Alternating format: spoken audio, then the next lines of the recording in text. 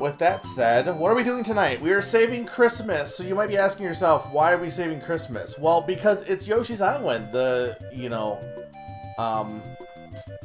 pretty much definitive Christmas game. This is the 6th year. I think it was in 2020, I, was doing Animal Crossing, Christmas stuff. And then afterwards, I'm like, well, what do I do next? And I tried playing Zelda, and I was like, like Zelda, the first Zelda. And then I just played a full playthrough of Yoshi's Island. So every year since, I have done a full playthrough of Yoshi's Island. And it's become a tradition. So we're playing that. So it's gonna be a very casual stream. Good if you have any like topics or holiday stuff. Very good stream for that. Though keep in mind with how Yoshi's works, I obviously have to like. I'm not gonna be like looking at the chat 24/7, but you do save Christmas. You have a pair of red and green brothers, and Yoshi is red and green, and when they get to get like, you're basically trying to save Santa's younger brother. To be fair, we know that Mario, per the Mario movie, came from Brooklyn, so therefore this actually can't be Mario. This can't be the Mario that we know in most of the other games, because he's a plumber. This is actually like they say it's Mario.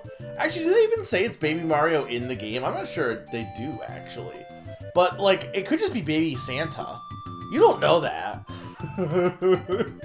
You don't know that. It could be Baby Santa and then Santa's little brother, or Santa's elf. You're saving his elf. Yeah, this is Auspicious Redheaded Child. Baby is his first name. Like, you don't know that, Zany. Alright, with that said, let's go ahead and get started, assuming everything sounds good. Oh, I didn't do a syncing test. Hang on. I actually do want to do a syncing test. Well, this should work. Pokemon Super, Pokemon Super, Pokemon Shootin', Pokemon Shootin', Pokemon Shootin', Nintendo Shootin', Nintendo. Is it all synced? Okay. If you said you were saving the baby version of a portly man in a red hat, who would you assume? Exactly! Pokemon Shootin' is the ROM hack everyone's been waiting for. Also, hi Naran. Welcome to what is the best Christmas game. So I hope everyone has been having a good holiday season. I'm feeling okay. I was kind of like worried because I was feeling kind of like maybe sick on like Thursday or whatever. But I feel fine now, mostly. Though, give it a few days because I just had family Christmas and I feel like every time I've had family get-togethers I end up getting sick. This is the problem with babies. The problem with babies is that they're gross. And they get sick and then you get sick due to the close proximity to the baby. As shown in Metroid Other M. Speaking of, I hope everyone's been enjoying Metroid Prime 4. I feel like I have not heard... The people I know who've been playing that, I feel like have not really said much about it. Beyond just that they're enjoying it. Because like we have a Prime 4 chat in Discord, but it's been very silent.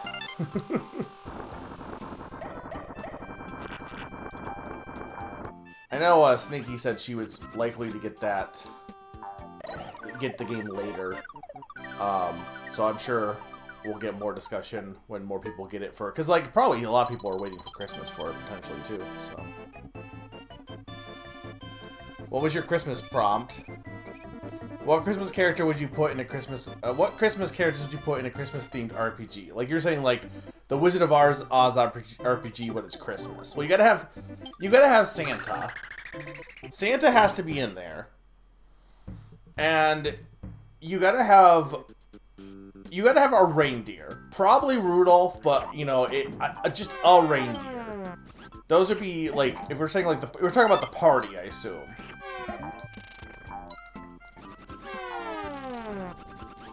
I was not paying attention because I was looking at the chat. Hang on.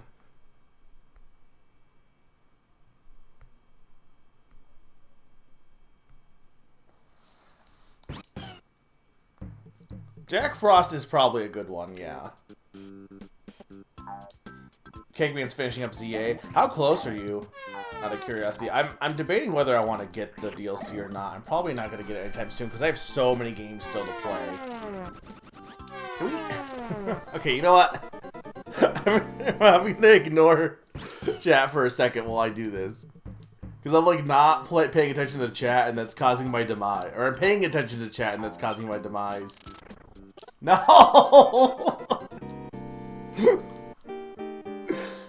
How do you start with like no lives in this game?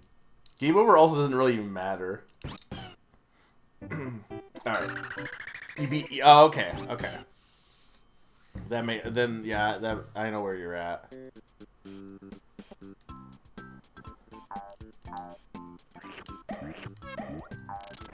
I think you gotta have like a head elf or a generic elf in this RPG.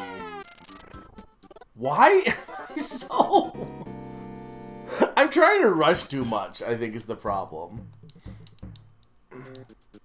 Okay. You know what? We need... Christmas RPG is like actually making me play badly.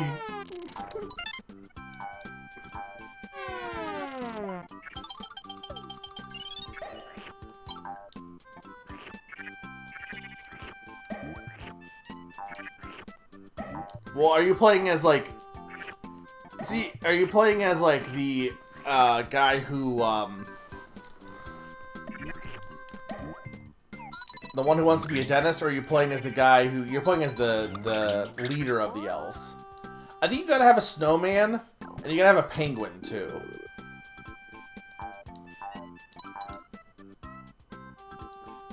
See, I'm going, like, full, like, generic Christmas. Pon's going more, like, traditional, like, what Christmas actually is. But I'm thinking, like, you know, you gotta have, like, fruitcake and Christmas tree and...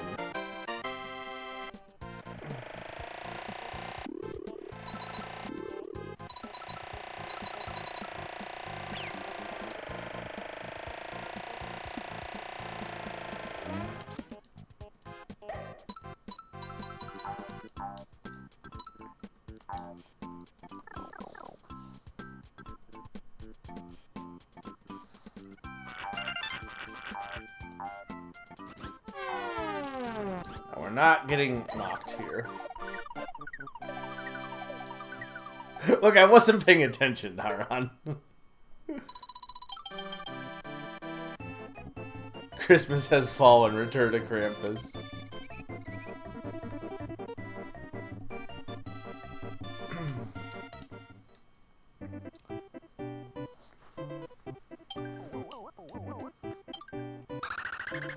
Santa is in some, like, RPGs, though. Do you know he's in Secret of Mana, I'm pretty sure? But, like, if they include anything Christmas, it's always, like, Santa, not anyone. It's always Santa himself. Apparently they released a Santa anime this year, too. Which I feel like is completely ridiculous, and I don't actually know if it's any good. Because the people who would tell me if it's good is Summer, and I don't think they watched it. Maybe they did. I don't know. Also, I thought you were working, Summer. Or did you just get home from work? Or are you at work still?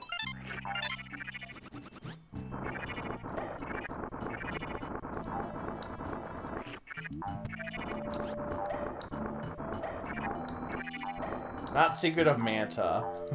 Secret of Mana.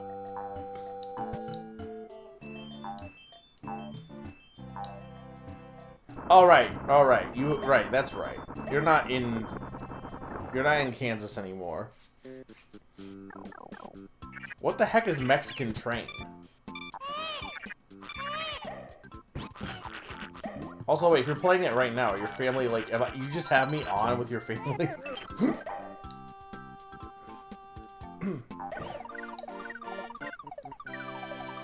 No, I knew that. I just forgot. So yeah, we did Family Christmas yesterday, and I posted my gifts in chat.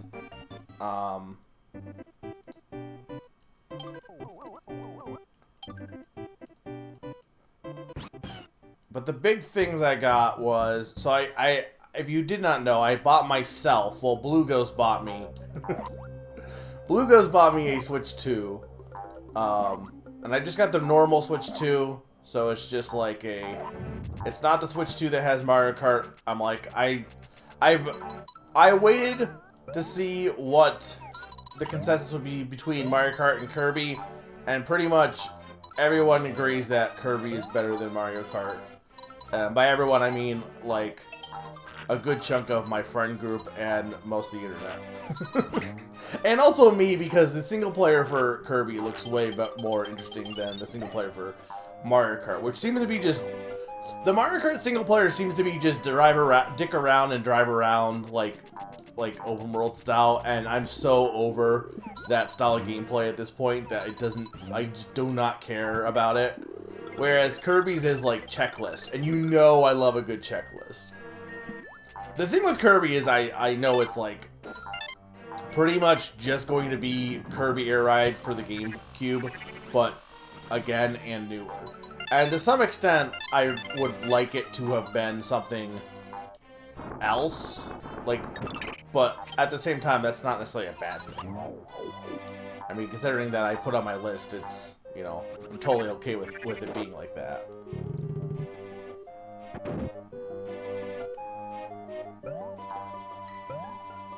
There is no top right in Kirby. This is true. Or there's no top right in Mario. That's true.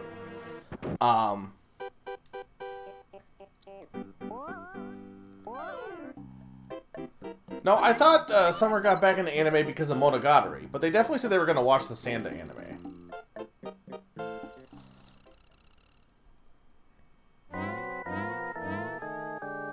I did not break the blood pack. There was no blood pack. First off, the pack was never official, but also it was never a blood pack anyway. This got upgraded from, hey, we should wait to to get a Switch 2 to we are making this oath in blood. And I don't know how I feel about this escalation.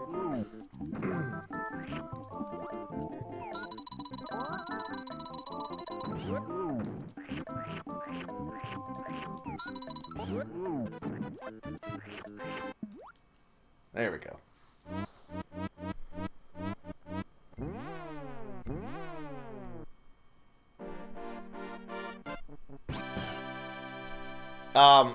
But yeah, so I'm waiting on the screen protector for the Switch 2, but I haven't. And, here's what I'll say. Look, I don't know why Yoshi does what he does, but he does this every year. He does this to every version of Bert 2 in the multiverse.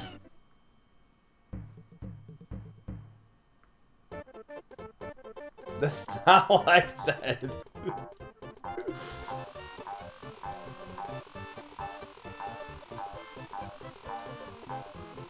Imagine like a horror movie, but the killer kills people by making pacts that they won't buy Switch 2s, and then buys a Switch 2 and gives them 24 hours to buy a Switch 2, or else they die. Could be a thing.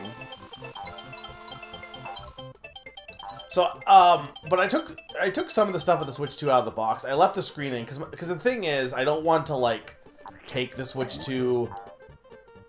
If I'm waiting for a screen protector, and I was kind of like, do I even need one? And I looked it up, and everyone's like, yeah, if you touch the Switch 2 screen, it will, like, explode. And I'm like, oh, okay. But, so I didn't take it out of the plastic, because as soon as you take it out of the plastic, or out of the wrapping, whatever, it's going to immediately get dusty and all this crap, and it's like, I'd rather try to, like, it'll be easier to put the screen protector on if I never, like, take it, like, if I put it on fresh. I got a Switch 2 Pro controller for Christmas, and I didn't buy that myself. I wouldn't have bought it myself because it's stupid expensive. It's $90, which is ridiculous. But I will say it's pretty high quality. The texture on it is great. The button feel is great already. I haven't even like played it, but I can. It's like a really it is. People already said the Pro controller is good for the Switch 1, and I think the Switch 2 and I could have used my regular Pro for the Switch 2, but I mean that controller, while it still is working, is also like what? I mean, it's old. It's almost 10 years, not quite 10 years, like 8, 9 years or so. So it's very old. But well, yeah, because I think I got it the same year I got the Switch. Because I was going to use the dog controller, but I didn't like the feel of the dog controller, so I instead got the Pro controller. I think I got it the same year. But the yeah, the feel of the Pro 2 is very good, and then everything else, like the Joy-Cons all have like a good texture to them. They all have like I like the texture they're going for. I like the more matted texture the Switch 2 has. I have not obviously done anything with the controllers, but I think the Joy-Con 2s are a little bit bigger, and that's nice. It's nice to see it in person. Cries in Canadian, yeah, Canadian. Look, it's ridiculous. No matter who's buying it, the Switch 2 Pro controller's price is like insane. Maybe throw it. They also need to say Switch 2 backwards 3 times, or they have to like do things in twos.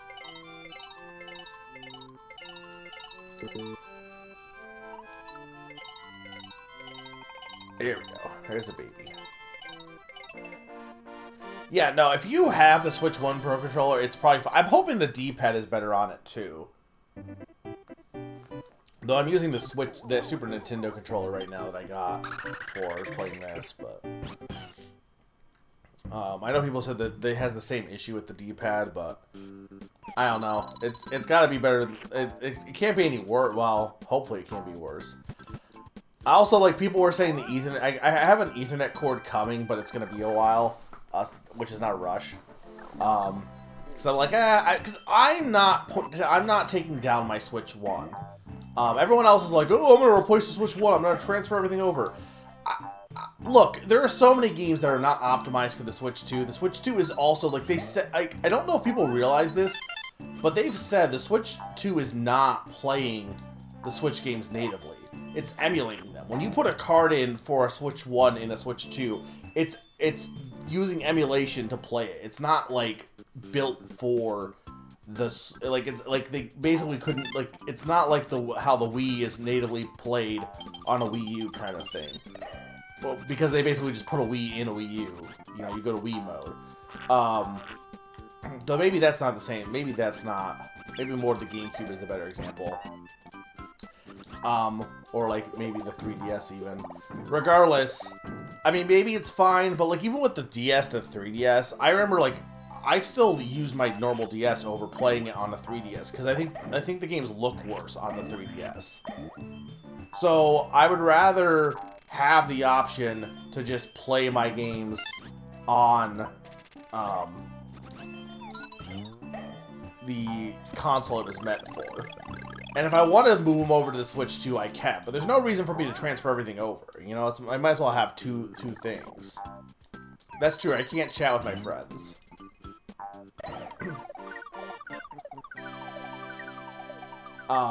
So I'm going to have the Switch 1 dock. I'm just going to move it down and still have it there. And then still have the Ethernet for that. But then have another cord. So I can basically switch between the two switches. If I need to. Now, maybe I'll just gravitate to using the Switch 2, but, you know, I don't know. The thing, too, is I have this handheld dock for the Switch 1, that I got what the heck was it called? The Switch, the Nitro deck or whatever, the Switch, something. And I don't have it for the Switch 2, and I know they do have a Switch 2 version, that has come out for that, but, I'm not gonna buy that, at least not anytime soon.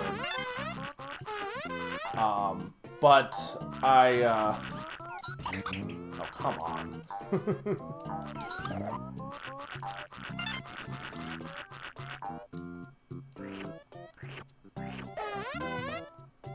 Can I please get some eggs? Thank you. So, like, if I want to play stuff handheld that's not on the Switch 2, like Switch games, it's still more comfortable to play it with the Switch 1 anyway. Like shooting order. The one thing with the Switch 1, though, that's a little unfortunate, and I don't know what is the reason for this, is my battery life of my Switch has kind of, like, gone downhill a bit, where it doesn't, last for the right, like, the entire, like, it has charge, but it doesn't, like, use it for some reason. But it's not a big deal because I'm only really playing it by my bed anyway, and I can just plug it in, so it's not, like, a huge deal. Is this drugs and Nintendo?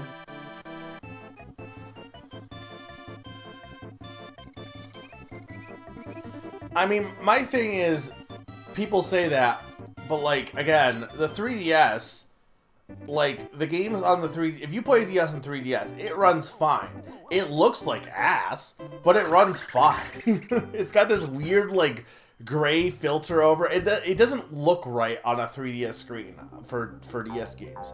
Now, is that the case with Switch 2? I don't know. I told you I haven't played it yet, so I don't know. But I like having the option there. I don't really see any reason to completely replace my Switch if I don't need to.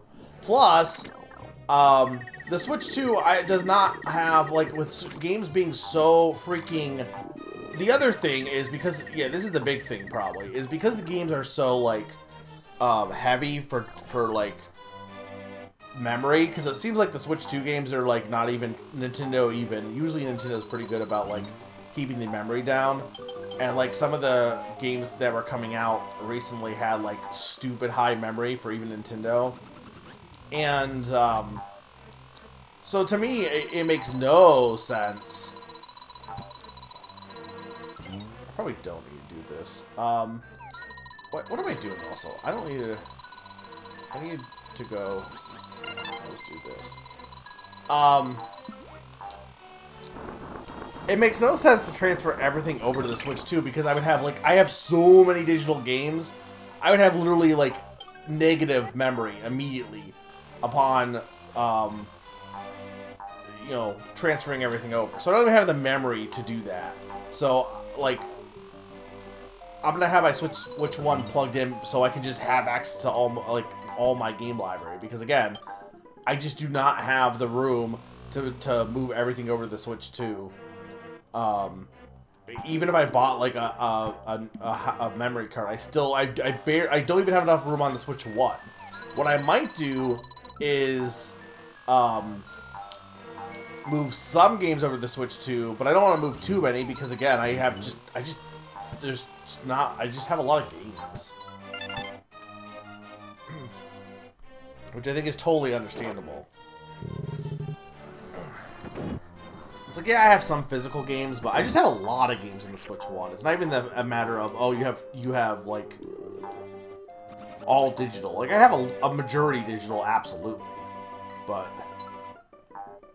the Switch 1 memory sizes are not that bad. Again, there's just a lot of them.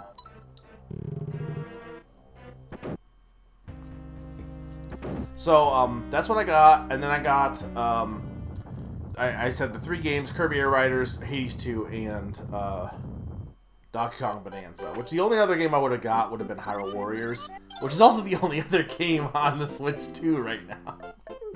As there's not, the only Switch 2 games that you have are Mario Kart, Drag X Drive, I guess Nintendo Switch Welcome Tour, Kirby Air Riders. Hades 2 is not even a Switch 2 game, like, exclusively, but I wanted to get that game anyway, and I was like, well, might as well put that on the Christmas list, because I hadn't got it yet. And then, Hyrule Warriors, and Bonanza. That's it. I know everyone's like, oh, well, ZA is playable on the Switch 2 and Metroid Prime. Yeah, but those aren't But those were designed for Switch 1 initially. You can play them on Switch 2. They are not Switch 2 games. I'm sorry. We've had this discussion. I feel the same way with, like, Breath of the Wild. Breath of the Wild is not a Switch game. It is a Switch, or it is a Wii U game that is also playable on the Switch. You don't see people saying, like, Wind Waker is a Switch game because, or not Wind Waker, Wind Waker is a Wii U game because the remake is, I guess that's different because it's a remake. I think, it's a better example. I guess, like, you're not saying that Switch 2 is, like, Wind Waker is a Switch 2, Wind Waker is a Switch 2 game because it's playable on the Switch 2.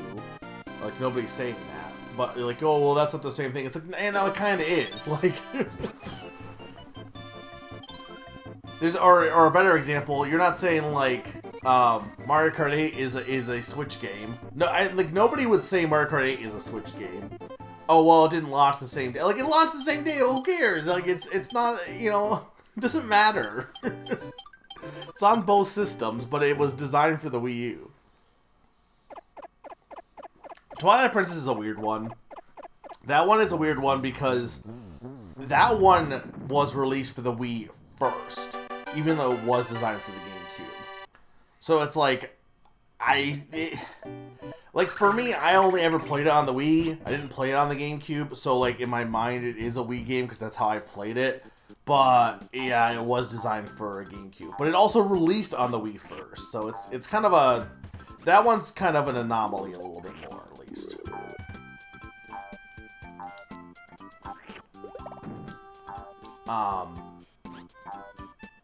But, like, I also, like, will not... If someone wanted to say, oh, yeah, it's definitely a GameCube game, like, I'm not gonna... I kind of would agree with them, to be honest.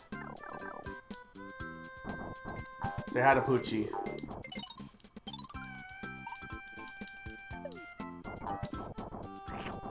Say bye to Poochie.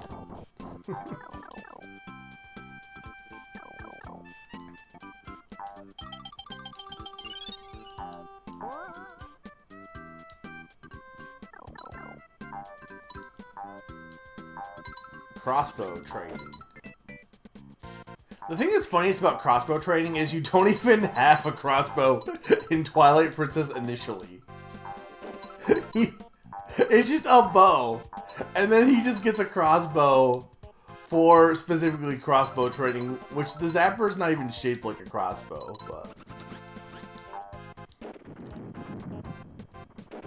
Yeah, I mean, that one is, like, debatable. That one I think is up for debate. But, like, I'm sorry, just because the Switch launched with no games doesn't mean that we get to say that, you know, Breath of the Wild's a Switch game. And same thing. Metroid Prime 4 is, you can play it on the Switch 2. It has a Switch 2 version. It is a Switch game. It literally was announced for Switch a decade ago. It is a Switch game that you can also buy a Switch 2 version, and that's fine. But I'm not going to count it towards the Switch 2.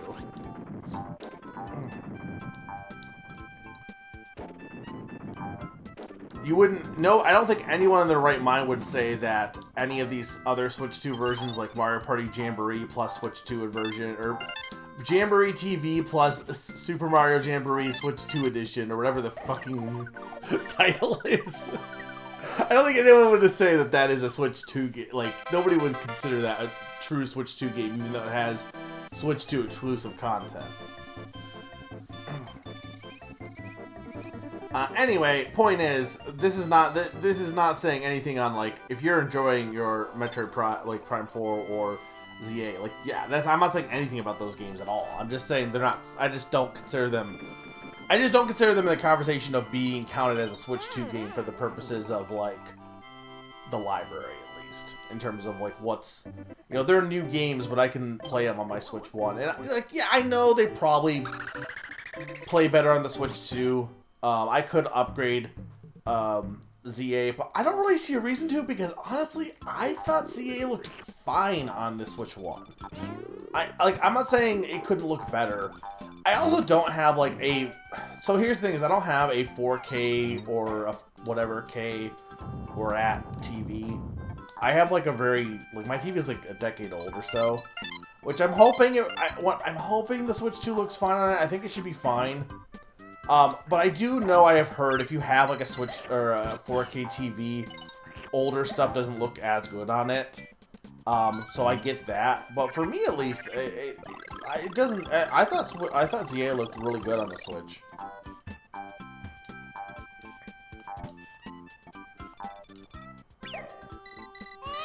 What do you mean the only one I think is kind of justified is Breath of the Wild? The Switch version only looks marginally better, but what are you saying is justified?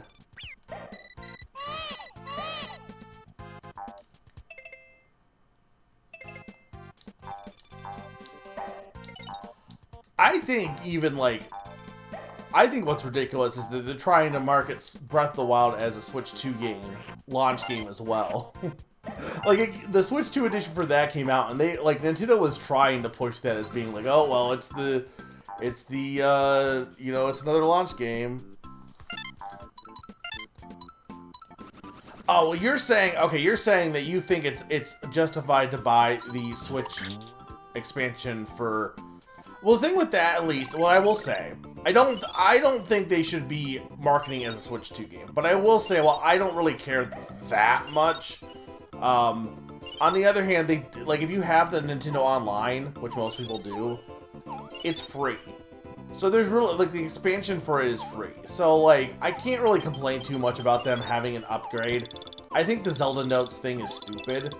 But I think, like, if you have never played Breath of the Wild, or if you wanted to replay it, you know, getting the Switch, or upgrading to the Switch 2 version, not the biggest deal, so...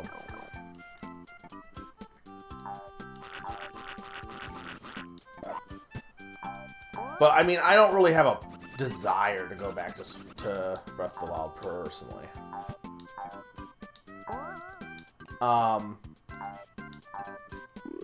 But yeah, I've been, so that's what I got there. So I got those are the games I got. And then I also got, a bunch of gift cards. I got Tim Hortons gift card. What am I getting? Walmart gift card. So I got all that. And then I also got a new book, The City of... What the heck was it called? It's by the person who did... this is the series she did before the Adventures of Amina Al-Safari, which I really enjoyed. There's coming up with a sequel to that this year as well, which I might get. But yeah, I got that book. I need to actually start. What I need to do is start reading books again. I think softcover might be more easier to read. The thing is that, like, work, like, they don't have any chairs with, like, what do you call the things, the armrest or whatever. They don't have any of those anymore at work, so trying to hold a book up is a little, like, you can do it, like, it's not like a big deal, but it is more comfortable to rest your arms on armrests when reading a book, I feel. Because the thing, when you need to use two hands, because, like, I use my Kindle with one hand, and that's not a problem. But, like, with a book, you need to turn the pages. So, but maybe I'm just, like, overthinking it, to be honest. At least a little bit. But that's been one of the things. Plus, I've been watching so much One Piece, which I don't know if Cake Man is still here, but I'm into Wano. So, I have started Wano. No, not Tim. Did I say Tim Burton's? Tim Hortons. I didn't. Not Tim Burton's. I'm working on it. I'm working on it.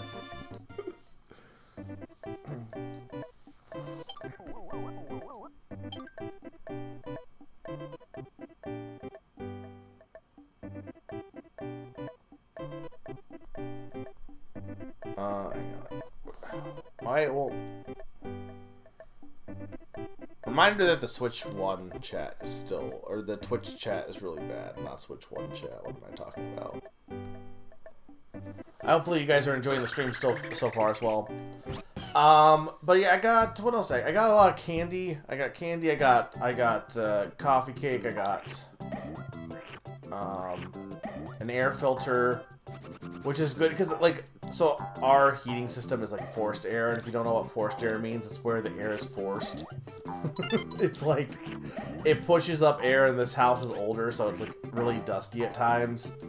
So that's always good to have like a good air filter to kind of purify the air. And then I got a step, so I needed this because I have this ottoman, and I've been using that because it's like very thick and sturdy. But like, I need an actual step stool. I need a stool that I can step on. So I have that now, and I got like a drill as well, because I'm like, you can always use a drill. I mean, it's one of those things I probably should have got a while ago. Like, it's not the most exciting gift for me, at least. I know, like, some people, like, I know, my family, like, a lot of my family is more into, like, you know, tools and work stuff, like gloves and like, you know, hammers, axes, stuff that you can, like, use for work and stuff. That's a lot of what kind of gifts they get. And, you know, for me, that's not really, like, what I gravitate to. I like the fun, like, you know, tech stuff usually, though. I like the tech stuff. I think a lot of the tech stuff nowadays is not as interesting as back in the day. I don't care about this. I don't care. If I'm gonna get a new TV, I want to find a dumb TV. I don't want a smart TV. I want a TV that just is a screen, a monitor. I don't need to frickin' have my TV update. I don't care about any of that. I won't use it. But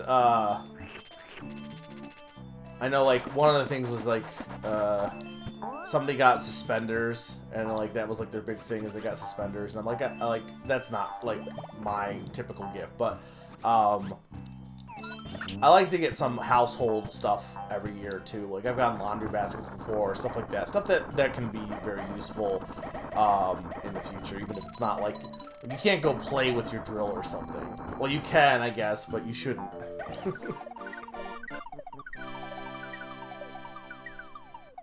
Yeah, I have to write about Whole Cake Island still. Cake Man, Whole Cake Man. I will at some point, but like the holidays and stuff have kind of been making it so I don't have a lot of good. I mean, I have had time to like do it, but not been in the right mindset. Plus, I've been doing prep for Name That Game Tune and stuff too, so that like it's not like I've been like being lazy.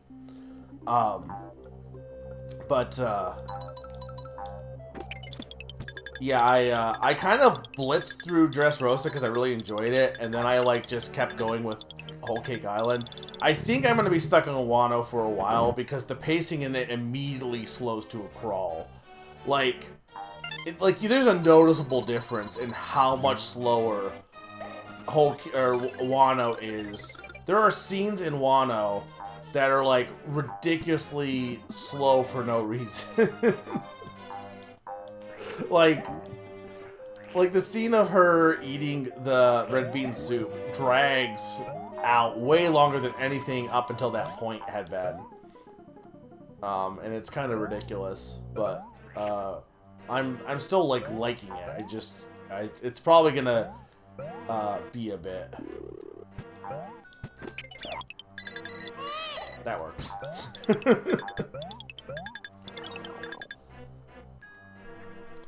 I do, so I mean, I'll have a whole write-up, but I will say, I don't think my opinion of Sanji is gonna change that much, as a whole, because I still think he is really poorly done overall, and some of the things in Whole Cake would have been better if he hadn't been poorly done, but he was very good in that arc. Like, easily his best arc, like, no notes. Like... But I also imagine he's probably gonna, like, I don't know, maybe he'll not be as bad, but I think from what I hear, he doesn't really maintain that. He already has kind of, already within leaving the arc, he already has done some Minka stuff right after. Not like anything that bad, but, no, my favorite, I don't think I really talked about him much because he hasn't officially joined the crew until, well, he will in Whole Cake, I think, counts as joining the crew.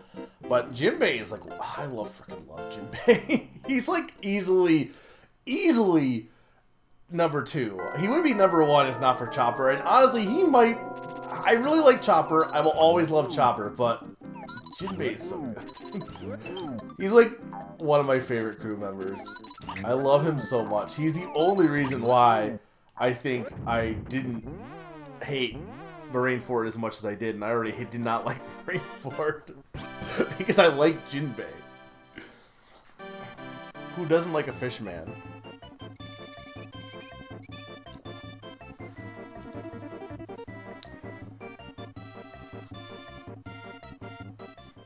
Are you making a reference to Hunter x Hunter, Pawn? They do not in One Piece. I don't think. Though they do give this one guy a backstory in Dressrosa for no reason. There's 2 episodes of just this one minor villain's backstory. And it's very weird that he, out of all of them, gets this, like, extensive backstory. I don't understand why.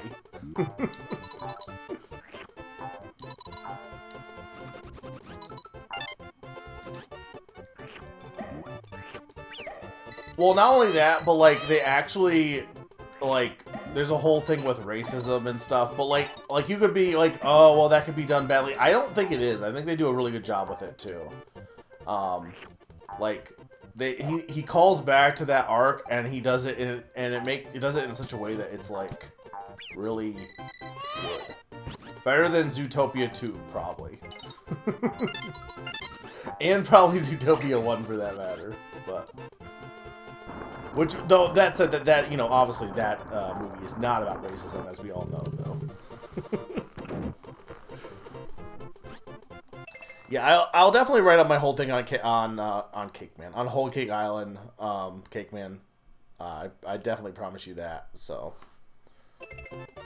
but the big thing coming up next year is I'm gonna watch every Ghibli movie in town while wearing a salmon suit, and you won't want to miss that.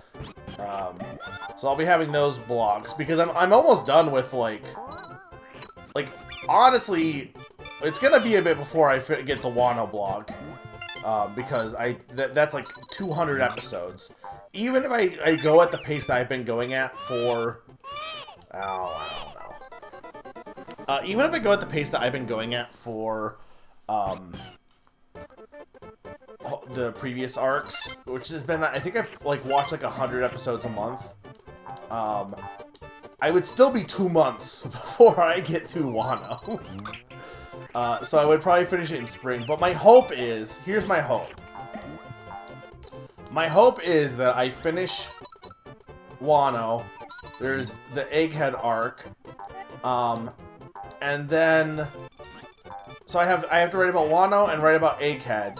And then in theory, I could start, like, depending on when the dub, like, I think the dub is mostly caught up at this point, actually. But in theory, I could end up starting the new arc. I don't know what it is, but the next arc, I think, is starting in, from what I was told, it's starting in spring. They're going to do a more seasonal approach. And I could start it with everyone if they do the, like, simul dub, which will be awesome. So I'll, like, be fully caught up.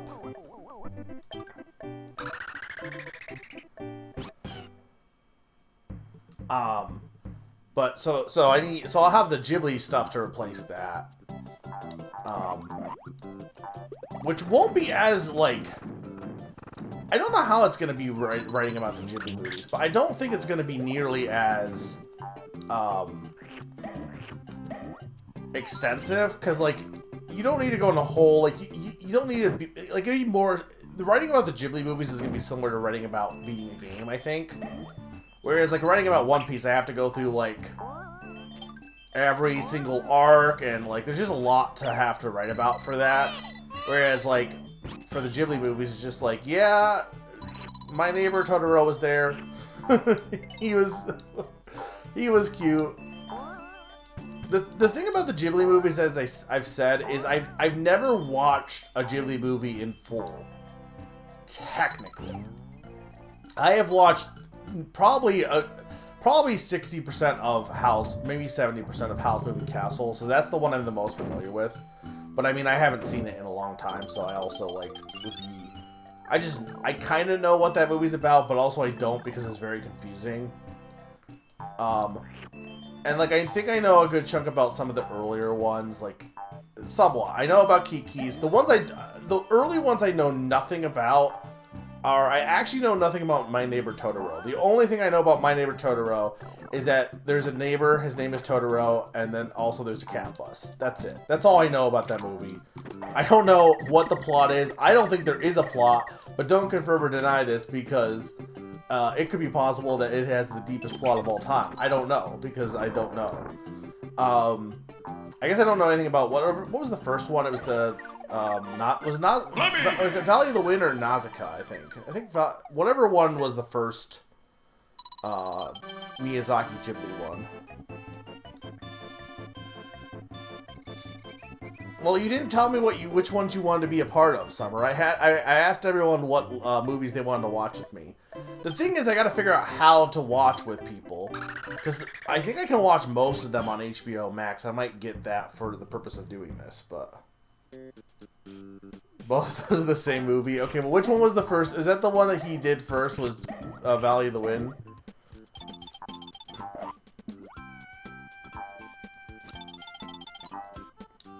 Also, thank you for the bits, Q. I know about my neighbors. They're cat people. My plan is to kind of watch them in order. Is my kind of plan. I don't know if that's gonna work out. Like, in order of release date, that is. But we will see. I am gonna watch, like... We're gonna watch everything Ghibli. I'm gonna watch everything Ghibli. I'm gonna watch everything... I thought I could get back on that. We're gonna watch everything... Everything that was made by Ghibli is definite. And... Mostly everything made by Miyazaki, though there wasn't really a ton that he did that wasn't Ghibli also. But, I mean, it's like 2 movies, which I will definitely watch. And I'll watch, obviously, anything that was not made by Miyazaki, but was made by Ghibli will be for sure. But I think I'll also watch, there's a few that are, like, Ghibli adjacent that I'll probably add in.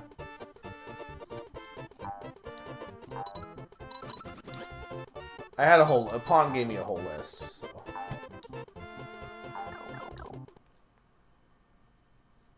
So what's the first Miyazaki Ghibli movie, right? There's one before Totoro, I'm pretty sure, right? Unless Pond's list was wrong. Or maybe that was... No, I'm pretty sure that was in the Miyazaki Ghibli category.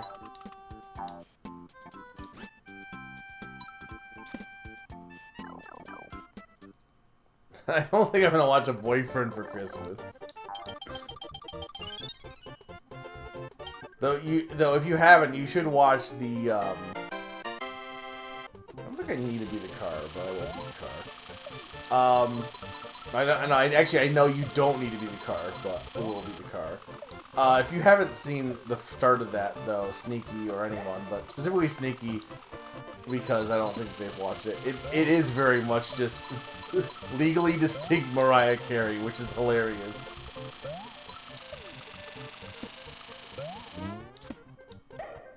Castle in the Sky. Okay, that's the one I was thinking of.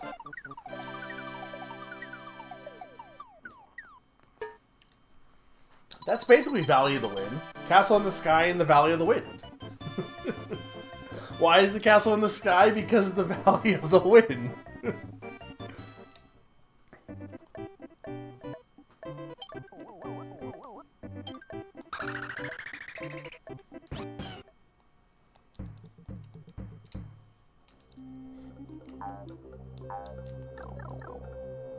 My theory is that I'm not going to like Totoro, but I don't know. But I don't know anything about... I know nothing about Porco Rosso, and it's also the one I'm the most interested in watching. And I hope that doesn't, like, bite me in the butt.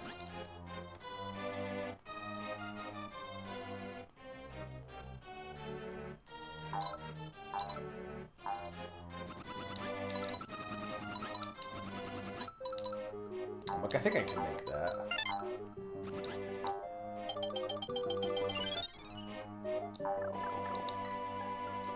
He's your bear pal that's fun to be with. Woohoo! Porco Rosso? Totoro's not a bear. I can't remember which way I go here. I don't think I go in this one. Totoro's like a bunny.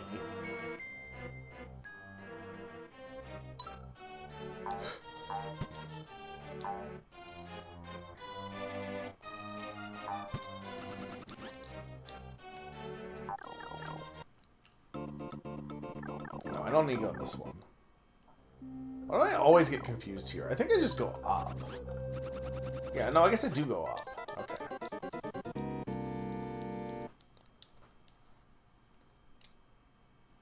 I'm not even convinced he's actually a neighbor. I'm pretty sure he's not their neighbor.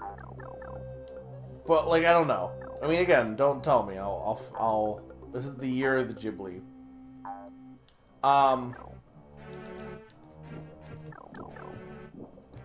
But yeah, pretty much any of the modern Ghibli movies I know nothing about. I know nothing about,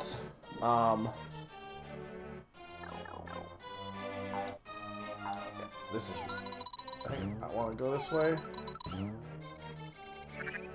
I know nothing about,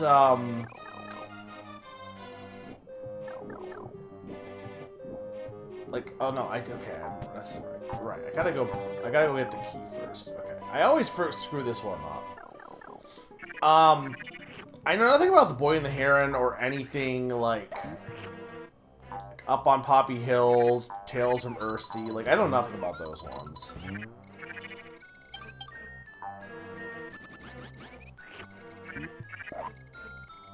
I think I know a little bit about Spirited Away, but also not really. That one I think I'm not gonna, like, I'm not gonna hate it, but I don't think I'm gonna, like, because that one is, like, beloved. Like, everyone's like, oh my god, Spirited Away. It's like, I will probably think it's fine. I don't know. Maybe not. The one I'm not really looking forward to watching, and I think everyone can probably understand why. And the one that will not be, like, I will not watch with any friends also. Which you will also understand why. His Grave of the Fireflies. I mean, I know what it's about, and I don't think that's gonna make it probably any easier to watch.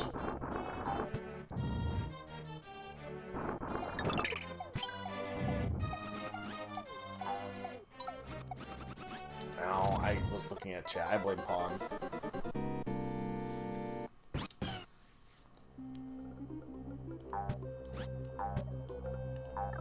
I'm not in my A game tonight for Yoshi.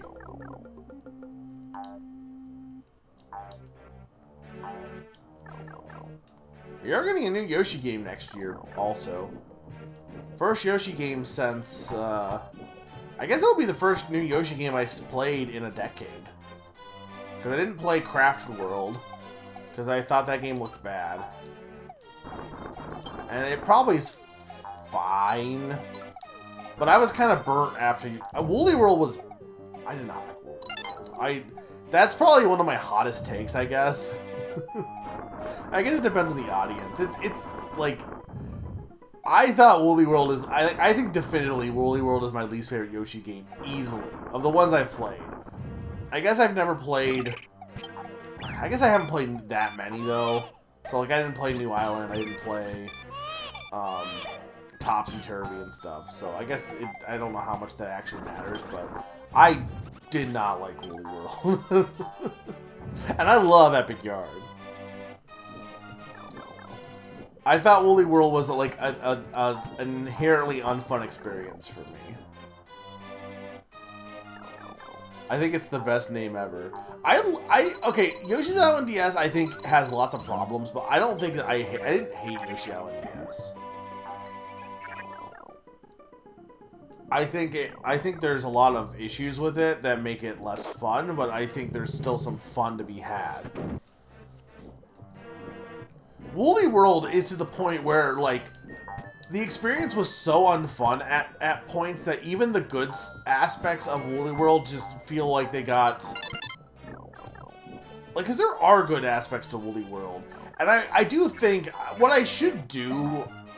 Because, okay, one thing I've said about Yoshi Island, this game, is that the game is much better when you don't go for 100%, because Yoshi's control is so like geared towards fast play, and while like I'm not saying you can't enjoy 100%, I do believe that the control of Yoshi is so at odds with how they designed the 100%, which is so much more methodical and not like you had to be very careful, and it just feels worse because of that. Because you're being made to feel like you have to play like differently than how the game is designed. So it is quite possible that if I go back and replay Woolly World in the mindset of just clearing the levels and not trying 100%, it would be more enjoyable. But I also think Woolly World controls like ass. I think Yoshi feels really bad to control in that game. So I don't know how much that would really help me if I was just ignoring 100% in that. And it wasn't like I was going for 100% per se, but I was probably going more for it than I do Yoshi's Island at least. But no, I got it. Baby Santa is fine. I think they might call him Mario in the opening cutscene. I don't know, but there's no proof. I'd have to actually like rewatch it to see if he's called Mario at any point.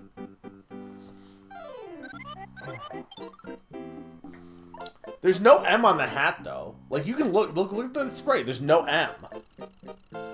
So for all you know, it could be a Santa hat. Santa's like proto hat.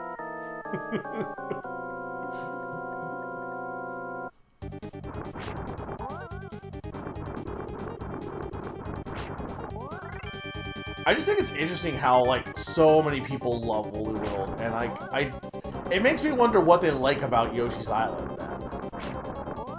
Because to me, I don't know, maybe I just thought it controlled. I thought Yoshi controlled really off. He didn't feel fluid enough. And collecting in that game just felt so miserable.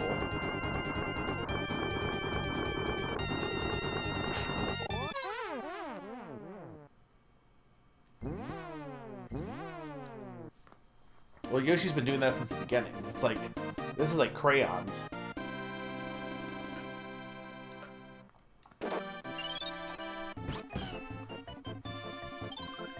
But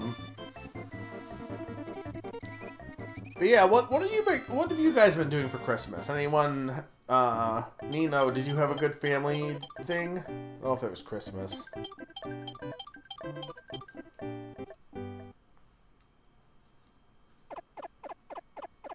Like, even the new one is gonna be... I don't think there is a single Yoshi game that does not have an arts and crafts aesthetic.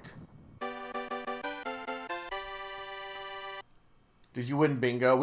So I guess I could go through real quick for mine, for family stuff. So we came, some of my brothers were running late, but we did, we had kind of like, appetizers, kind of the main meal. There was ham, and you could have like ham sandwiches, and I love ham. Ham is my favorite, like, ham. I love eating ham, and specifically, here's the thing: I do not like deli ham. I think deli ham is an abomination. It's too thin. I don't like it. But like, you get a nice ham, and you get a nice thick slice for a sandwich. I love ham. So we had ham, but we also had so like cheese crackers, obviously, chicken wing dip, spinach artichoke dip, and then I didn't have this because it had egg in it, but it was kind of a cute idea. There was this she did like these I don't think people got what she was going for, but my mom did these it was like an individual this is one of those things you see like on like Home and Garden, kind of like, you know, oh, be creative for your party kind of things. But like, there was a salad, but it was like it was one leaf of lettuce that was done as like it was all like you grab this one lettuce leaf, and then the whole salad is contained within the leaf, basically. Like it was like a Cobb salad that was all like maintained in one, like, you know, individual leaf. And then when all the leaves were lined up together, they made a Christmas tree, which is cute. Kinda like a lettuce bowl, but it was like, it wasn't a bowl though. Like, it was a bowl. It served like a bowl, but it wasn't like bowl shaped. It was like leaf shaped.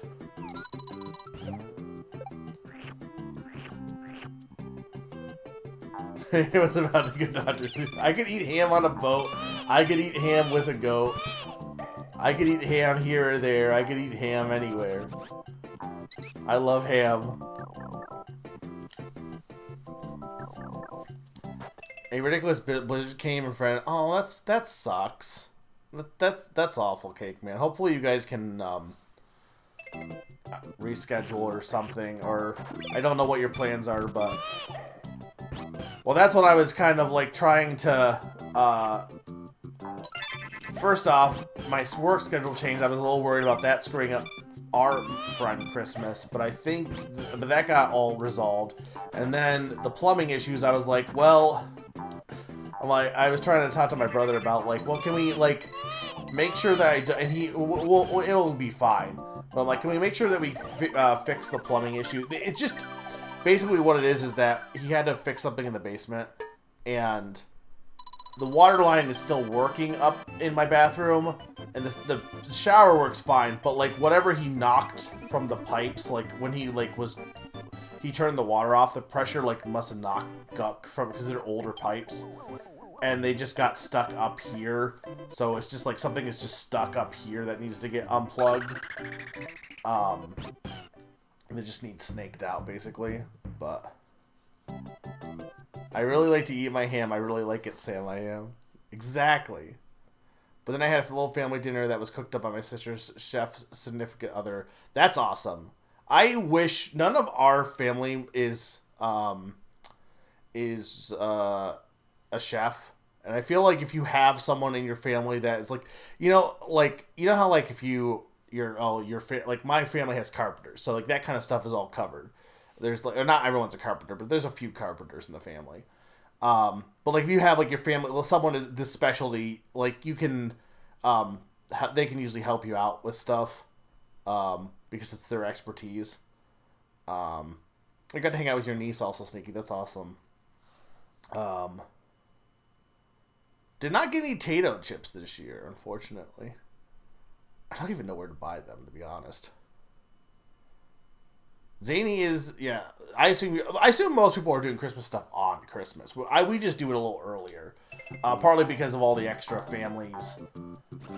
Like, all my family has their own families, so, like, my mom's Christmas is just done a little earlier, so that it's not competing, basically. But my point is, if you have, like, a chef in the family, like, it's always good to see who you can, like, who is the expert of, like, anything. And unfortunately, we do not have a chef, but, like, having a chef cook dinner is usually pretty excellent. So yeah, we had that. We had mini weenies, like pigs in the blanket. There was stuffed mushrooms, but I don't like mushrooms that much, so I did not have those. And then we had, my brother brought these little, they were cute. They were like, it was like fruit. It was just fruit. Like, it wasn't like, it was just like fruit cut up, and like, but the way it was assembled is they were like, it was like a grape and a strawberry and a banana.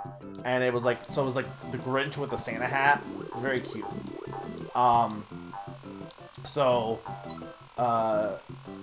the thing that was the most interesting thing is my mom, I think she did this one year. She did, you know, egg rolls, right? Like, the actual consistency of an egg roll. And I'm not saying, like, I want to, like, emphasize that they are egg roll tasted. Like, egg roll, it's a true egg roll. It's not like, you know, like, you know how, like, you have pizza rolls, but a pizza roll is not, like the consistency of a pizza roll is, like, different than, like, egg roll. This is, like, actually, like what you would see as an actual egg roll in a Chinese restaurant.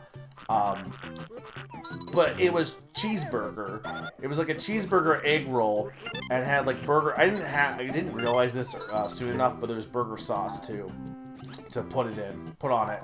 But it like tasted like a cheeseburger. It was really good.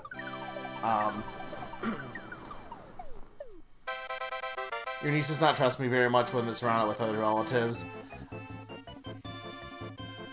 Or your niece does not trust me very much, but when surrounded, that's true. I feel like that's the case with like the my nieces and nephews too. Well, some of the younger ones, is they get so confused with so many people that, not that I'm like the safe option, but more so like anyone they're less, because I work night shift, I'm not over there all the time. Like, I think they get kind of like confused with who I am because they don't see me that often. Lots of food trucks sell them. Yeah, like, but they were good. They were really good. And I think what else there was, if there was anything else. But so that's what we had for like the meal. And then, and like I showed, we got like a whole big cookie tray also at the end, because I think my mom forgot about it, and I was like, I took some cookies from the like, there was like a tray for like just the night, and she's like, oh right, we got cookies, and then I'm like, oh cool, I got like a whole tray of them. So then we did different games this year than what we usually do. She did bingo, but the problem with bingo, I think the bingos, I don't know if it like didn't shake up the balls correctly, but it felt like you always got like the same numbers for the bingo one. But the problem is like they went on for like way too long, and also like eventually we got a cookie sheet, but initially the spinner that we were using kept like throwing the balls like onto the floor, so that was not helping. But I won a bit of bingo. I got a box of candy from that, and coffee cake. It was pretty fun. It's like bingo is one of those things that's like fun, but also like not, because it's like it's an easy thing to like do with family, and kind of like you know, joke around and stuff. But like the actual like, there's no strategy to bingo. It's just paying attention.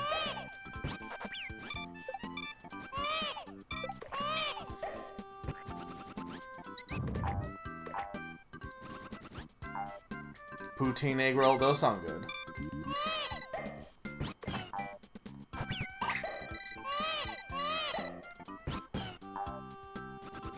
I gotta pay attention here for a bit. But then we did our white elephant thing. Oh, I screwed up. That's not what I wanted to do. I need to exit here somewhere. I think this will let me.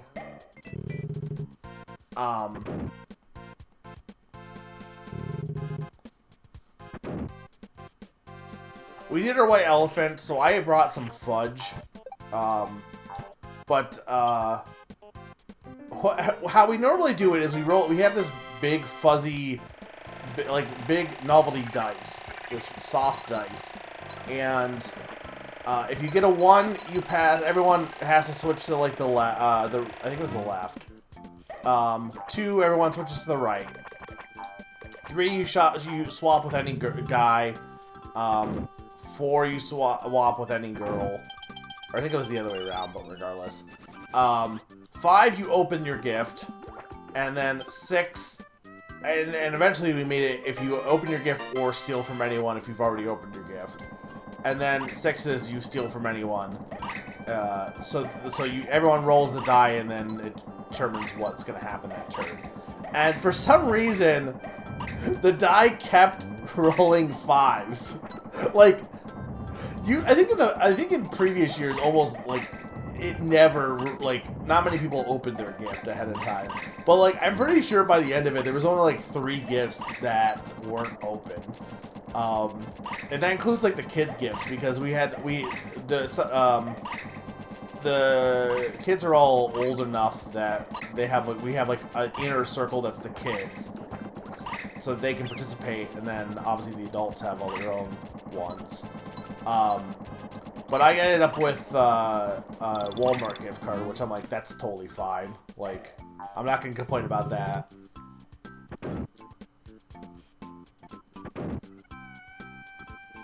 White health and boss based around sloppy placements for your RPG, yeah.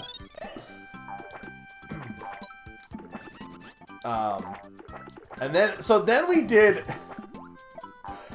So in previous years, we did this thing where we took this ball of like saran wrap or whatever, and you would have all this stuff in it, and you would have to try to unwrap it as fast as possible, and whatever you got like loose from the ball is what you got to keep. Okay.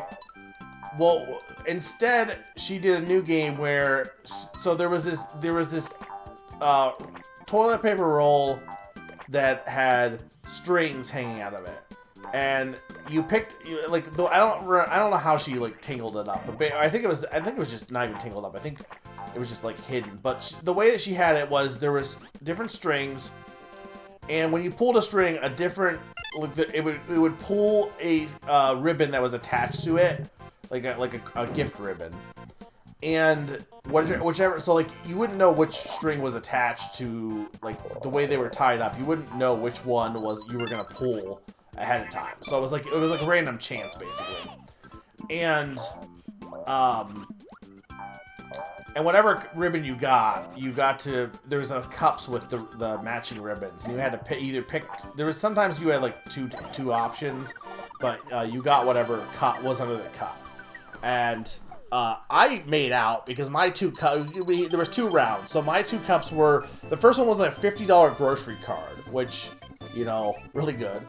And then the second one was a Reese's peanut butter tree.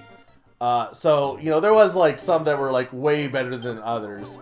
My one brother, like pretty much his whole family, both his young like 2-year-old daughter and his wife and him, they almost all got all the like any monetary gifts they got like every single time.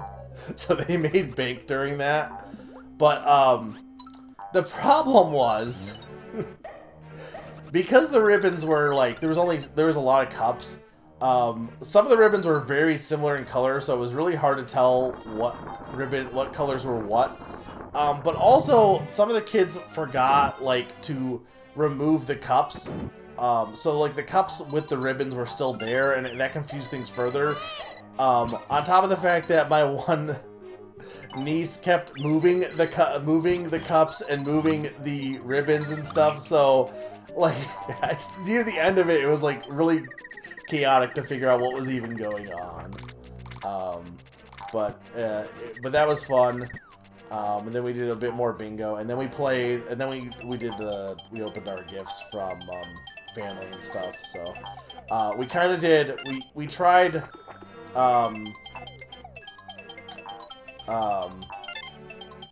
we kind of like prioritized the kids for a bit, which kind of worked out because the kids get restless, especially the younger ones, because I don't think the younger ones really understand what they're doing. Hey, Faster Supersonic, welcome.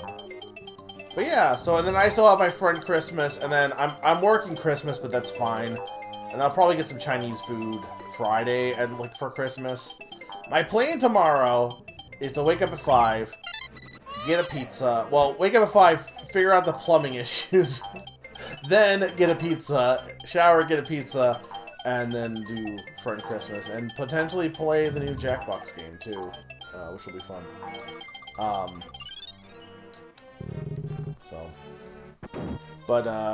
Did you get any gifts, Nina, or was like, did you get, or I don't know if you posted, if maybe you've already posted in Discord. I'll see it later then.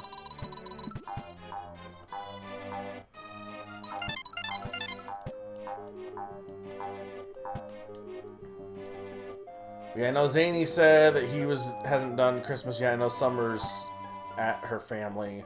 Cake Man, I know things fell through for the friend stuff, which is unfortunate.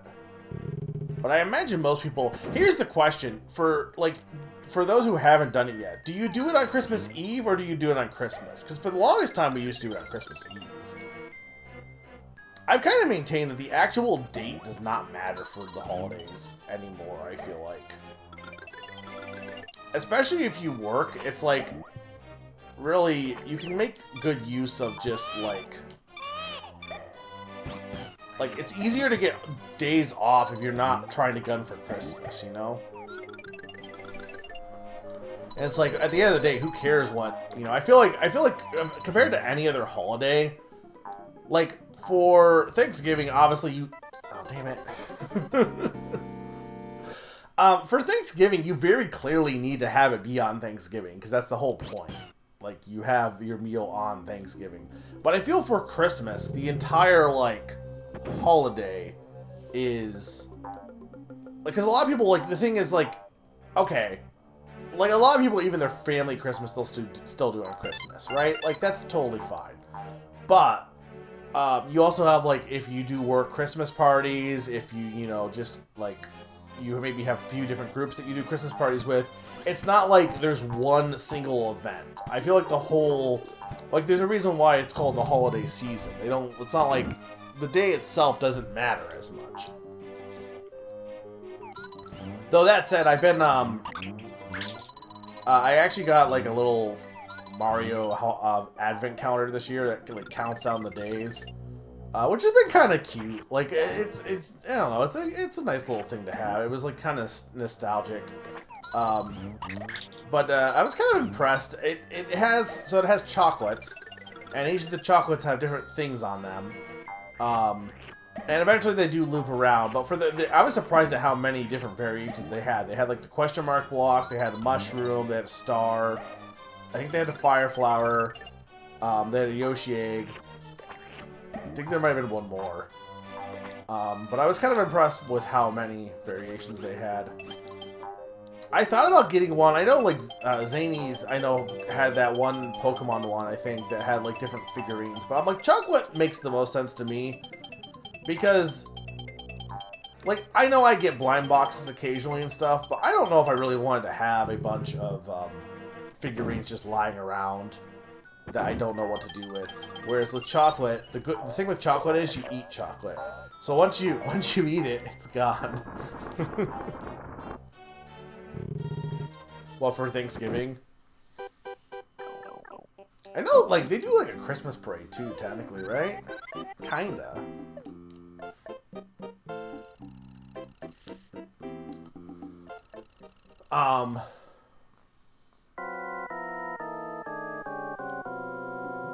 The one thing is, a lot of the blind, like, I've been getting these blind bags that have, like, these they're like these key change, and they make great, easy, ornaments.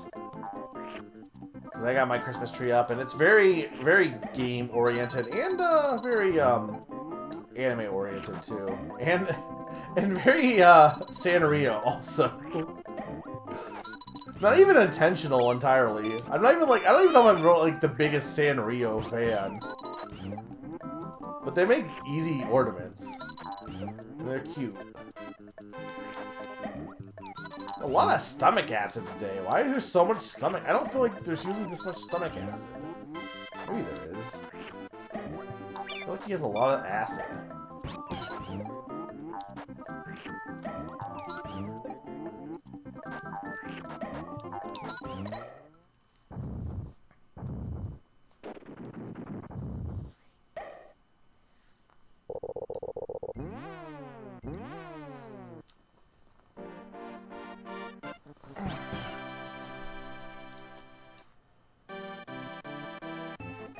But yeah, once I finish One Piece, I gotta find new shows to watch for a bit.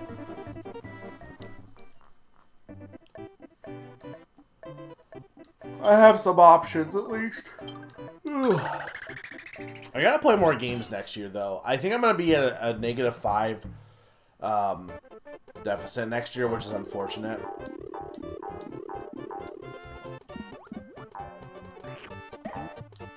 Is that considered anime? Yeah, I think I'm going to be at a deficit this year, so, oh well, I mean, maybe not -5, it might be -3, depending on if I beat Vex and if I beat Shoot in Order, which I'm not convinced I will. Like, I played games this year. I almost played like 40, which is what I use. Like my, I guess I've just played more in the recent years. Because like last year was 50, but before that it was like 40 was like my general average. And I say that like, of course I say like 40, and some people here are probably like, you played 40 or you played 40 games. What are you complaining about? But it's like, I don't know. I just haven't really been in the mood to play as many as I'd like to play. And I have a whole backlog of games I got that I really do want to finish, like Digimon Time Story, Time Stranger, Digimon Story Time Stranger. I absolutely want to play, but I will play. The only reason I haven't like played more of it besides what I streamed was because I had so many games that came out once. Why did I do that? I had so many games that came out at once, and it was like it's a very long game, so I've held off on playing it. So like once I finish Shoot in Order, I'll probably play it. But now that I have like some of the Switch 2 games, I probably will play some of those first, only because they're a little bit more later fare. Like I don't need to think or read for like Donkey Kong. From what I understand of that game, you just like smash stuff and that's it. Speaking of, I don't think did I talk about the... I guess I would have been during Vex, but I don't know if I did. The Game Awards were... I didn't even watch them this year. So what's funny to me is apparently they got record-breaking views again, which I think is more so... I kind of agree with Naran. I think that more speaks for how many more people are in the world now than it is for the records, because there's so many more people in the world. Anytime anyone's like what was it? Zootopia is now like what, the highest grossing movie of all time. But how much of that is because it's just a movie that came out nowadays, and there's just more people. Like how much do those records actually matter?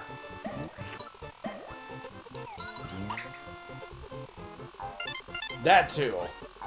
But even like ignoring that though, it definitely is a bit of like, the more people there are in the world, the more like I'm not saying that Zootopia doesn't deserve that record. I'm just saying I do think, you know, like the Game Awards is like, oh yeah, we got record viewership, and it's like, okay, but I just know so many more people this year on my friend group just did not even bother watching it. Because it's always the same thing. Here's the thing, it's always the same thing. It's always the same type of games, and one game in the last few years has like gotten the bulk of the awards. And Jeff makes boring, like Jeff has like zero personality, and then he has to compensate by having the Muppets on to make him look less bad. Like every year they've had a different Muppet on, and they've had what? They had Statler and Waldorf last year. They had Miss Piggy this year. I can't. Who was? I know they had Beaker and Bunsen or whatever. Or what are their? It's not Beaker. What are their names? Honey, Dew, and what the heck is that guy's name? Oh, that's Death. Okay. I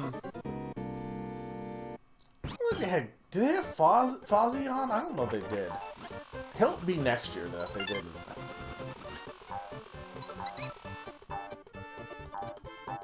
Anyway, I think we need better. I think gaming needs to like. I don't know what we need. I think I just need to play games and enjoy games and not worry about society sometimes.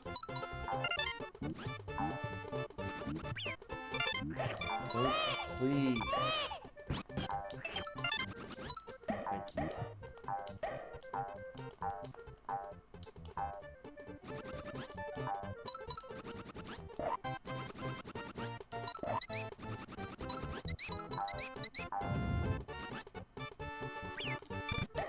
I actually played this game kind of recently this year because I played it for, we did a archipelago and I played randomizer and it was interesting.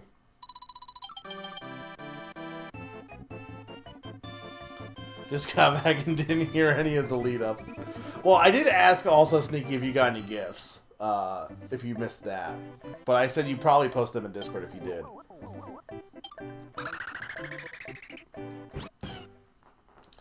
Oh, so did you just do like kind of like a family get together, but like the actual opening of presents is still on Christmas? The Christmas pre-game, if you will. I think saying pre-game for like things that are clearly not a game is like the funniest. It should just be the new meta.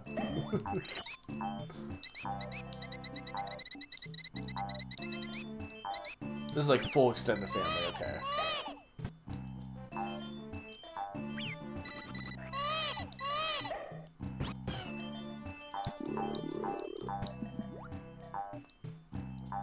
Here's something I think everyone can agree on. Yoshi's Island has the best enemy design. There's a reason Paper Mario used so many of their enemy designs for so long. Like, there's so many good enemy designs in this game.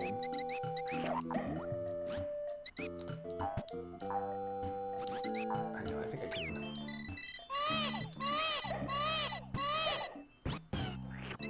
This is what I need to...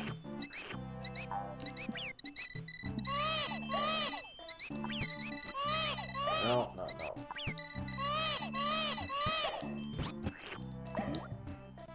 Where did the mouse go?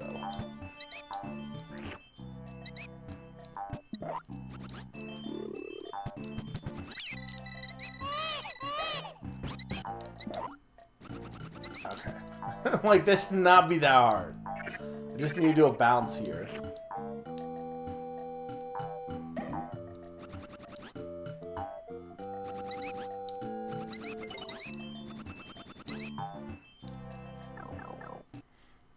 My dad has 6 siblings, and each of those has their own family, and they pile... Yeah. I mean, that's probably going to be the case eventually when it comes to our family later down the line. What am I doing here? Do I need a key? I think I need a key. I think I screwed up. I think I need a key. Because, like, I have 4 brothers, so... I definitely screwed up. I need to get a key first. Oh, my God.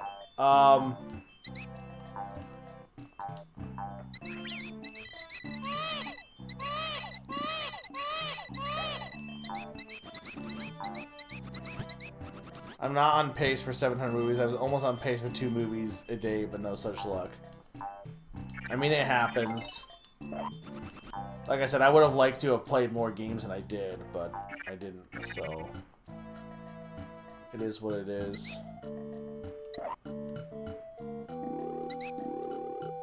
Part of that's because the work schedule at the beginning of this year was kind of rough. So I don't think that helped. And also, I've just been... This year's just kind of sucked in general. I don't really think I need to go into why it may or may not have sucked.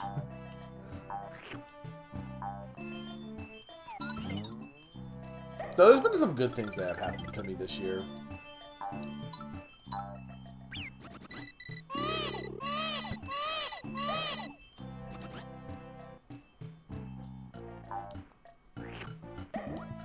That's true, but you did go back to doing streaming though. I don't even know if I can. Can I?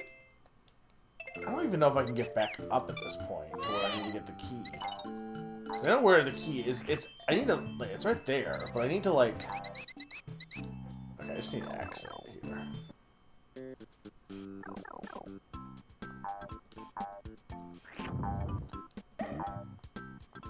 Yeah, I guess it's been longer since I played this game. I mean, I played this game this year, and I'm doing worse than I have on years where I've never played this game all year long. So I don't know what my problem. I don't know what my excuse is.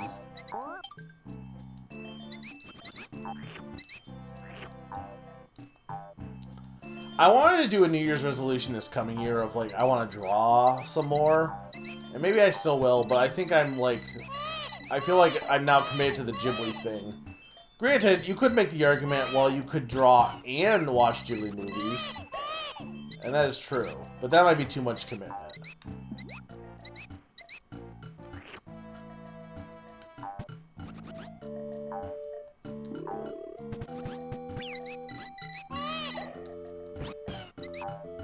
There we go. Alright, we should be good now.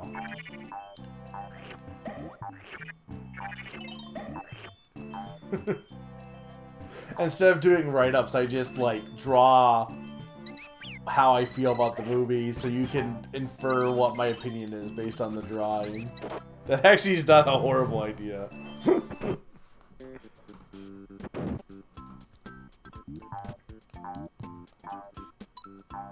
I'm surprised you, like, as someone who has done some of those trivia stuff that is, like,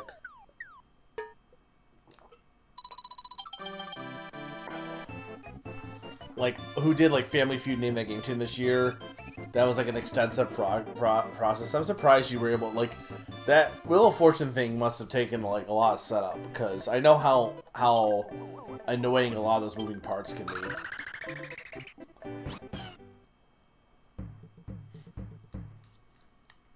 The best thing when it comes to wanting to, like, get into any sort of, like, change or habit is to... And I think a lot of the people who want to do these things are really bad at it because of how they approach things. Like, for me, like, whenever I do stuff, I like to do things in one fell swoop a lot of times. Like, I tend to just, like, put off things and then do it all in one go. And the best thing is to really do them in, like, batches. Like, you don't want to... Like, instead of being like, oh, I need to draw, and then you draw a bunch, you just need to, like, just do a little bit every day. But, like, I feel like people get in the mentality of, like, they have to do a lot, otherwise they're failing. It's like, just doing a tiny bit is still, like, it's just kind of getting you in the habit, is the thing. But it's hard to do that. At least it's hard to do that naturally. It's easy, like, sometimes it just works out that way, but... Or I guess unnaturally. It's hard to, like, force yourself to do that. That's what I'm trying to say. It's arguably easy to do it naturally. I came with the idea on Thursday. Oh, so the night that you asked is when, or I think you asked, you came up with it that night. Yeah, Family Feud for me took forever to make that happen. But I also went, like, above and beyond on, like, designing stuff for it. And I'm so mad that I didn't... The settings for that was, like, a 100 bit rate. Because that... It sucks. If you go... I think I ended up deleting the VOD. I still have it saved, but I deleted it on... the Twitch archives. But, when you were to watch the VOD, it was, like... all the pageantry just kind of, like, wasn't as cool because it was so, because the bitrate was so low. It's, like, just very unfortunate.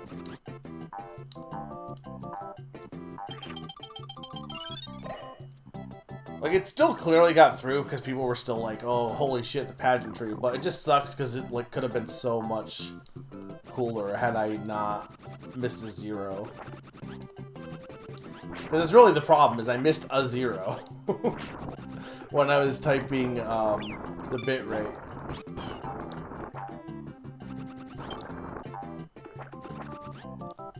So are you done, or you still have... I feel like I always ask this and I feel bad. I know you were getting close, at least, I think.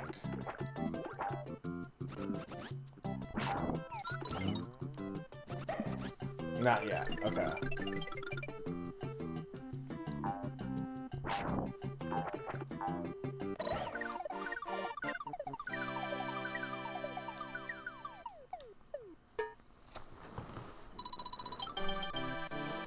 My advice is to just do a little bit at a time.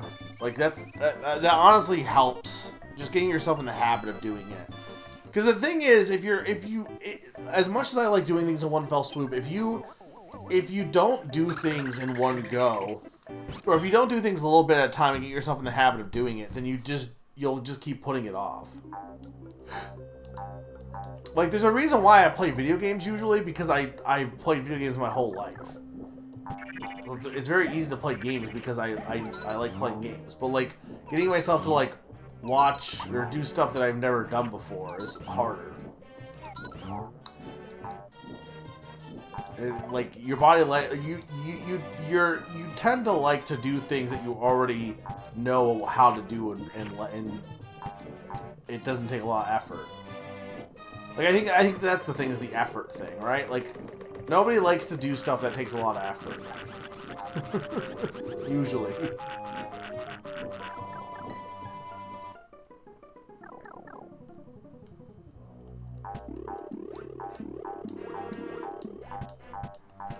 I maintain, Pond, my biggest block with movies, though again, I'm going to be watching all the Ghibli movies. But my biggest block with movies has always been that I see movies as an event. And if I'm not going to approach them as an event, I just don't want to watch them. But you should have talked with me more when I think it was like after college. I watched way more movies after college at the time. Because that was when I just picked random movies to watch for some reason. I watched Flight. I watched the Seven Crazy Psychopaths or something? There was a bunch of like actual movies that I don't even know if any of them are good, but they came out at the time that I was watching. But I think it was because like I had watched film because of college and stuff. So I was again in the mindset of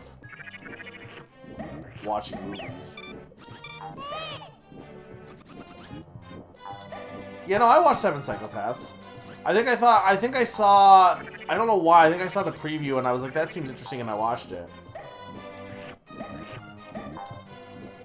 I don't know if I think the movie was like okay, but it was better than Flight.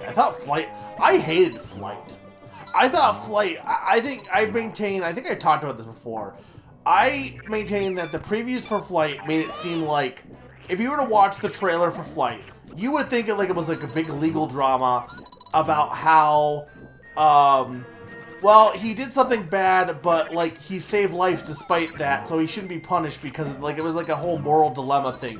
That's not what the movie was about. The movie was about this guy who is an alcoholic and a druggie, and his struggle with that has literally nothing to do with it's just basically like this guy is a fuck up, and it has like the trailer made it seem way different than what the actual movie was about.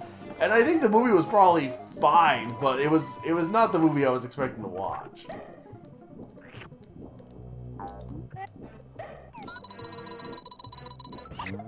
I think the big reason I think I watched Seven Psychopaths 2 is because my friend group at the time in college really liked Christopher Walken, and he was in that movie. What, the actual actor, or? There's Denzel Washington was the actor for Flight.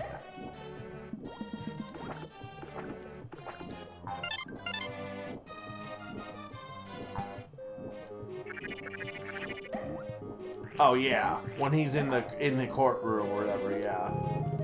Well, he wasn't even just drunk. He did.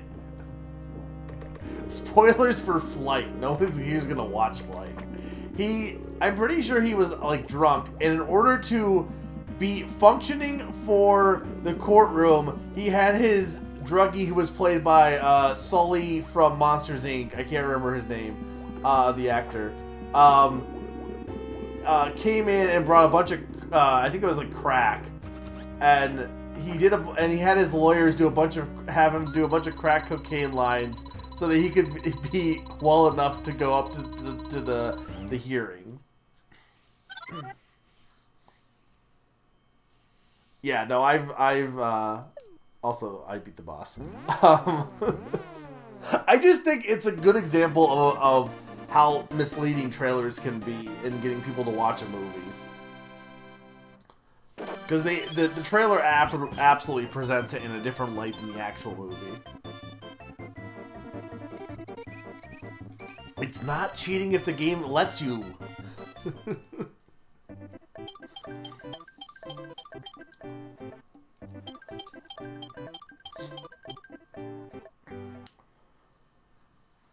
Yeah, I'm trying to think. What else did I watch that... The other thing with watching movies is, like, what we would do is we would go into the lab at college, computer lab, and they had a projector, so we would just put movies on the projector. So, like, I think there was one night we were doing, like, an all-nighter working on a project, and they put on, we had, like, just all the Pokemon movies were on at one point. And I think everyone left, and then they had, like, the Celebi movie on, and I think it had been a while since we had watched it, so my friend and I've always just talked about this, how, like, there's a scene at the end, and it, like, catches you off guard with what happens. I'm not gonna say it if you haven't seen it. It's just hilarious, the actual pacing of that end scene of the Pokemon 4. But we were bursting out laughing because we were talking about, like, the movie in general, and then that scene happened, and we were like, did not remember that happening in that way. But I know there was a lot of movies that were played via that. And again, just, you know, watching more movies because of college and stuff, and, like, we had a whole movie.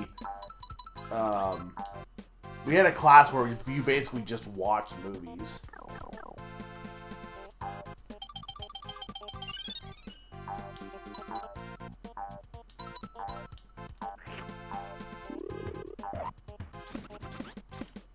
But yeah, I think after that, I watched, because like I said, I watched Flight, I watched 7 Psychopaths. I can't remember how I got into anime. It might be because of my friends, or just because I was into watching stuff at the time in general. But then I got into anime from that too. I think there was something else live action I watched at some point, and what the heck was it? I don't remember.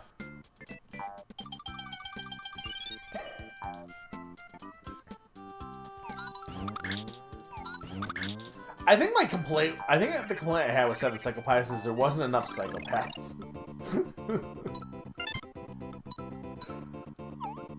Like, there technically was 7, but the movie really was about, like... The movie was kind of weird, honestly. I did see... Well, that was the other thing, too, is I would go to see movies with my brother, and now he has a kid, and also, like...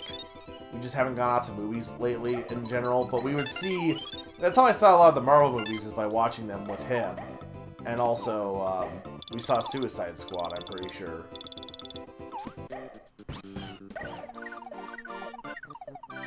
Three psychopaths. I mean, the thing is, half of the psychopaths in the movie aren't, like... I think some of them are just a story. It's not even actually... Like, I think technically it's implied to be backstory, but, like... I don't know. I feel like I was, like, misled on the number of psychopaths in that movie.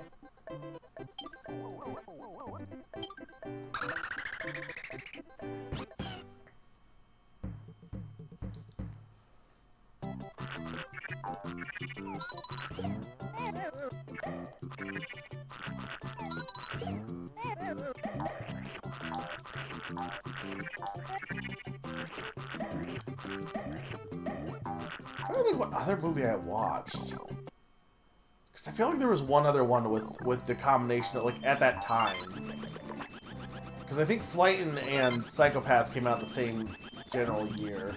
Hold on, list every movie that came out in, like, 2012, 2011. I can't remember what year that was. Oh, I did, that one, okay, I did see Wolf of Wall Street, but that was not, so, like, Flight I watched at home. I either rented it or watched it via streaming. I might watch it via streaming. I can't imagine I rented them. Well, maybe I rented the movie. I think I must have, like, it must have been on, or maybe I watched it. Maybe I got it illegally. I can't remember. I know it was, I know I watched it at home. But Wolf of Wall Street I saw in theaters, and, like, with my brother. And, it was fine. That movie's way too long. Like, you know how people will say that movies are way too long nowadays, and they're right. that movie was like way too long.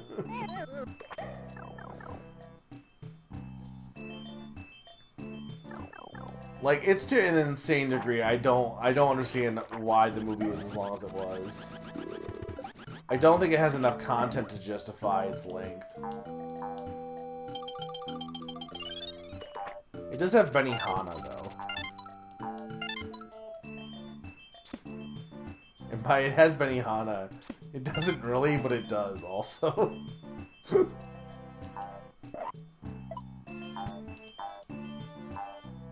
Well, was Flight in 2012 though? Like, when did Flight come out? Was it 2012?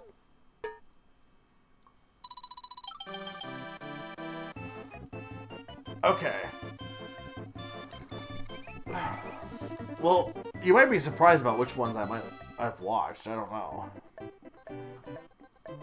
Maybe that's all I watched. I mean, that was a pretty... 2012 was a pretty... Me watching a movie was already pretty, you know, unusual. But I watched at least two movies.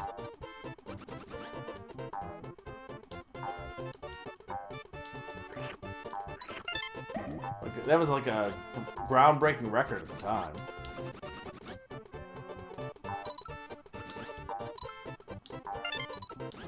I think, honestly, I think Flight and Seven Psychopaths is what kind of killed movies, like, the trend of me wanting to watch live-action movies for a bit, though. Because, not that, again, Seven Psychopaths was, I didn't think that one was bad. But it wasn't, like, what I was, like, it wasn't as good as I was expecting it to be. And then you had Flight, which I was, like, actually really disappointed in. So I think I was like, well, humanity is just boring then. So then I watched anime. And then instead of watching live-action movies that probably could be good, I watched Space Dandy, which I didn't like. And I watched that for way longer than I would have watched a movie, but, you know. If you like Space Dandy, no offense. I thought Space Dandy was one of the... I think it's one of the worst anime I've ever seen for me, personally. I don't know if it's a bad anime. I did not enjoy it. It was one of the least enjoyable anime of my life. And I watched all 2 seasons of it, and I don't know why. I also watched all 2 seasons, or all 5 seasons of Durarara, which I also didn't like. But I watched all of it. It got to the point where I took a break from anime, because it got to the point where I had been using this list that this one anime reviewer had compiled of their favorite anime.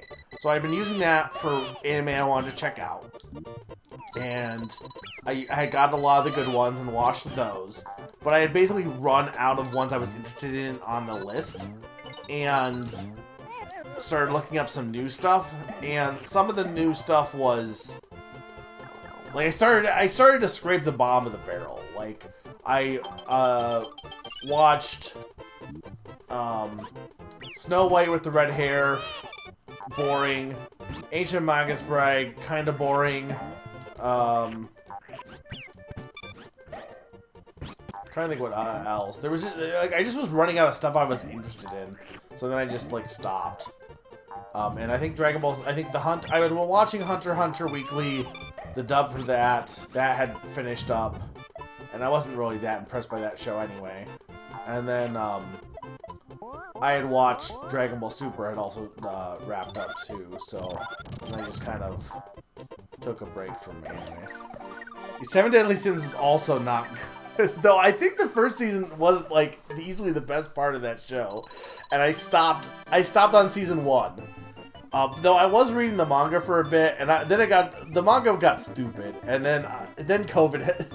So this is what happened: is I think COVID happened, and I both stopped My Hero, and I stopped, I think, Seven Deadly Sins. I stopped reading manga, so I think I will watch the full anime of My Hero once the dub is done for that, and once I finish One Piece. But I do not feel bad for not going back to Seven Deadly Sins, because from what I know of that show's ending, it's stupid.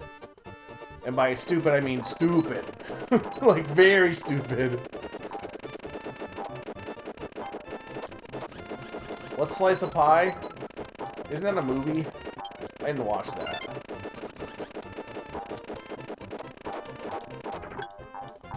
My guess for things you could have seen. Oh, 21 Jump Street. I saw 21 Jump Street. I think I saw that in theaters. Or no. So I did watch. Okay, I'm pretty sure I did watch 21 Jump Street on my own. I think 22 Jump Street I saw with my brother. In theaters. Because but I think I did watch 21 Jump Street in preparation. And that was,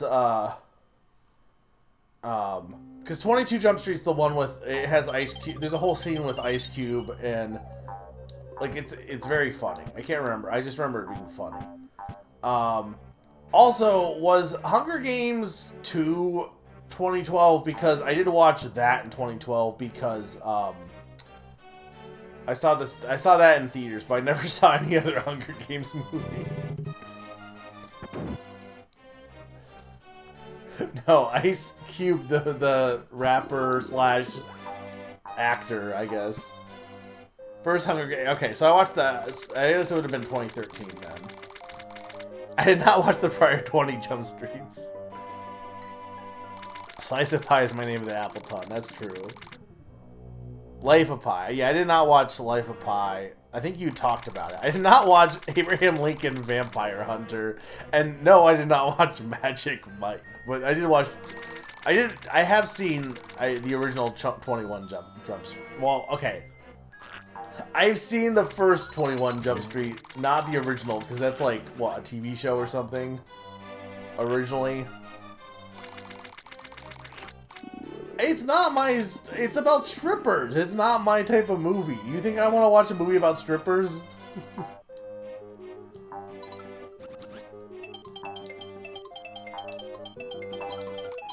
I didn't want to watch Cleopatra, Queen of Sex, so I had you watch it. I don't think it's that shocking that I don't want to watch a movie about strippers. Unless I'm wrong and that's not what that movie's about, but I'm pretty sure it is.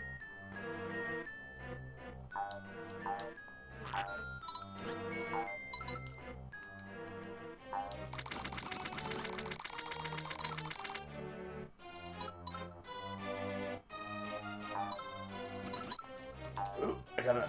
Because that guy spits lava at you.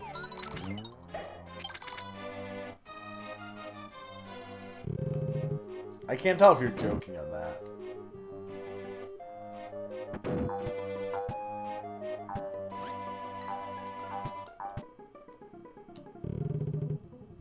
Okay.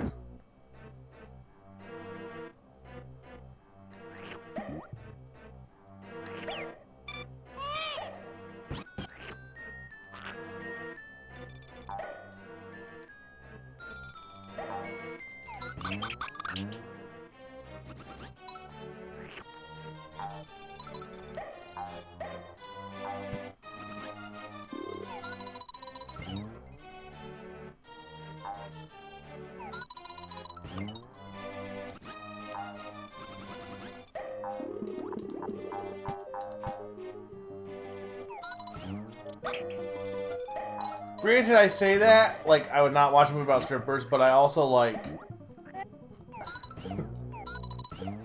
But then again, there's a musical called, it's based on a movie about strippers also. But there's a musical called, Full Monty. And that I really like the music for. So, like... But I guess comedy would be fine. But, like, I guess I thought, like, it was, like... I thought it was pornographic, I guess. Or not pornographic, but, like... I thought the reason people liked it is because, like, women were like, oh, I get to look at men take their clothes off. I thought that was, like, the whole thing.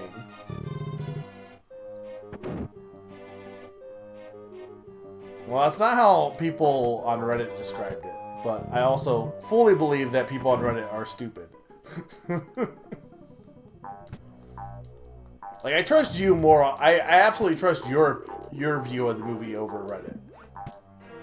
I'm just saying that I didn't realize it was a comedy or that it was about the Obama administration.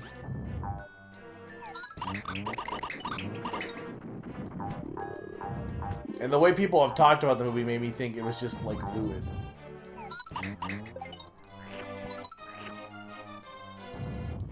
Okay, in my defense, okay, I have not been reading Reddit that much lately. Because it's kind of gotten worse. So as much as I say, oh, you know, I read, like, this is back in, like, you know, this is not recent. So, like, yeah, you know, Reddit's dumb. But I've been weaning myself off of Reddit.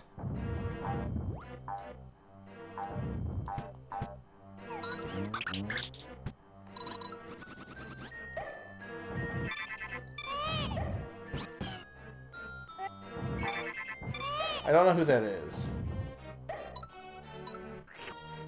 Steven Sondheim? That's a different guy.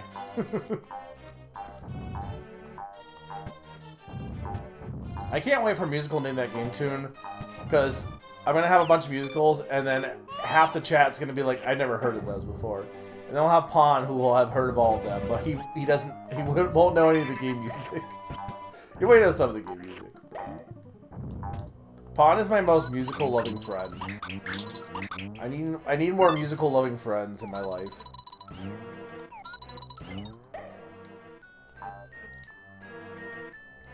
I need to go see a musical again. Here's the thing I want to posit. I think I was gonna say this during musical Name That Game tune. I think you would agree with me, Pond. I do not think that watching a musical as a movie is a replacement for seeing an actual musical. Or rather, I would say that it's the equivalent of playing Mortal Kombat, the movie, the game, to give you the, to make you, like saying, oh yeah, I've watched Mortal Kombat, the movie, and you played Mortal Kombat, the movie, the game, to get the experience. I would say an adaptation, mostly. Stage recording is probably fine. I think it's still a little bit of a different experience, but, like, I would say it's, like, it's not like it's a different medium or anything. But what I'm saying is a movie adaptation of a musical it is a movie first. It's not a musical. It's taking a musical and it has musical elements. It's a musical movie, absolutely. But I'm saying that watching the stage version of a musical is a different experience than watching a movie adaptation of a stage musical. You won't know, but at least, like, you're getting the same. You're not like a musical movie is a movie first, beyond everything else, because that's the medium it's in. Whereas, like, a recording of a stage play, at least, is still a, you know, it's not the same experience, but at least it is a, you know, the stage play. It's still the same format and everything. So.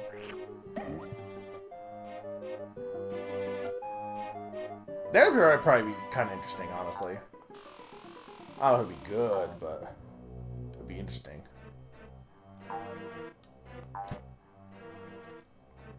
Everyone was all in on the whole, oh my god, VR is the way, like, all gaming is going to be VR in the future, and then it wasn't.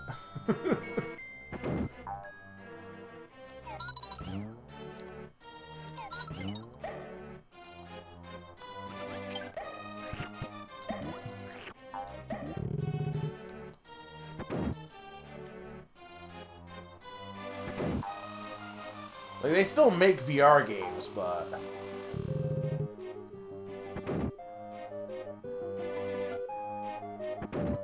But anyway, there was a point I had about this, too. I'm trying to think what... Or not a point, I guess, but more so... There was some example, some musical I was going to say, well, no, like, you haven't seen the musical if you've seen the movie, I guess. But, like... I guess my point was, like, I've seen people say, oh, I've seen people say, like, oh, this musical was bad, right?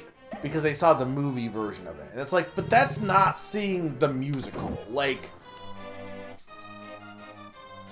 if you say that you think like West Side Story is a bad, like this isn't the one I was thinking of, but if you say West Side Story is a bad musical, and you've only seen the movie version of it, well, no, you think the movie is a bad movie.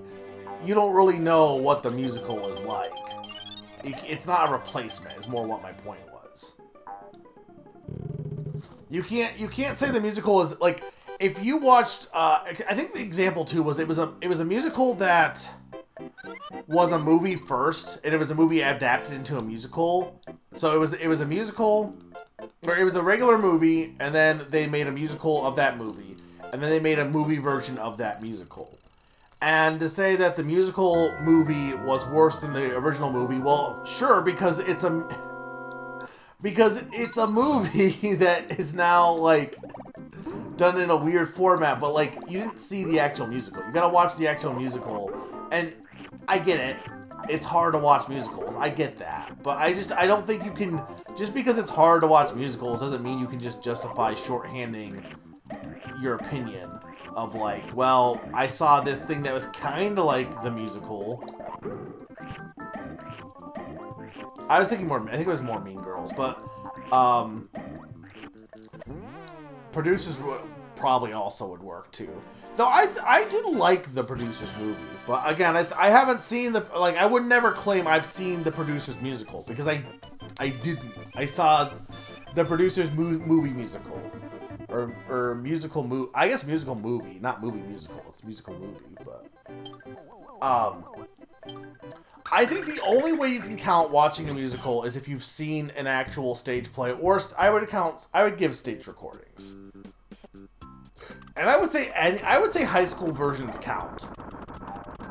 They're amateurish, but they're still like, you're still seeing, like, if you watched a high school musical, but not the high school musical, you are watching a musical being performed.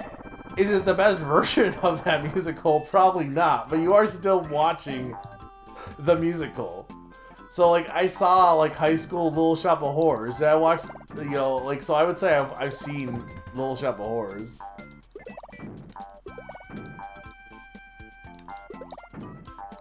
What, a movie version of that?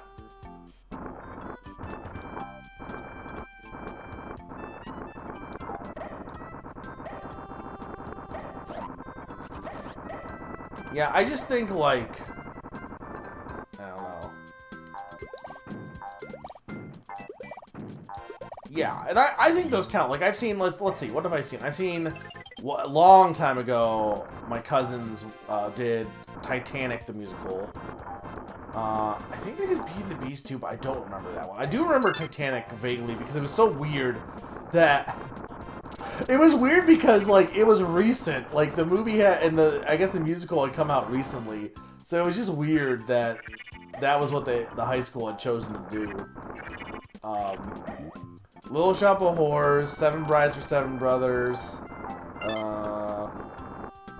Footloose.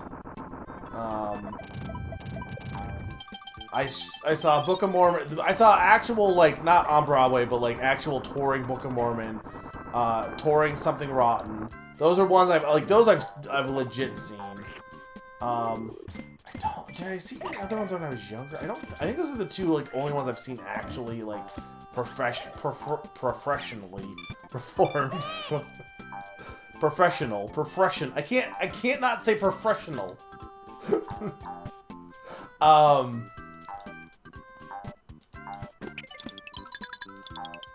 There's definitely other... Oh, Anything Goes was definitely... Seen that. Heather's, Rent, and Jesus Christ. Jesus Christ Superstar is, like, such a good... like, the soundtracks for that is, like, incredible. Like, it's got a really good soundtrack. But, I mean, it's Android... I think it's Android Lloyd Webber, so it's not that surprising, because, like, I like all of his work. Because he did Evita, he did Joseph in the Technicolor Dream Coat. Jesus Christ Superstar. I want to say he did Curtains, because I feel like I loved the soundtrack to Curtains, and I think he did Curtains. But I don't I don't know for sure on that.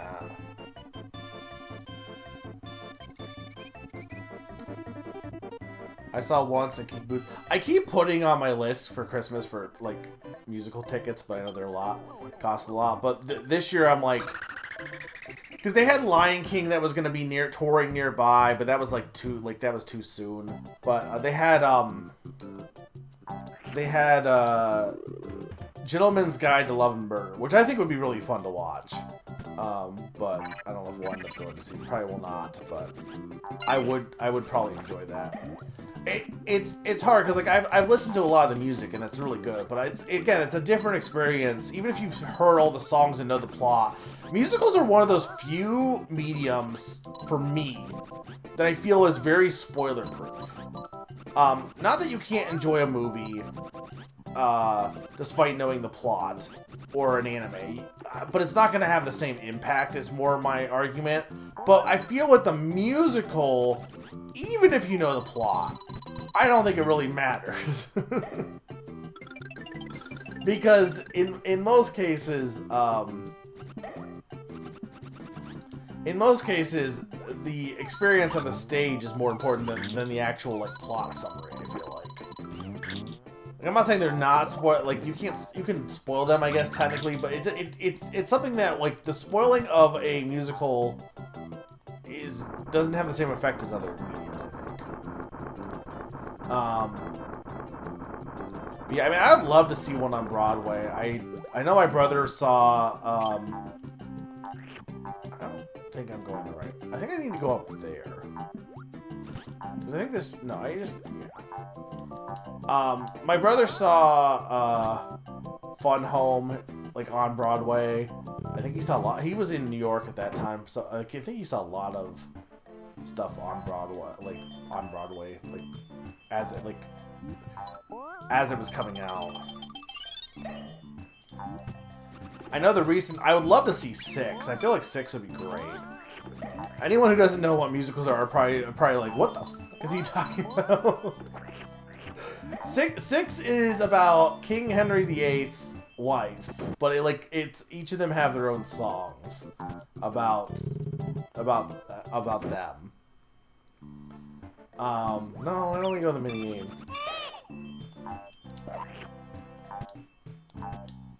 Well, no, She Had It Coming is that's Chicago. Well, that's He Had It Coming.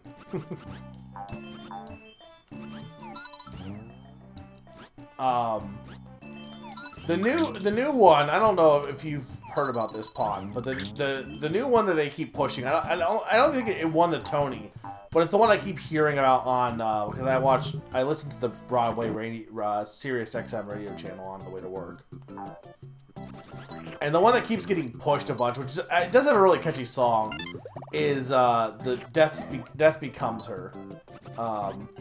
It's a very like weird, like they pick some. I do appreciate like when they pick movies to adapt into musicals, they usually go for like the weirdo takes. Like I feel like when movies adapt stuff or with like TV adapt stuff, they adapt things that are popular. Musicals are like, hey, let's take this movie from like the late 80s, early 90s that's about immortality, and it's like this weird comedy, and we'll adapt that to a musical. And you know what? Yeah.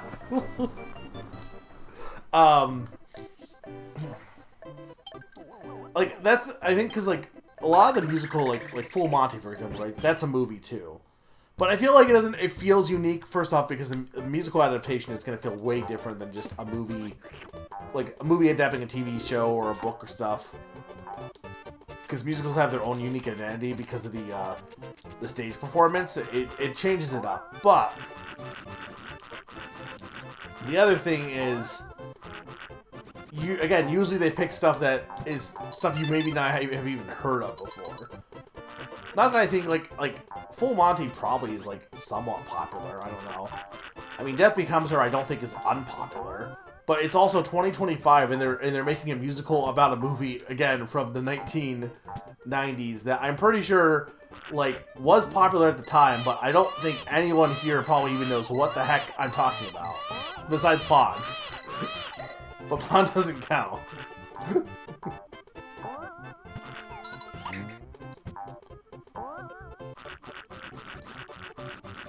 What was the context for why Bruce Willis is the best actor?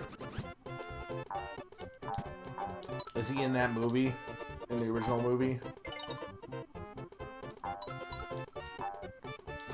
I know Meryl Streep was in it, because I remember reading about it. Okay. Does he play, Ernest, then, I assume?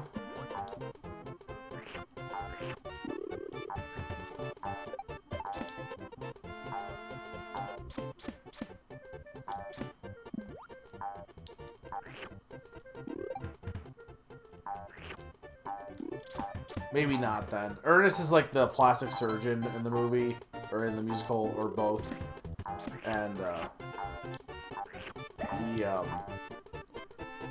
there's a song at the start where it's like the whole movie the musical starts with these two frenemies, kind of like this actress and then this other, this author, and, basically the actor, they're over for lunch at this actress's house, and she's basically seducing this person's fiance.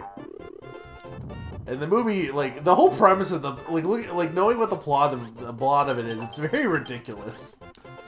Oh no. Yes, he's Ernest, okay. We love Huff and Puffin. That's their names. They're Huff and Puffins. Back in the day when I was on the Insider forums, like, I always liked the weirdo thing, so, like, I was like, oh, the Amazing Flying Hammer Bro is my favorite Super Mario World enemy. But then I also, like, really like the Huff and Puffins, because they're, like, weirdo eggs.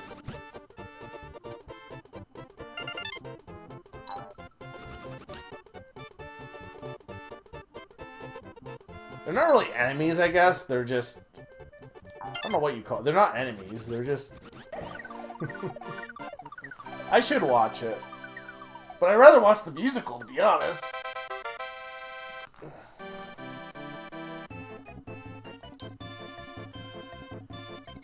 I'm just saying, like, okay, like, think about, like, Willy Wonka and the Chocolate Factory. I don't think you could say that the original was a musical, but Pond might. But then you look up what the musical for Willy Wonka and the Chocolate Factory, like, the actual musical is, and it's, like, they go on, like, completely different, like, it's just, again, musicals are just so, it's like, I think it might be the most superior format. We need more musical games, I think.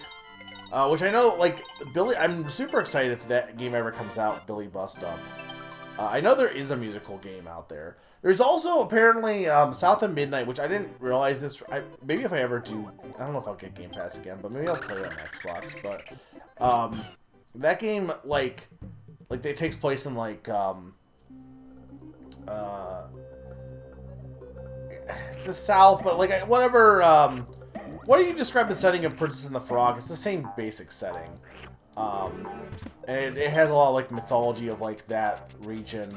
But it, as an action-adventure game, I don't know even how, like, if it's good, to be honest, but, I think when the previews were shown for it originally, it was very, basic looking.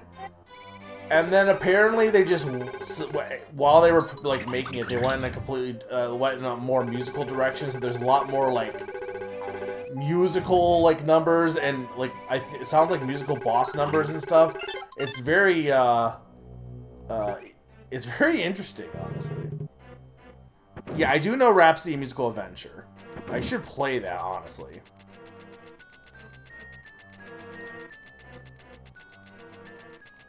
I knew... Look, I'm just saying, if it has songs, it doesn't make it a musical. Wizard of Oz is not a musical. I will die on this hill.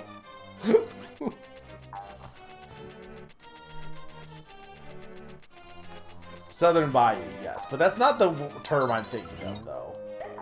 There's a different term I'm thinking of. It is New Orleans, but it's like, it's not what I'm thinking of. What am I doing here? I think this is the right room.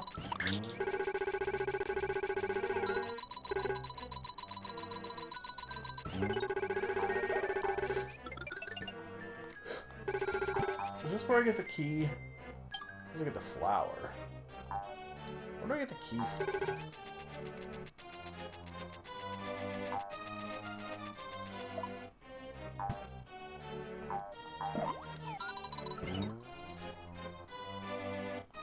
I think I go... No, I go a different way for the key. Because the key's in there.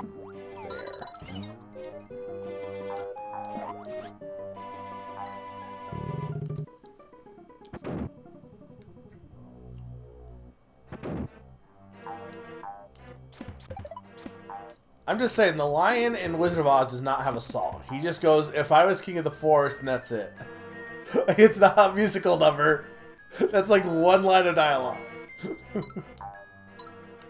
I'm exaggerating slightly, but...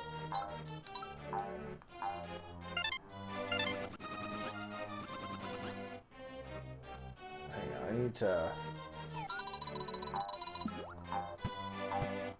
Okay, I need... I don't know what I need. I don't think I can hit this with an egg. I need the shell.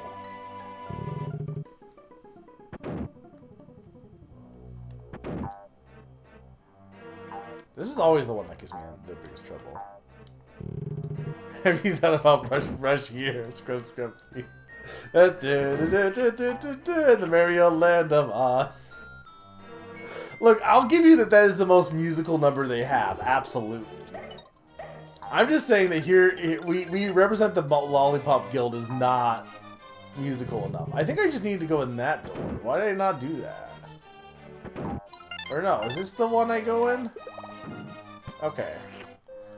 No, that's where the keyhole. Okay, I see. Cut here and a cut here. Trim here. I haven't actually watched The Wizard of Oz in a long time. Has anyone here seen the movie Return to Oz? Which I now know. I didn't know that at the time, but like it's not. It's actually based on the books themselves, not like because The Wizard of Oz is a little bit, but like The Return to Oz is not a sequel to the movie. It's about the books. So like because the movie takes liberties, obviously.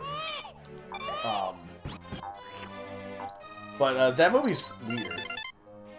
It's very kind of creepy.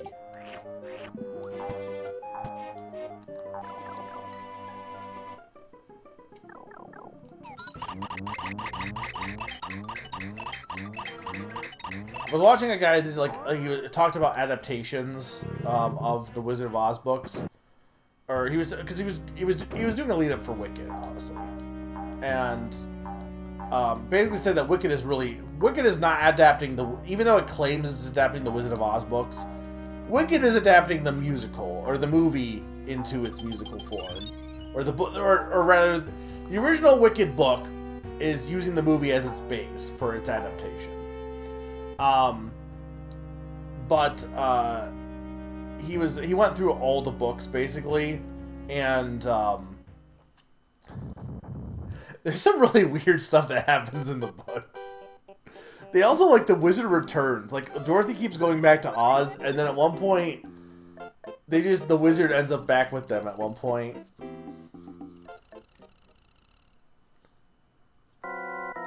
And I think I'm gonna butcher how he told this, and I don't remember how in the book is. But like they end up in this. I think they end up in this place. I think those are like these living vegetables or something, is what he said. But they end up with the wizard gets into a magic duel, and obviously the wizard again is not a real magician, but he gets into a magic duel with like I think the vegetable wizard or something. I could be wrong on it being vegetable, but he gets in a duel with someone, and I think what ends up happening is the vegetable wizard cuts off his oxygen, And then the wizard's like, oh yeah, and he just shoots him with a gun. Like a stage gun. Or no, maybe it's a sword. Maybe it's not a gun. I think he just takes a sword and chops off his head. It's like, I use sword. And then just chops his head off. Like, I actually would be interested in reading these books. They're really nuts.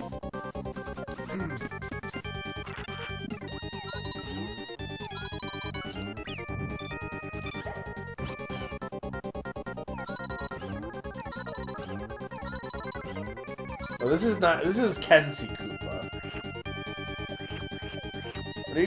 What are you going question mark for, Summer?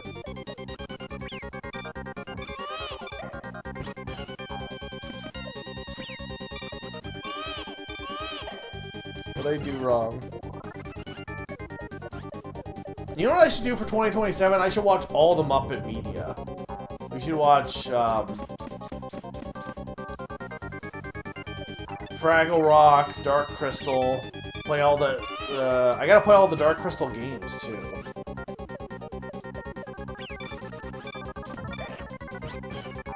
Didn't they release like a game? They like made a Dark Crystal game at some point, and then like that was weird. They like brought it back for like a video game.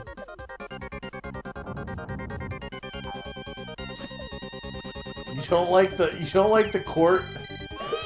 You don't like the carrot people magician? I think it's really funny. Carrot wizard.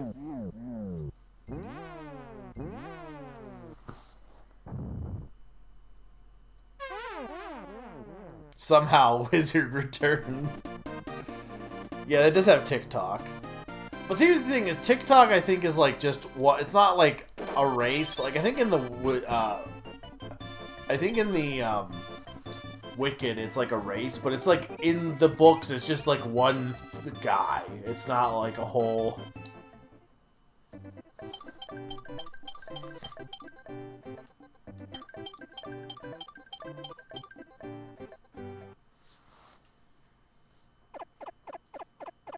I'm making good progress, kinda. Well, we started at, it usually takes me about 4 hours to beat this game. We started at 8:30 actually, so. But, I mean, the last two worlds are usually the longest. Actually, you know, I should take a break here real quick, so... I am going to take a quick break, 2-minute break. When I get back, more Christmas. And we're getting to the actual Christmas level of this level. He's gonna wear a Santa hat!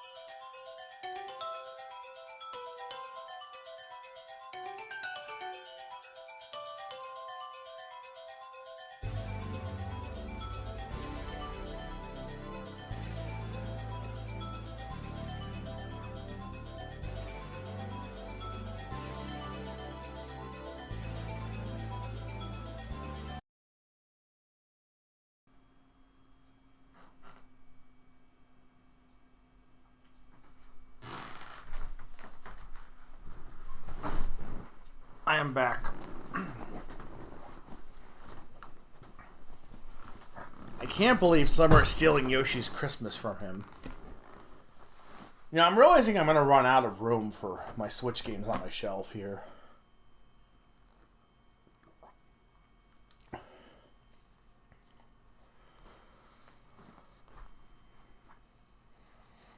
I also hate, like, looking at the Switch 2 boxes. I really hate how Nintendo is doing the boxes. A Rhapsody got a Switch port. Maybe I should put that on my list to play. Because I probably would like it. So you know how the Switch 1 spines were all, like, the same color. They're all red, right? And the Switch 2 spines are different colors. Okay, that's fine. Well, what Nintendo does is, like, they're different colors, but the top has the Nintendo Switch 2 on a red background. Okay, like a little red square. But Nintendo, the two ones I have that are published by Nintendo, have a red square at the bottom that has Nintendo. And it's because the Nintendo logo is now just, they just have the red square. Like, the new Nintendo logo has, like, the white, and then it's a red square behind it. So it's the logo itself. It's not like the red square is... It's because of the logo. But when you put it next to, like, how it looks is you have red square at the top, red square at the bottom, and then the thing in the middle, okay? But that's not the case for Hades 2. That just has no red square at the bottom because it's not logo. So it just looks... It looks worse on, like, when you have them lined up.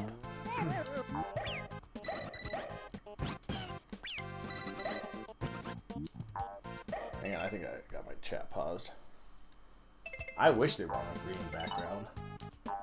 If they... I might... Someone might need a... Sneaky, I might have you make me a custom... Not actually, I don't think I'm gonna do this, but make me a custom box art for the new Yoshi game and give it a green spine. We have to have Yoshi. He needs to be on a green background. It's part of the law of the universe. Water is wet. Gravity is real. Yoshi's on a green background.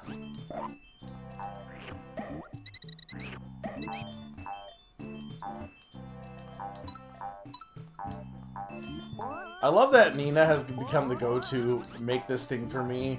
Like, I have the ability to make things in Photoshop as well. People could ask me, but Pon didn't ask me. Well, no, Nina might have offered. I can't remember, but... And I'm not saying this is a complaint. I just think it's funny that Nina is the go-to do stupid shit person. Because I don't think I would go through the effort to do that, to be honest, unless I was, like, asked.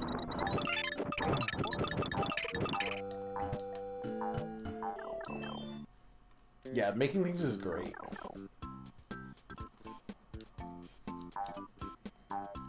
The opponent didn't ask me, they just aired a complaint, and I was like... Oh, one fixed version coming up. Look, Shooting Order is good, by the way. It's the live of visual novels. And, like, it's definitely a Pon branded game because, like, Pon is the live guy. I should get 100 line defense force also, but... I don't know. Here's the thing about games, and I maintain this, that I think that, like, I've been complaining about every year being worse for video games, right? Like, or there just being less games in general. And I think it's, like, unfortunate that it feels like every year it gets worse. Because I'm making the Name That Game team for this year, and, you know, there's, like... Initially, when I was making the list, I was like, okay, I have a few games I can't fit on here.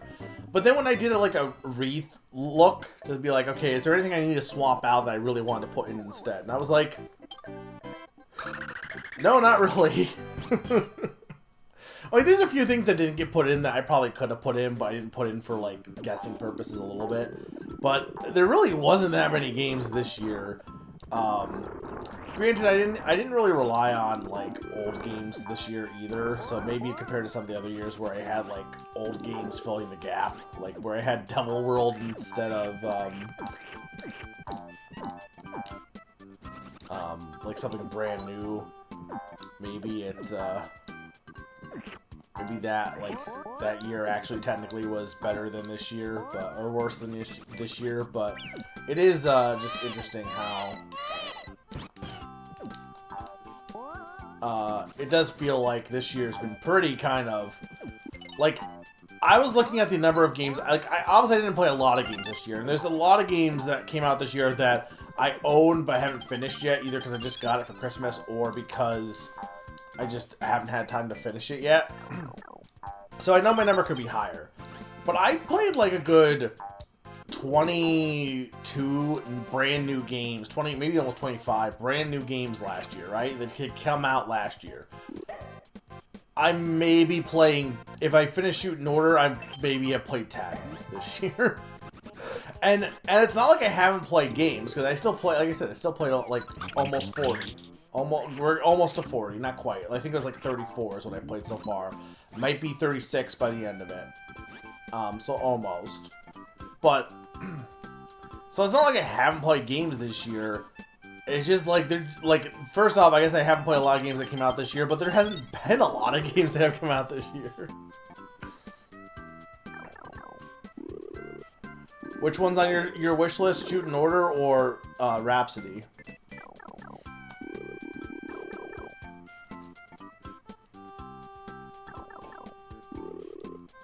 Shooting Order.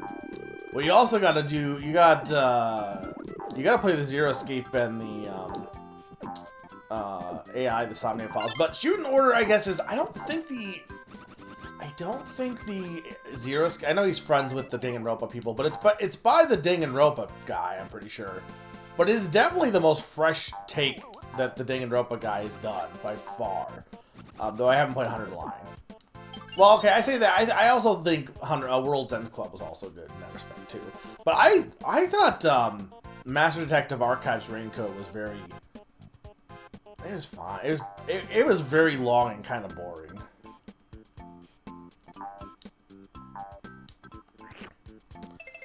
For the VN year-end. But you're gonna play all of them? You're gonna beat all of them within the end of the year? Or you're gonna just play one... You're gonna do one stream... One stream every end of the year of a visual novel. Do episode 1. Don't actually do this, but it is funny. Do episode 1 of AI, well, let's say Zero Escape this year. And then in 2026, you do episode 2.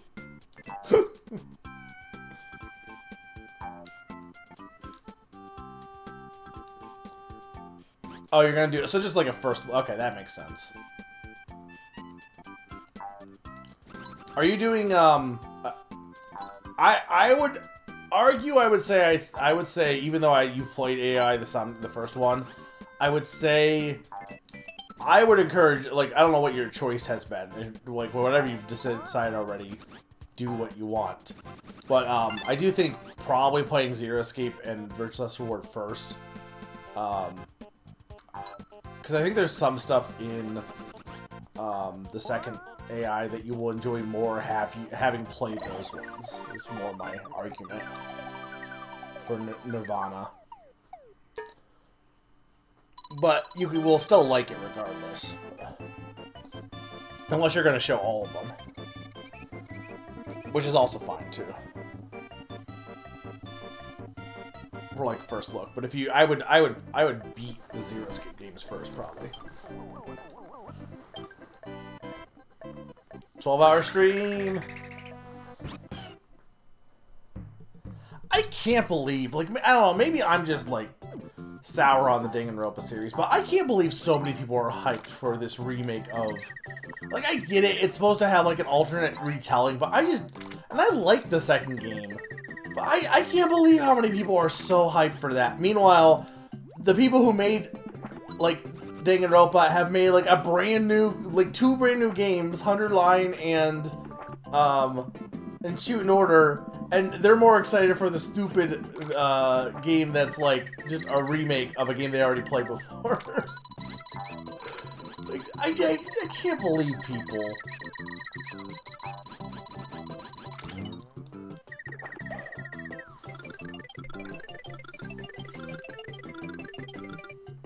Also, Sneaky's not responding, so I'm sorry if I spoiled Surprise or something, or I didn't mean to backseat visual novel. I don't know. Backseat play order. It's not even gaming. What is it? What does it count to, like, I guess backseat backlog?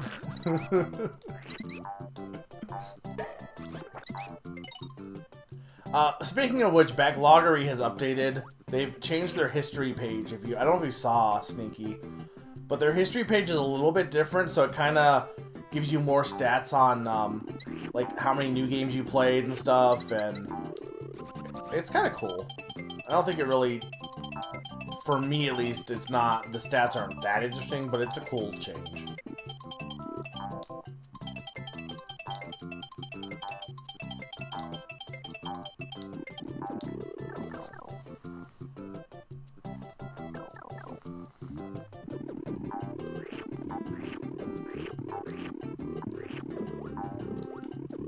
Anyway, I think Master Detective Archive Raincode was...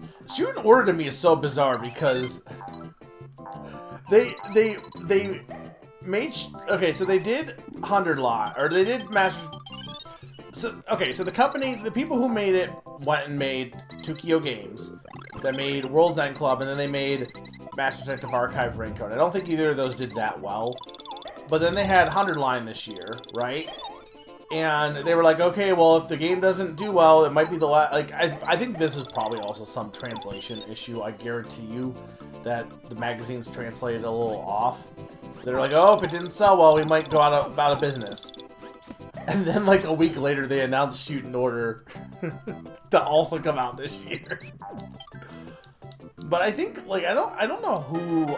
I think the writer for Danganronpa was involved. Maybe he was the one for... I don't think it was the person for... Because I know the person for Zero Escape helped work on... It was either Raincode or it was, World's End Club.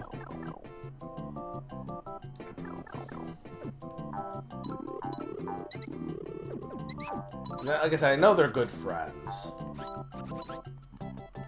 Here's the thing I'll ultimately be interested in, Sneaky. If you're, like, super into Zero Escape, I feel like you have to play... Like, you'll probably want to play Zero Time Dilemma, the third one, which is the one you don't have. But also, you don't want to play Zero Time Dilemma. I hate that game. Like, you're gonna want to play it, because you're gonna want to, like, play the last one in the trilogy. But you're also gonna, like, I think you will enjoy it in that it's... First off, you can finally watch this video that probably isn't even that funny that I have talked to Pond about before. That Pond and me have, like, watched forever, but I can't show you because it's spoilers. But also, like, it's so, like, goofy. Like, I don't think it's good, but there's some stuff on it that it's, like, hard. Like, it leaves an impact on you. It did change my life. Alright, you ready? Are you ready? Santa hat!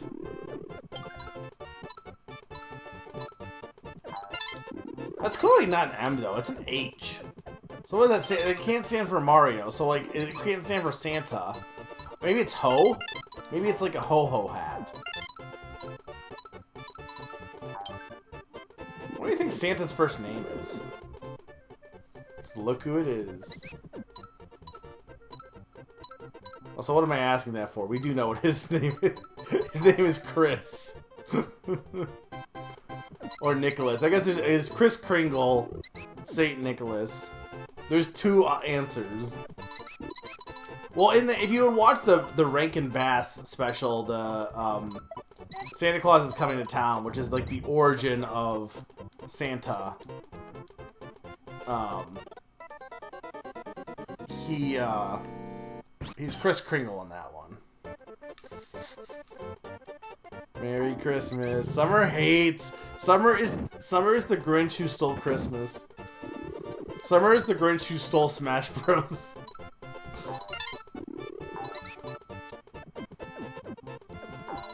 Do you think the Grinch who stole Smash Bros. And the Grinch who stole Christmas are cousins or brothers?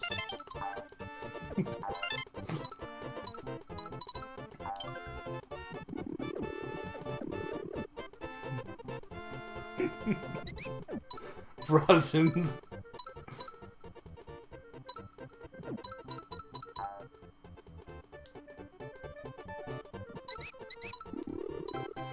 California Brozins.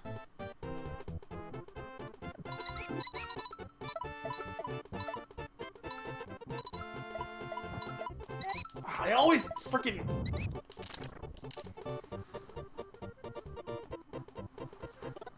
That one, like, comes out of nowhere.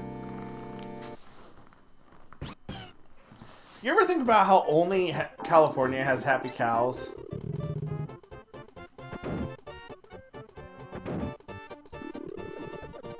Okay, so here's what we do. We all visit Summer, in the middle of the night. And so, like, Zany will show, Summer, her Christmas future. That's pretty much set in stone, right?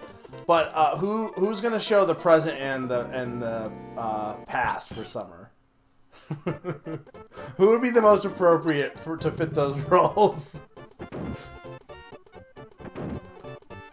I feel like present is always like really. Well, hang on. Past is like. All someone has to have some change too. Past is like. I'm trying to think what the depiction. Isn't present the one that's like a giant usually, or? I feel like future is always the most consistent because it's like a skeleton. Like it's like just literally just death. It's literally just the Grim Reaper.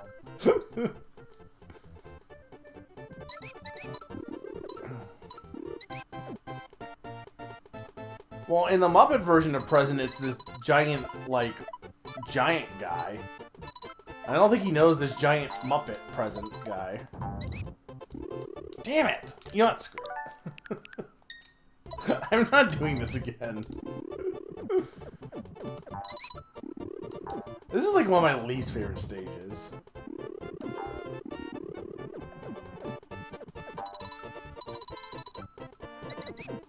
He's not cheating. No, Jacob Marley isn't a ghost. He knows Jacob Marley. But then he sees the ghost of Christmas past, and then it's Christmas past, present, future. So the Christmas past one I know in a lot of depictions is like this weird ghost thing. I think it varies. But present in the Muppet one, which is the one I'm thinking, I don't remember what it is in like Mickey Mouse. Or like the actual.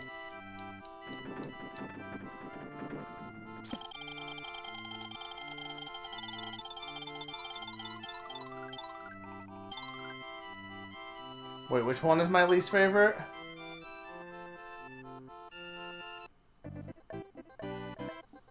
But Jacob Marley isn't part of the ghost. He's like its own thing.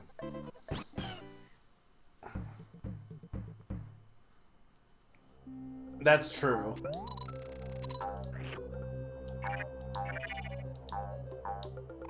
Summer didn't even have any cookies this year for Christmas.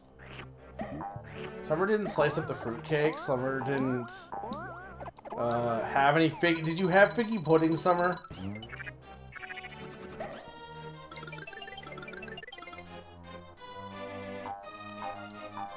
Here's the Christmas challenge for those who want to take it.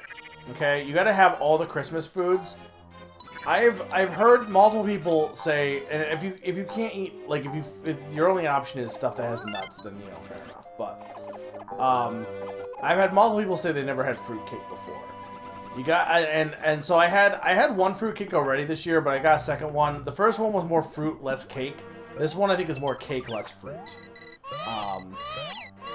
But you gotta have all the classic Christmas song foods, Christmas foods in general. You gotta have roast beast, but more importantly, gotta have figgy pudding, And you gotta have fruit cake.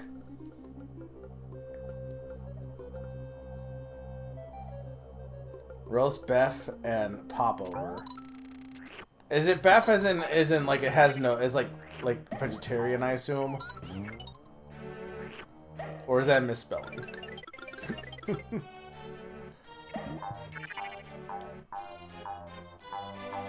Because like there is like when they sell like fake roast beef, like vegetarian, like, you know, it's like Bef. It's like BE''F. Yeah, like chicken. It's like it might sound like chicken, but it's not. Legally distinct chicken.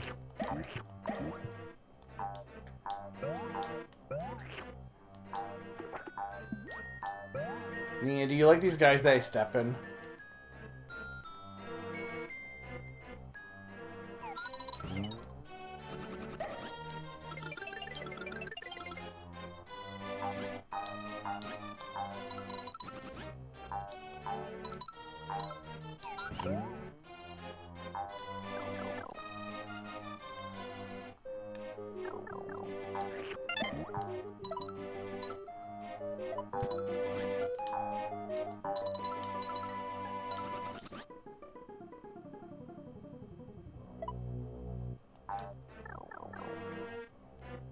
I don't know if I'm going the right way. I am.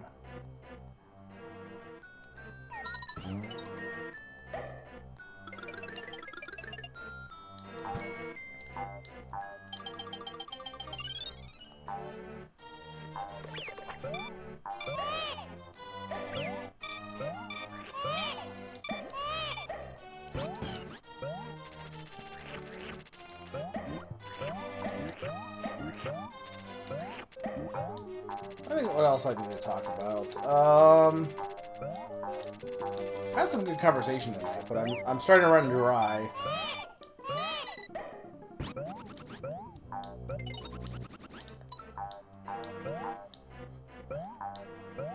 I'm at this kind of point too where like I've been very productive the last month, but now I haven't been able to like settle down as much. So like every time like I'm like, oh, I can play Shoot in Order, but like I'm in like, oh, but I need to do something. So I've been like trying to like still do stuff. I gotta make the icons for my tier list for my recap for the year.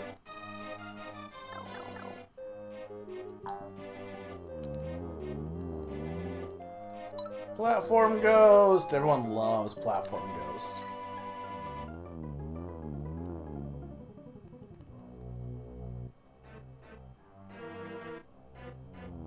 I think he only mainly appears in this level. I want to say he was included, like... Donkey Kong has, like, changed the language, or had changed the language, like... I'm pretty sure Mario Wiki had him listed as an animal buddy. It's like, I'm pretty sure Donkey Kong is the only game to really have animal buddies, but, like, not really. Like, other games have, but, like, everything is now animal buddy thanks to Donkey Kong. I'm very curious if I'm gonna like Donkey Kong Bonanza. I'm gonna give it a fair shake. I've been a hater. I've just been very anti-open world in general, I think. And it's not even that I'm anti-open world. Like, I loved Breath of the Wild. I'm just so over every game needing to have open world. And I've had people tell me that, oh, well, actually, no. Open world games aren't that prevalent. And, yeah, no. No, I don't really. I think they have been. If you're telling me that it's not a trend to have open world games, I just don't know if I agree with you.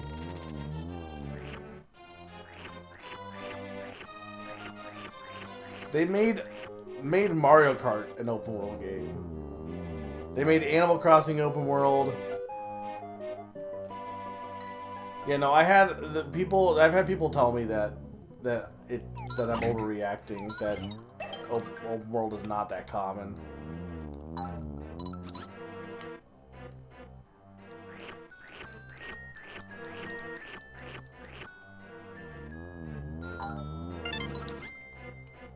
You know what game you might like, Summer?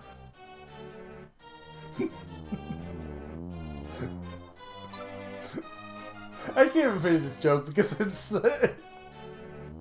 As soon as I say it, you're going to scream at me.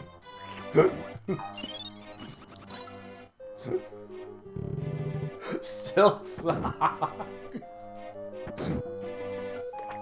Look, I take it as great pride as a streamer that I was able to convince you to buy Hollow Knight, despite the fact that you hate Dark Souls games.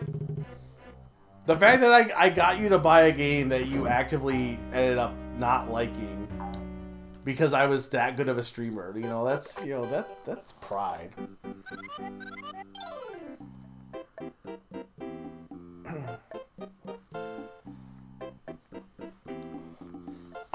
First off, I don't hate Zany because I can't do Chibi Robo. Here's the thing. I can't do Chibi Robo because I'm going to do a full playthrough of Chibi Robo. And I already have Little Town Hero and Dragon Quest IX have already been voted. And I can't delay them. I'm not delaying those longer. So, and those are full playthroughs as well. So it has to be after them. And I didn't want to do a poll for a game that's going to be like after those two. Secondly, the only thing it would be a first look. It's only for first looks. Like I said, Chibi Robo is not a first look. It's going to be an actual full playthrough. So there's no reason to have it be in that poll. But also, you really are going to complain about me playing Air Riders if that wins, Summer? Like, Air Riders and Bonanza are both games I'm sure you would want to watch me play. The only thing would be if Hades 2 gets on there, or wins, but...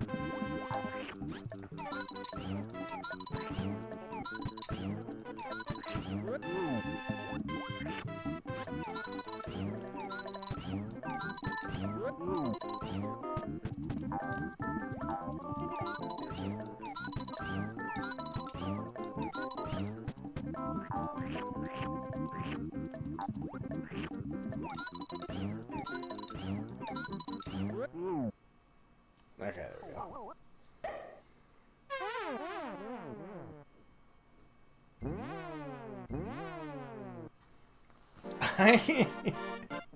I told you my cost for Stray Children. If you give me $1,000, I would play Stray Children. You didn't answer to that.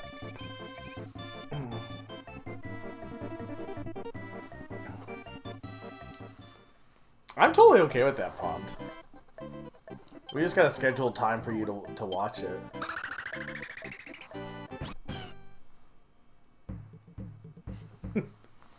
Summer's New Year's resolution is to be Summer, is what you're telling me.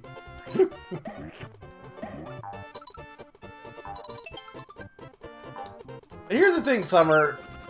Actual question. When am I supposed to stream Stray Children on Twitch for you? My new schedule doesn't line up with you. So even if I was to stream Stray Children, you wouldn't even be able to watch it.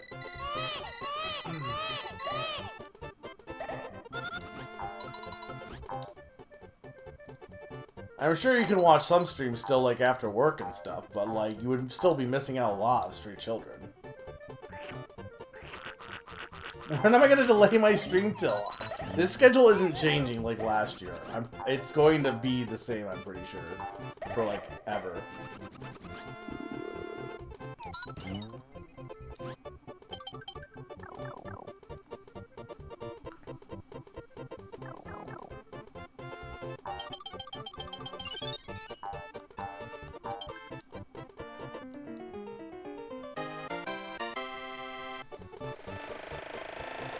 Okay, to be fair, most of my streams end up being that, like, starting at 8 anyway, so it's like you're only missing an hour.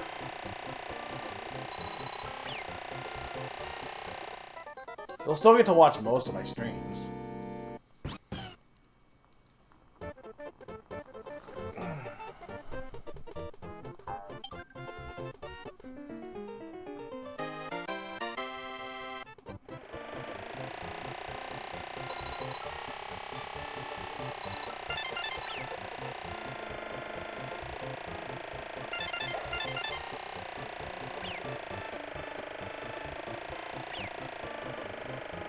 Okay, that's a good strategy. Just have the guy catch me. No. Okay, that didn't work. I don't think Summer bought Katamari. Or maybe they did.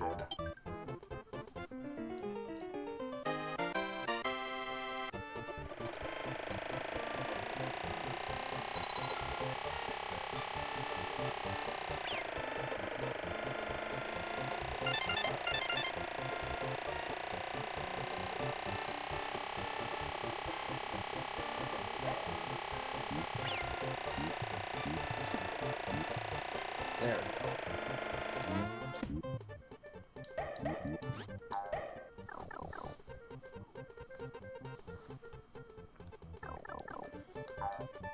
I need to play more Katamari, but like I wanted to play Shoot in Order before it got too long because I didn't want to forget everything in that game.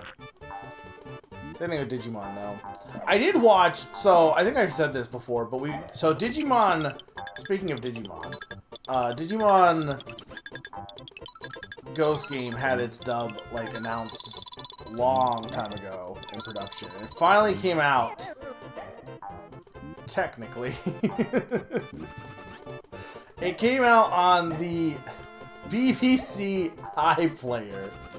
And you might know, if you didn't know, little known fact about me, I do not live in the UK. So, cannot watch on the BBC iPlayer. I know. But I can with today's sponsor, Surfshark. Or whatever, NordVPN. I don't know what the, like, most popular VPN is nowadays. Anyway, we did find a way regardless. And I watched the first 5 episodes, and it was kind of cool. I liked it. It was good. It's like the first Digimon series, new series I've seen since Tamers, so. And apparently Beat Break is also getting a dub, but... Okay, we're bringing Digimon back. I'm bringing Digimon back. Pretty soon, everyone in chat is going to be a Digimoner. They're all going to have their favorite Digimon. We're going to be all talking about Digimon. Like Pokemon, everyone, like, you know, we're going to have a Digimon League. Pokemon, everyone loves Pokemon all the time, but I'm going to make Digimon just as popular. It's going to happen.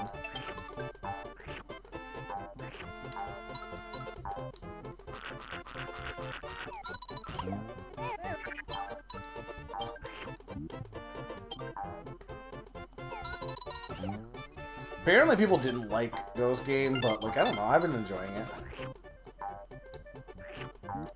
I think Tamers is still the strongest story. I really like Survive, though, for games, though.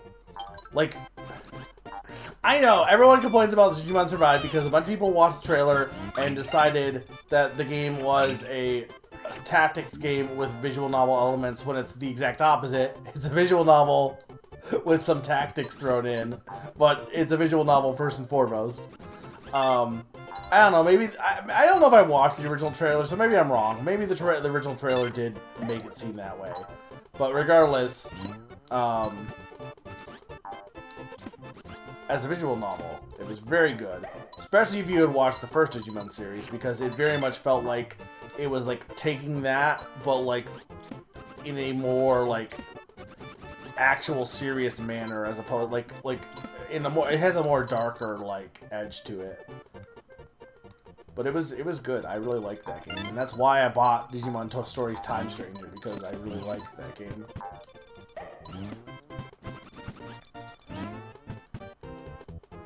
It's interesting, like, the problem with saying, like, your best game of this year, like, I'm like, oh, what, you know, what's my game of the year for this year? And I think I have an answer because I don't have many options. I told you, I have, like, 9 options right now. Unless I beat Shoot in Order, then maybe it might change. But, like, if you look at previous years, and you're like, what's your game of the year? And you have, like, usually when you pick game of the year, you could pick any game that you played that year. Usually what I do is, like, games that came out this year are one category, and games that I played that didn't come out this year are another category. But typically, when you're talking about game of the year, you're talking about games that came out that year. And the problem is, a lot of times you will play games that came out in whatever year in the future at a different time. So, like, for example, I think, what was it, 19? 2019 was a good year in general, actually, on hindsight. But 2019, I think I have a few options. I don't know what I don't think I had a game of the year at the time. But there was like a lot of games that came out, and I think like AI the Somnium Files I think came out the year, but I don't think, or was it 20? I think it was 2020. I think it was 2019. I think it was before COVID. Maybe it was 2018. But I didn't beat that game until after the year was over.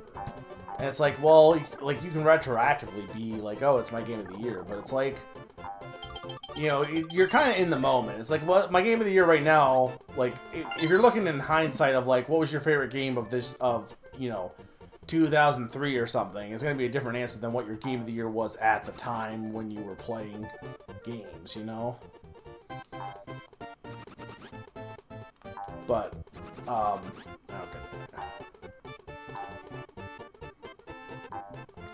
I just think it's interesting because, like, there is no person that can play every game that came out in a year, especially nowadays. Like, nobody here can claim that they played every game that came out this year. It's just not possible. Even if you were to, like, say, oh, I'm not including, like, shovelware crap, you know, trying to discern what is shovelware crap and what is not, you know. Even without that, there's just too many games. I don't think people understand how many games come out, like, because games can be very short, too. Like, I think it's not, I'm probably not crazy, like, I feel like movies, there's no way there's nearly as many movies that come out in a year as games. Because a game can be, like, you can make a game that's only, like, an hour long. And, like, and in theory, a game could be very cheaper to make than a movie, in most cases. Not in some cases, but, so, like, there's just no way you can play every game that came out in a year. And so, because of that, you're eventually going to have games that you didn't include in your initial list that get added later.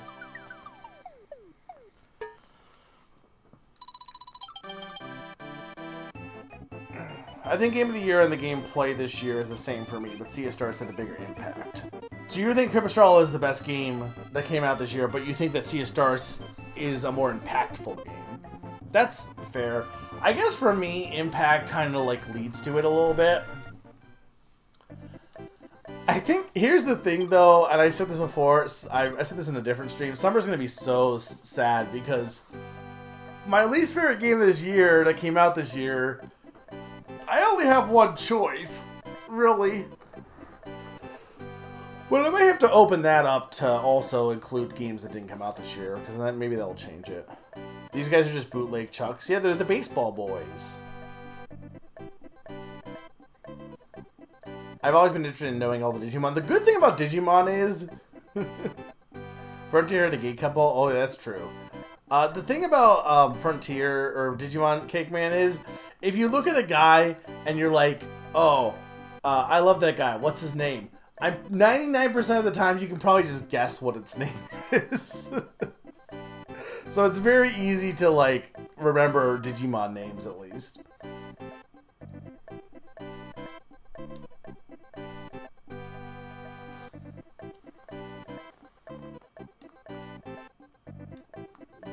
I think I mostly agree, because I really like Pipistrello. Do I think Pipistrello was the most interesting game I played this year? Probably not, but I think it is very easily the most solid game I played this year without even if I finish Shoot in Order. I still think, like, I don't think there is really any flaws in Pipistrello. I think it has a single flaw. I think it's pretty much, well, maybe, okay, that's not entirely true. I think it has very few, though. It is very, very strong game. But would I be lying to say that there aren't other games that I did play this year that I've already played that probably had a stronger impact? Yeah, but I also think they're worse. Like, if I'm being honest, is Blueprints more impactful than Pipistrello? Yes. Is Blueprints a worse experience than Pipistrello? Yes. So, like, it's, you know, it's kind of a whole mixed bag kind of thing. It depends. I mean, Sea of Stars was my game of the year in 2023. Was it 3 or 4? It was last year, right? What was last year? It had to be last year. What was 2023's? What was my 2023 game of the year? Did I have a game of the year that year? I had a... maybe I didn't do an end of the year blog post for that. I think I did a tier list, though. I'd have to look, because I definitely was doing Tumblr blogs for 2023. But I couldn't tell you what my highest rated game was that. What even came out in 2023?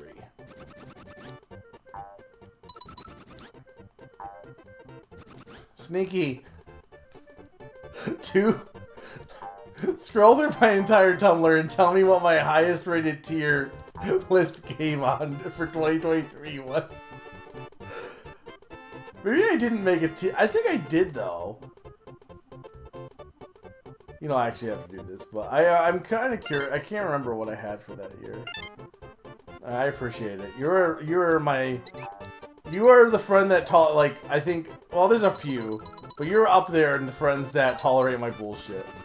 Summer is not up there in the friends that tolerate my bullshit. Summer is anti-bullshit. Sometimes. And sometimes also Summer encourages different bullshit. Summer is the one most likely to tell me to stream for 24 hours straight.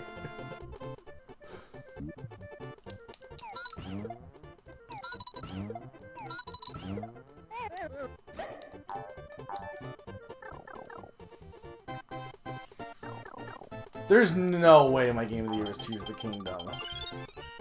I was too critical of the game even when it came out. I don't think... I don't think it was. I don't think it was Tears of the Kingdom. Also, that was 2023, huh? Wasn't it? I think Digimon Survive came out, but I don't think I put it as my game. I think it was pretty high, though.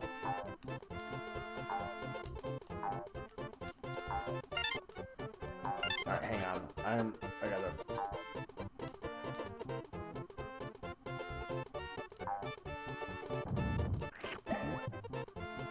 I will look at that in a second once I'm not dying. A tier consisted of Sea of Stars. That was 2023. So, okay, what was last year then? So Sea of Stars was my game of the year for 2023 then. Murder Sonic the Hedgehog, Digimon Survive. I feel like in hindsight now... So here's the thing that's interesting, right? In hindsight, I feel like I would say Digimon Survive was my favorite game of the year. But Sea of Stars is also still pretty high. But I actually think Digimon Survive, I think, has left a bigger impact on me. But what was my game of the year for last year, then? I don't think I played WarioWare I think I played WarioWare in 2024. But I think it did come out in 2023. I think I got it for Christmas and I beat it, like, right at the new year, maybe. Or maybe? Or maybe maybe I did play it in 2023. Because I don't think it took I literally beat it in, like, one session.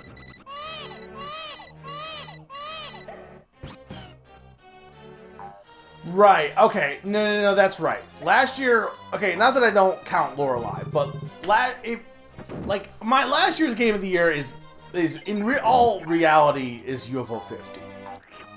But because I technically haven't beat it, it hasn't gone on my list yet because I haven't beat it by beating all the games.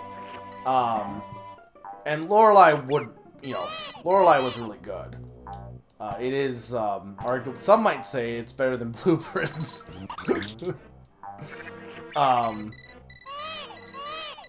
But it was kind of like, well, I need something else to go here because I can't use UFO 50. But I don't want to discount Lorelei at all.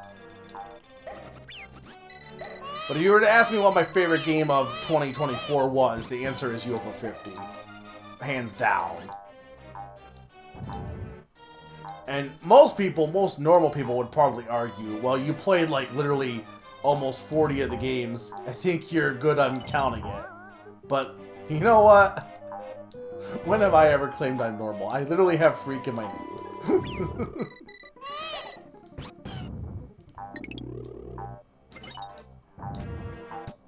Summer hates good games. Bond needs to play Lorelei and Blueprints so that he can determine which of us is the best at having opinions. And why it's me. Yeah, I realized that's what Simigo is. They did like a phone. That collection is like their phone games before. Because they're the ones that did Sayonara Wild Hearts as well.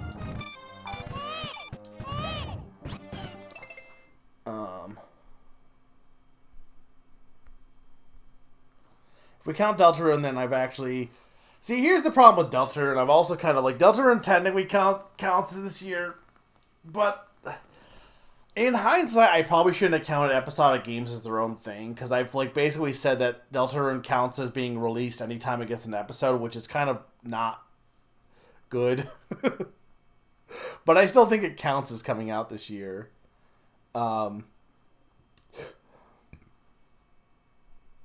I think here's the thing that's impressive. Both you and Sturm have almost played as many games that came out this year as me.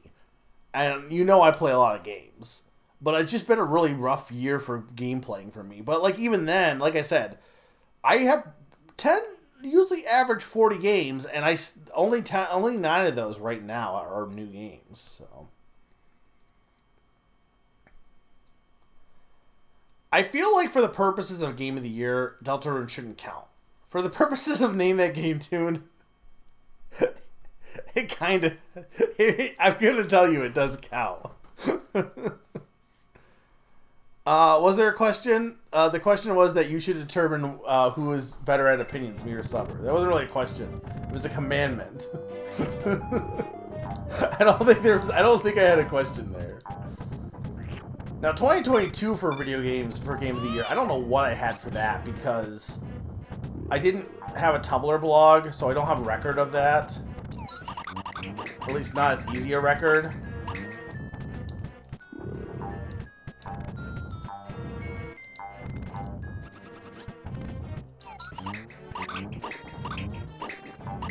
I don't even remember what came out that year.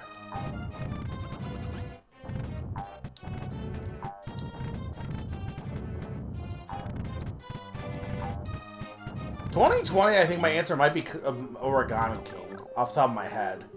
2021, again, unsure. I would have to look at what actually came out those years.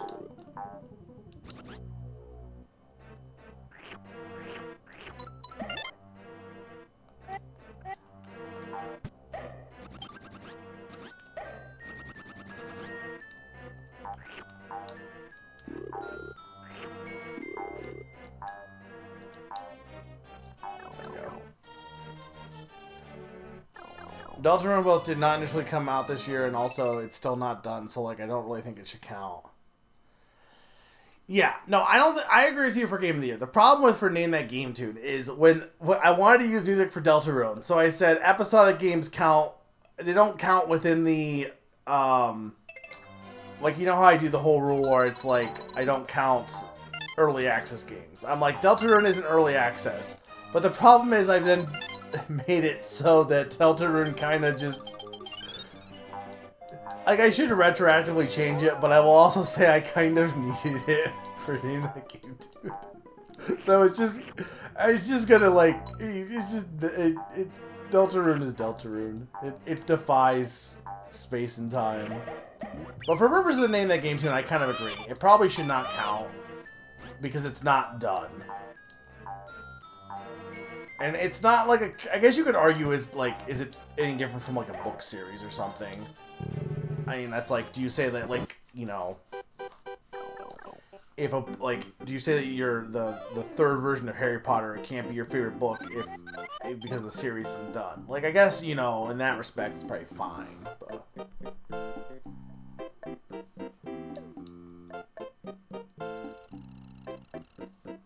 Yeah, it invented Moonlikes. So I guess more thinking on it, if you think of it like the book thing, I guess it's honestly fine. If episode 3 and 4, the thing is you can't count episode 2 and 1 though. Like if you're gonna say Game of the Year, you're counting only episode 3 and 4. You know what I mean? You can't count the whole package. You would have to be like, is this rendition of Deltarune, like, the best thing you played this year? And I think in that case, then I would say it counts.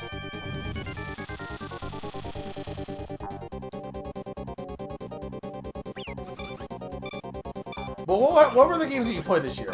Uma Musume, Deltarune.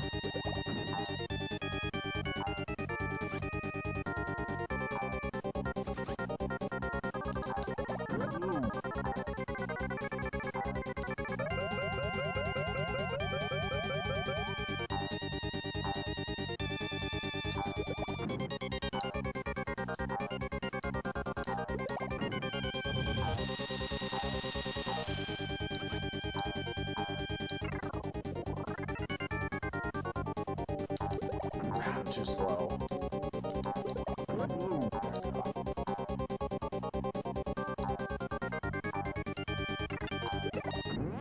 There we go.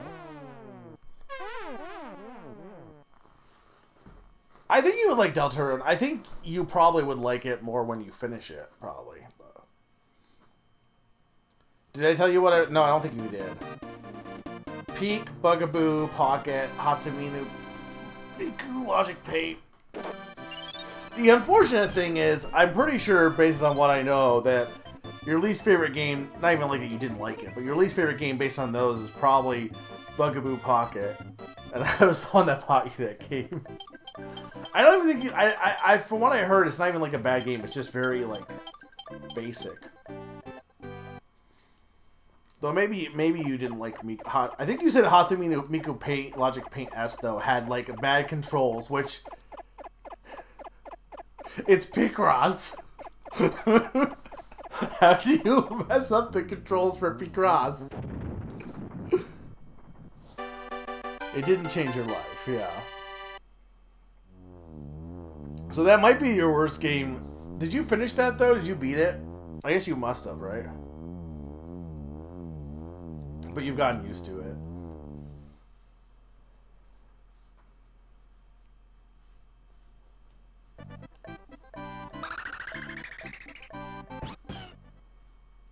Well, we're getting near the end here. We got Scary Skeleton Goonies. Don't be scared, guys.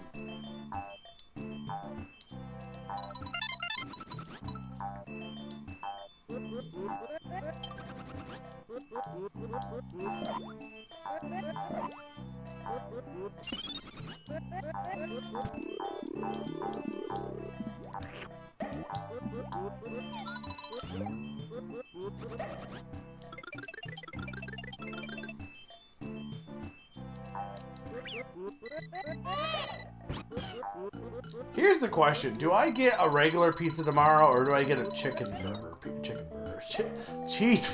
pizza? Thing is, though, I think I want chicken wings. Like, I want chicken wings. So, I might just get a regular pizza. Because I think the specialty one doesn't come with... I mean, I guess I could get a cheeseburger and then a separate order of wings. But there's like a pizza combo pack that's a little cheaper, so... Sometimes they're out of cheeseburger pizza, though, too.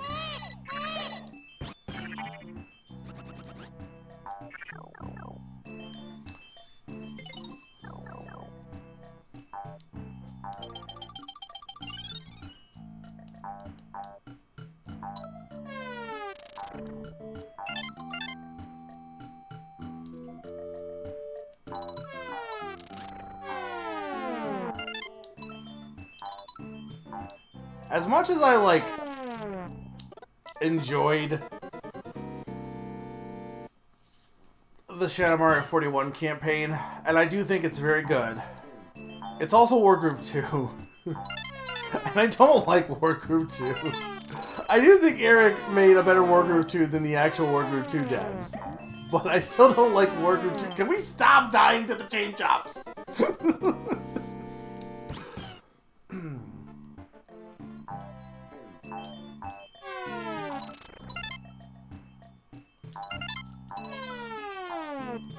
I also don't think I can give him a Game of the Year for Magical the Gathering alone.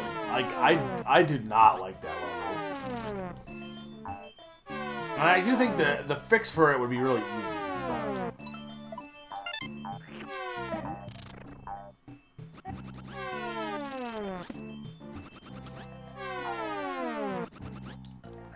Like I said, my game of the year is leaning... Damn it.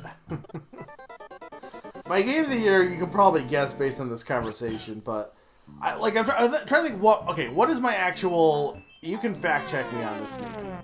My 9 games that I've beaten that have come out this year are...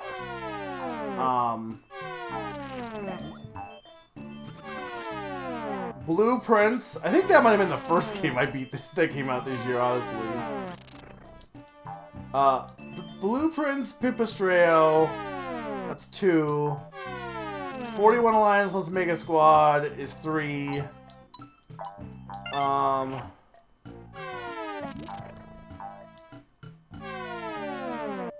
Silk Song is 4.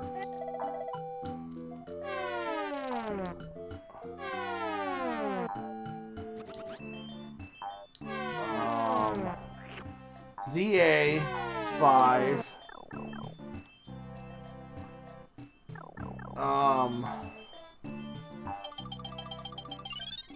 Is the Seat Taken is 6. The Root Trees Are Dead is 7, which I actually really did like that game, honestly. That's actually in contention. What am I forgetting?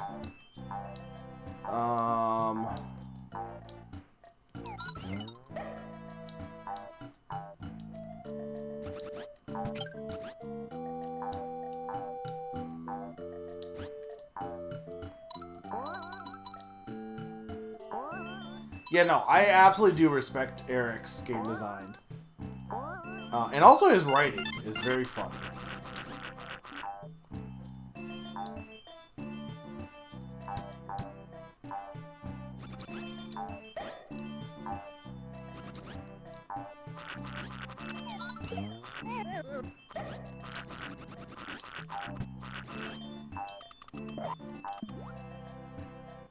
We're working on it. Right now we're defeating the demons in the skeleton gooeys. Hi, Sakani. Sneaky, which ones am I forgetting for games that came out this year?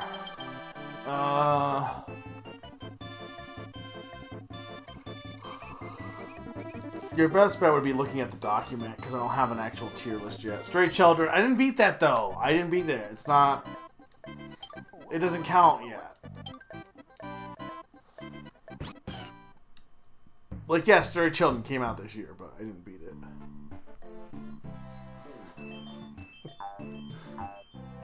It's on their post for it.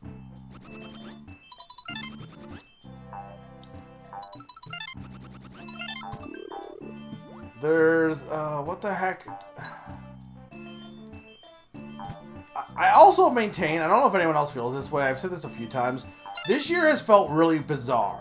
Because the first half of this year has felt like a completely different year than the second half of this year. Because I was looking at the fact that I played Brothership at the first half of this year, along with, like, the Famicom games and Spyro. And I do not feel like it's been the same year as, like, the second half. Plus, the second half has been a lot faster than the first half, too.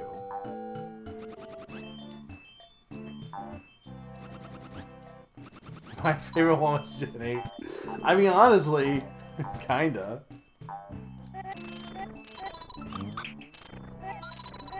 How can I hit you? I bought you furts.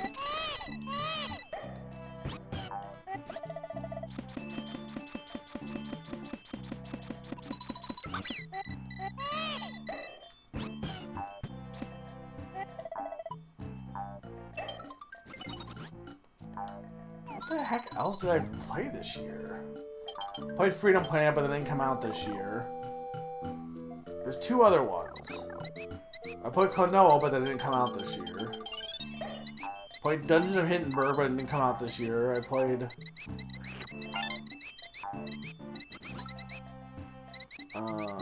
it had to have been earlier. I played Moonlight Pulse, but that didn't come out this year.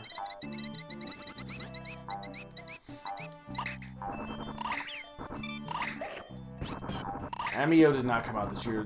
That I wish that wasn't as disappointing as it was. I feel like some people who really like that game are going to be like, "What the heck? Why are you so mean to that game?" I'm not mean to it. I think there's a lot of good ideas there. I think it's a very bad game, though.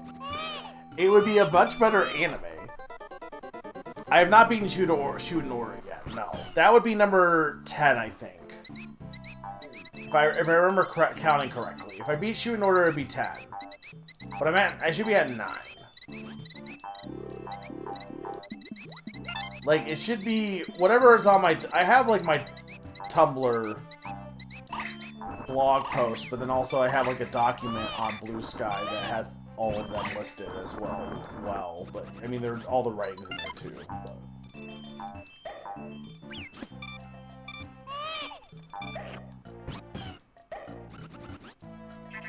Right. Riff of the Necrodancer. Right. Don't tell Summer. That was fine.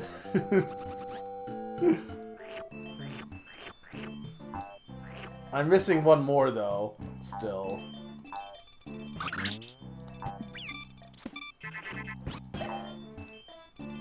Here's the thing I learned, Summer. Did you know? And the answer is you did. Bits and Bops is just Rhythm Heaven. At one point I was considering getting Rhythm Doctor, but now I'm not sure if I will because I don't know. I feel like I would get Bits and Bops over Rhythm Doctor, but I also don't really want to play it on Steam, but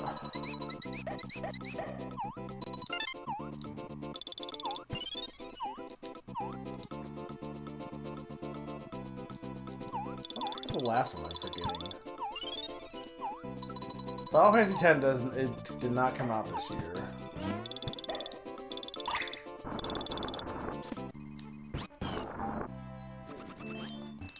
There's no way I was gonna survive that. What, maybe it was something from Game Pass? Is there any other games from Game Pass that came out this year? You know what game that came, you know what honestly might be my, I was trying to think what my favorite game from previous years was. You don't know what the 9th thing was? I'm sure I will know if I looked at the list. I'm not gonna have you list all 30 games because that seems like a lot.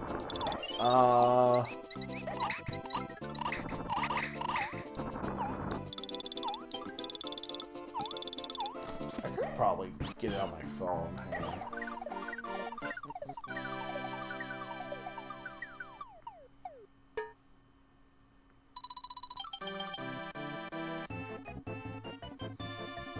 Let's go to the Blue Sky.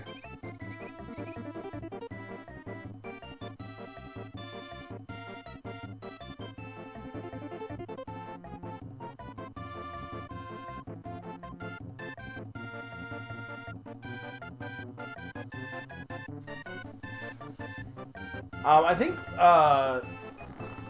whatever the ice, what's the one, the roguelike deck builder with snow? That one was really, I literally liked that game this year. But I also liked, I think I would like him more to Sign the Black Knight, though.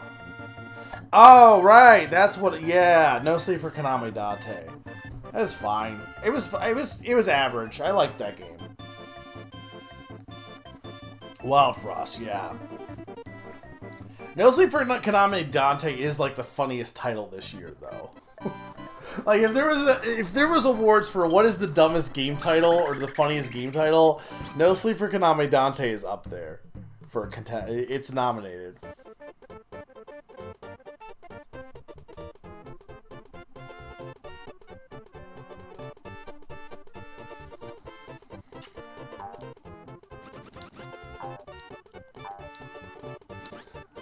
Peak is also good. I kind of hate, though, like, it's kind of, like, I know this is the whole thing of, like, art and stuff, right? Where, like, Aggro Crab made Another Crab's Treasure and Going Under, and they were both really good games. And it's not that Peak isn't good, but Peak was a lot more of a shorter, quick experience, and guess what's the one that everyone likes? It is making them the most money, and it just kind of sucks that, you know... But this is why I say, like, I'm not saying, and I'm not disparaging Peak at all, I'm not. But I do think it is, like, I think it's interesting that my family, I think we were talking about this, and I think it was my family. Maybe it was someone else, but I think they realize too. It's like you can't. People like have this mentality that if something is popular, it must be good, and it's like no. If something is popular, it just means popularity begets more popularity. Like being popular does not have any gauge on being good. If anything, if anything, popularity, the real thing it says is that it's accessible to the most amount of people, usually. And being accessible to people doesn't necessarily make something good.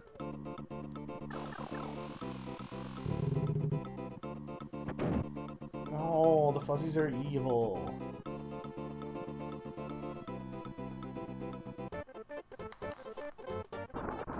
Oh, you were on a 1 minute delay?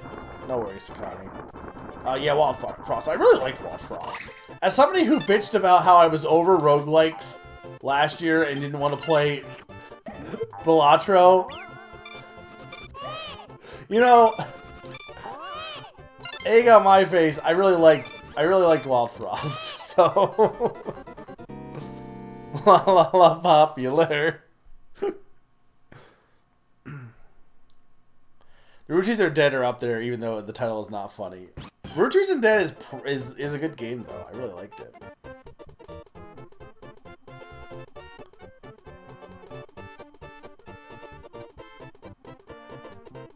Yeah, I get that, but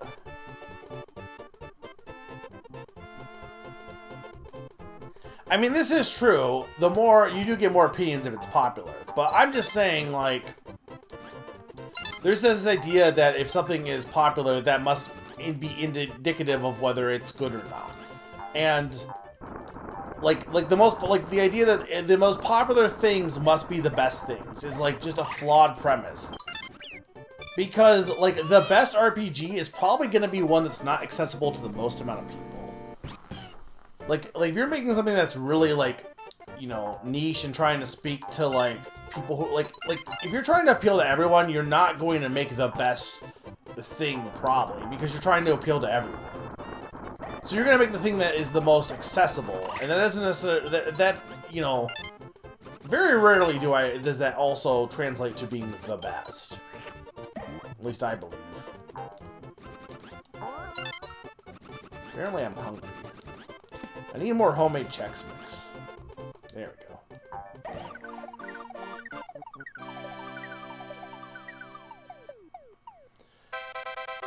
Were you there, Pon, when Zany like yeeted himself off the cliff? Because that was like the funniest thing of this year. Like if we're talking about the top 10 gaming moments of 2025, I think Zany's spinning himself off the cliff. After getting to the top, doing that for an achievement, and then like on the graph going below the mountain because he went so low. It's one of the funniest moments of all time. Homemade Chex Mix. It was good. I'll probably have some after the stream. It might be the rest of what I have left, but...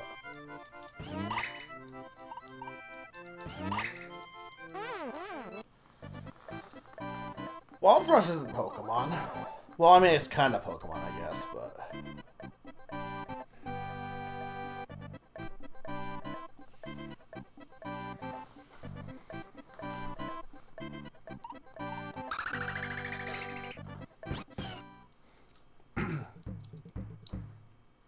I like how Nina was supposed to be the spotter so that Zane didn't accidentally take himself off the cliff. And it didn't even matter because he gave himself so much momentum. He just went flying.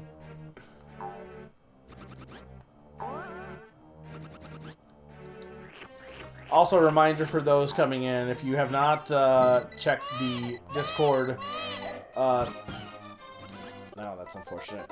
I have a survey in my promotion chat for favorite stream of this year if you want to vote for that. And also any subscribers who are in chat right now, which I think everyone who's subscribed has voted, but there's a poll for Switch 2 game I will do a first look up for in January. Though I need to beat Vex, because it's all how I really need Vex to last only one more stream. But Naran claims the final boss is the hardest boss of all time. He didn't actually claim this, but he did say the final boss is hard. I don't think the final boss is, like, I played Dark Souls. I played, like, my gaming self-esteem is, like, you know, we got good self-esteem this year. Everyone said that Silksong was the hardest game of all time, and I played it and was like, this shit is not... This shit is easy. I've been forged in the fires of Dark Souls now. Like, I feel like a pro gamer with everyone's reaction, and I'm like the Savage Beastfly sucked, but beyond him, I did not struggle nearly as hard as everyone else did. And yes, I didn't beat the true final boss, but I that was less because I couldn't do it, and more so because I didn't feel like grinding out shards. And I just didn't feel like a worthwhile part of my time. It's because I just didn't feel like grinding, not because I didn't think I couldn't do the battle.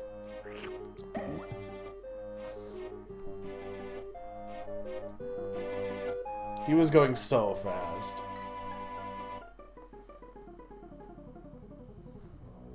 $12-hour stream. Yeah, well, here's my thing. I'm definitely going to get 60 stars next time. Like, that's gonna happen. The thing is going to be, if I don't beat the boss, do I do another stream for just the boss, or do I just say, yep, that's Vex, and either beat it on my own to beat the game, or, like, just don't even do that. I'd probably likely to do it on my own, because I do want to beat Vex. But, like, I'm kind of thinking, like, most people are not going to care to watch me grind at this final boss for, like, an entire stream, honestly. That's kind of my thought process. Oh, no, I'm likely going to beat the game. Though I think I have broken that rule a few times. But I don't, like, the question is it dumb to have a whole stream series where I play most of the game except for the final boss? Like, I don't know. There's a part of me that would really like to, like, beat the whole thing on stream, but there's another part of me that's like, yeah, but do I really want to do another Vex stream of just the boss? This is the worst possible spot this guy could be. Okay, well, that's not the worst. Damn it. Okay, I need...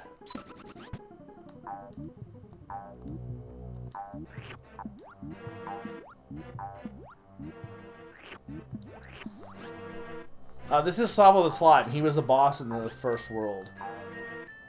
And now he's this guy. You also fight him one more time in this level, but I'm gonna skip that.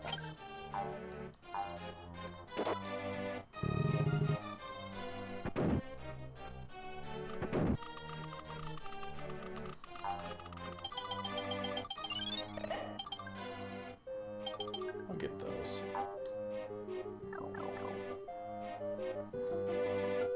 Kinda. He might be the best egghead of 2025. Okay, so this you have to get a key from Salvo in this section, but we're gonna do something else instead.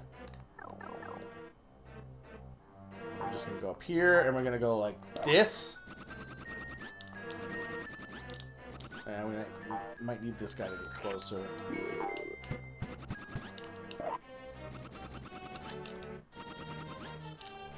I could definitely do it. I've done it before. No, no, no.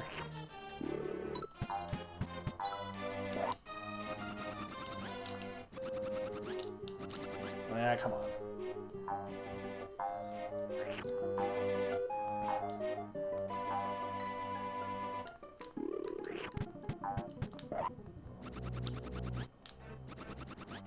I think I almost had it.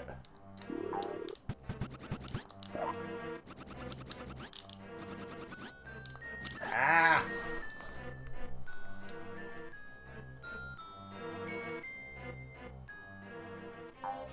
Well, you're gonna need, I can give you the VODs, I can give you direct to DVD. I can burn them to VHS so you can watch them, Sneaky.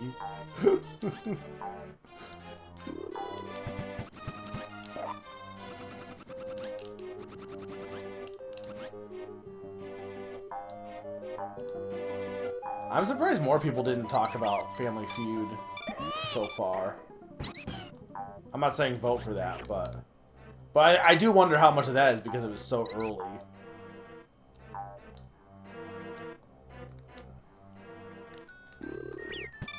Though I feel like the thing with Family Feud named that game tune is the best part of that was definitely... I think I just destroyed all the ghosts. Okay. Was like the Family Feud part, not so much the game itself.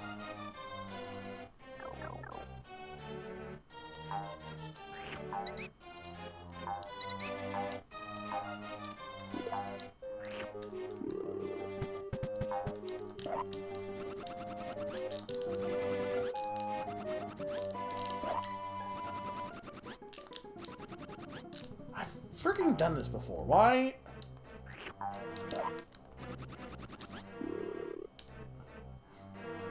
Can I do this?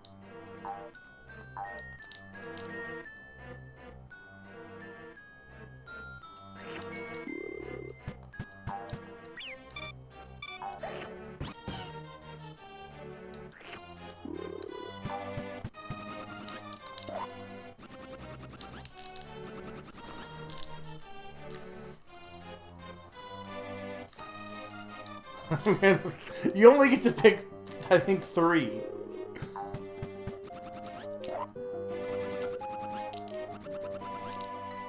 Oh my god.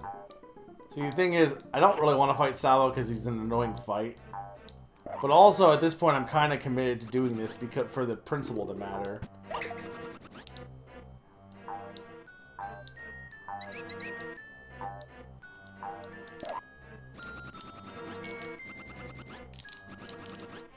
Like, I know I can do this. I've done this before. I did this last year.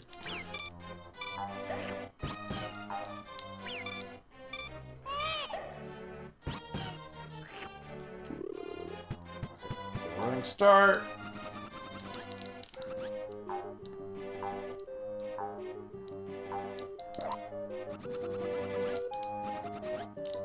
There we go, first try.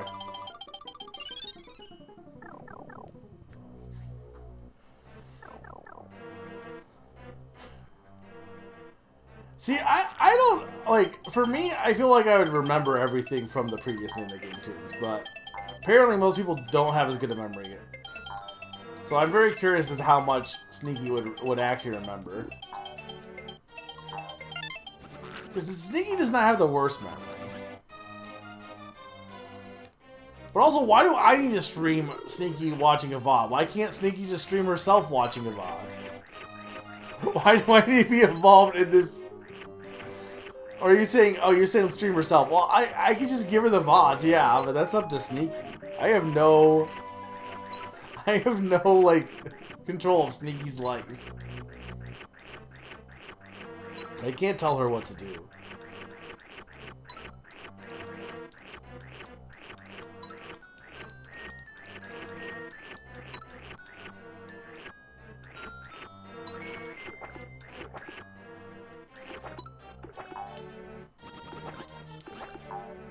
But Fishbone at the end is very mean. She doesn't need my permission. What does she need my permission for?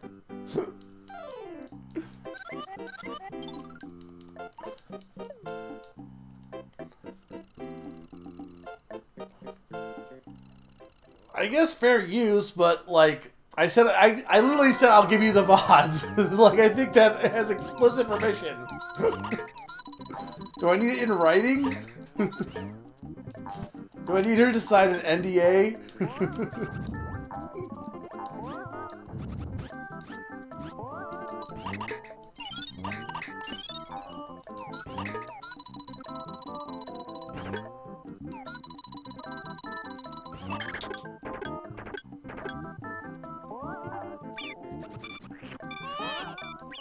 I need that baby back. Ribs. There he goes. He's dead. Don't need the flower.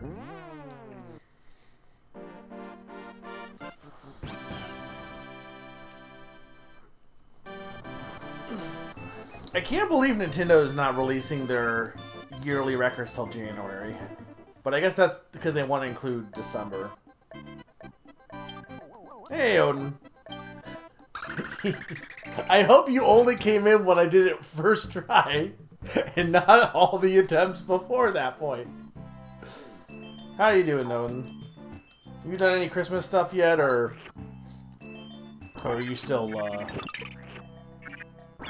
I know a lot of people will do it on Christmas, but my family does it, like, pre-Christmas.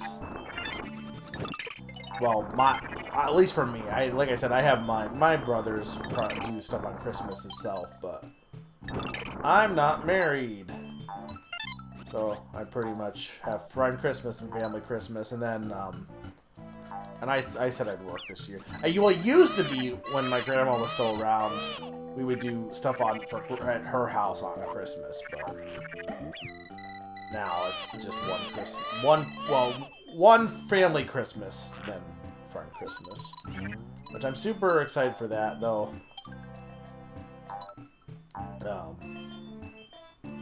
Well, yeah, but you've been here since 5'8", was doing Ring Fit. I hope I was a good background for your workout. I should honestly pick up. I kind of want them to make a Ring Fit too, but honestly, at this point, it's been long enough. I probably could play Ring Fit again. I just wish it was easier to set up, though. Here's the one thing that might not be bad. Well, the biggest thing is, so actually, I guess I was going to say, because I could have the Switch be set up for just Ring Fit, now that I have the Switch too. But the bigger thing is that I have like a chair in the middle of my floor, so it's like anytime I want to play, I have to move things around. It's like just kind of a hassle. It's like I wish it was just all like, I wish I had my yoga mat and everything already set up that I could just like have. I technically have a spare room that I don't use. I should just make that the Ring Fit room. I know you could argue it could be the fitness room, but you know, it doesn't have the same ring to it.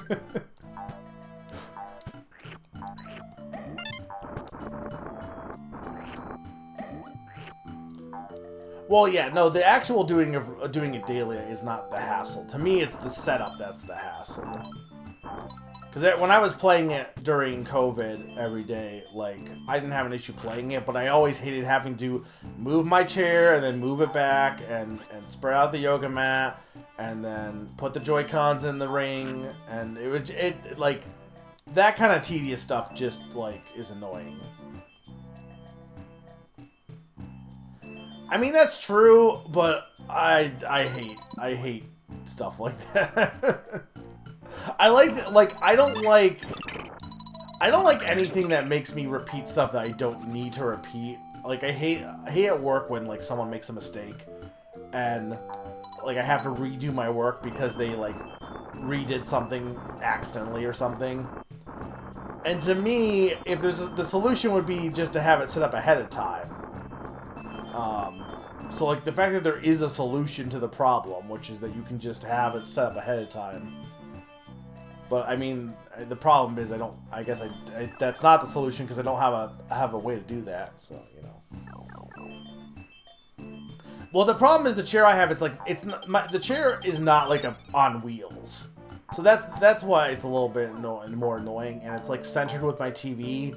So, like, every time I have to recenter it with my TV when I set it back up. It's not really that big a deal, but you're talking to somebody who likes digital games because he doesn't like putting the cartridges in the Switch. I'd rather just have them accessible. I know that doesn't bother you as much, but I don't like it. I don't like having to take the game out and put the game back in.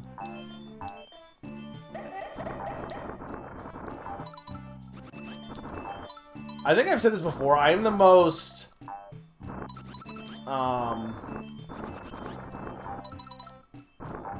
like, at work, or even at home when I'm doing stuff, I'm very, like, there are some people at work who won't even do everything they're supposed to do. Not so much lately, in the past. Everyone that we have on the desk right now is pretty good, but in the past, like, people won't mop or do stuff like this. And I'm somebody who will, like, do everything like I'll like go above and beyond like with like we like stock stuff for the breakfast stuff, like all the like, you know, food and like the dry goods and stuff. Get all that ready. I'll like go above and beyond to make sure everything is stocked and ready to go. And my logic isn't that, oh, I'm such a hardworking person. No, I'm really fucking lazy. But it's much more less of a hassle if I just do it right the first time than have to redo my work later at a different time. I'm productive to make it so that I don't have to do more later. I'll get everything done one day so that the next day I don't have to, you know, work as hard. I'm a productive, lazy person, I think is how I've described it.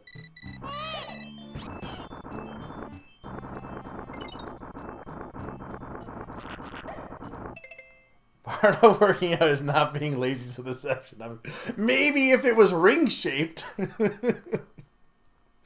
I'll tell you right now, one of my favorite features of the Switch 2 is it's way easier to switch cards.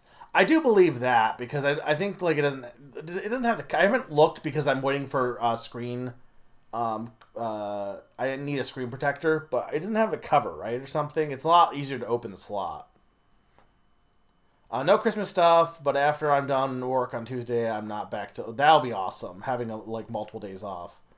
Like, not quite a week, but, you know... That's one... I was so glad when they put me back on 4 days, because having working 10-hour shifts is not a problem when you have 3 days off. It's so nice.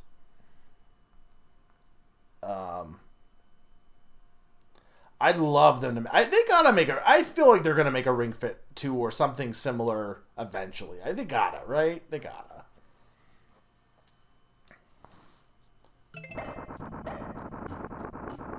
I got the... I don't know if you have this, Odin, but I got the Pro 2 controller for Christmas as well. I think I posted my picture, I think, in your Discord.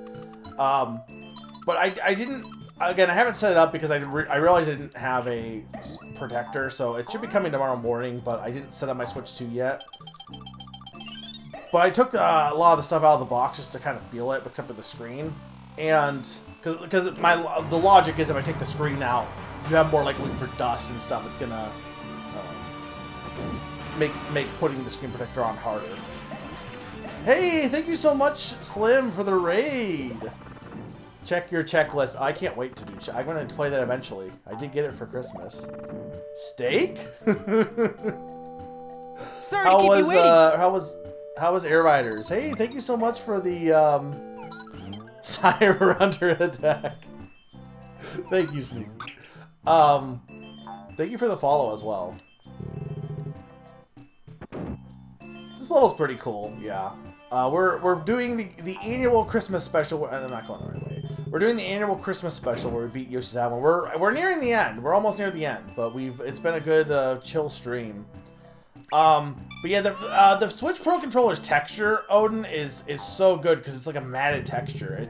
I don't know if it's worth the price of $90, at least in America, but you know, I got it as a gift, so I don't care about the price.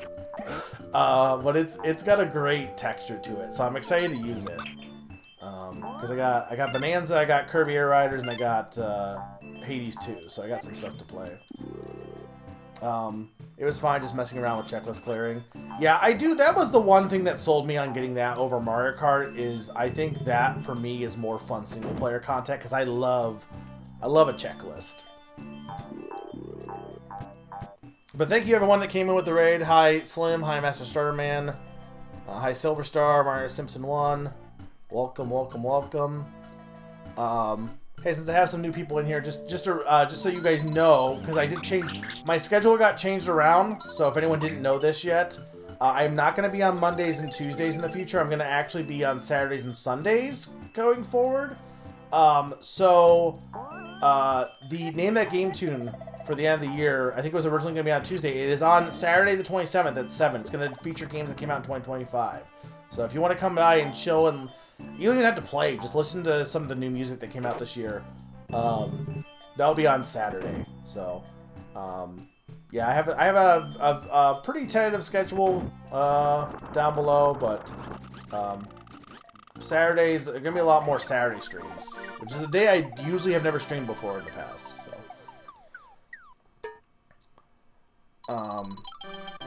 I still need to check out... I think you would like Hades 1, I think. I'm pretty sure. Yeah, the thing with the Pro 2 that I've heard is everyone has said it's a good controller, but it's too expensive. And, yeah. Like, from what I can tell just looking at it, it looks like a good controller, but it's a lot of money to spend on a controller. It's like $90.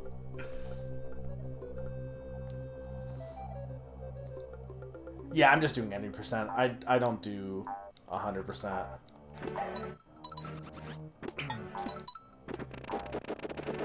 Well, I did for when we did Archipelago with this. That's kind of 100%. But for Christmas, we we didn't check it twice. We just do it once.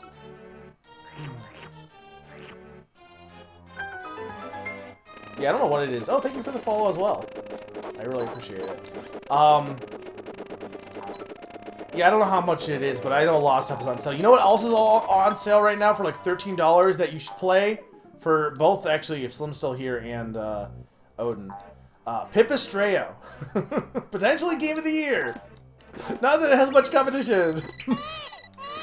I don't think I can salvage this.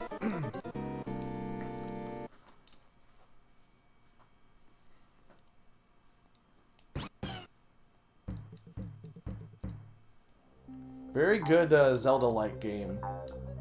And very GBA inspired. What the heck?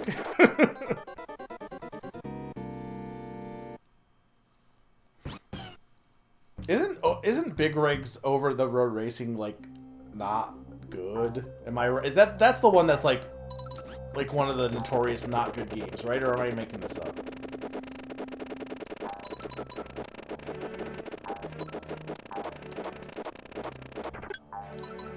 Yeah, I hope everyone's been having a good holiday. We've been talking about holiday stuff, talking about just a bit of everything tonight, honestly.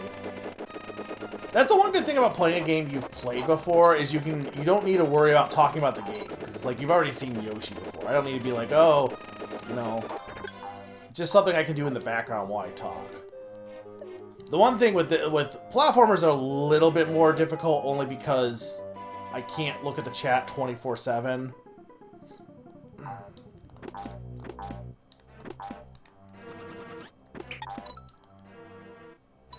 Game of the Year by default is Mario Kart World. Is that the only one you played, Odin? Well, beaten, I guess. I think you played Prime 4 and Bonanza. I know that for sure, but I don't think you've beaten it yet. In your defense, also, like, I have not played that many games this year. I was saying this. I played. Usually I will at least get 40. I'm at like 34 right now. But of games that are new this year, the only ones I've only played 9 games that are brand new this year. So I'm very low this year for brand new games. Not that there was a lot, but this year was kind of a weak year for gaming, honestly. Yeah, Bonanza will probably... I can't imagine... I don't know where you are, but I can't imagine you'll... Like, unless you rushed it. See, Pond played that. He really likes Sea of Stars. He played it recently, and he played the DLC and liked it. I tried playing the DLC, and I guess I wasn't in the right mindset. I don't even think it was bad. I just wasn't feeling it, and then Game Pass decided to be $5 billion, so... I'll have to, if I wanted to play it, I'd have to basically buy the game, which I'm not opposed to in the future, but or get Game Pass for like 1 month, I guess. But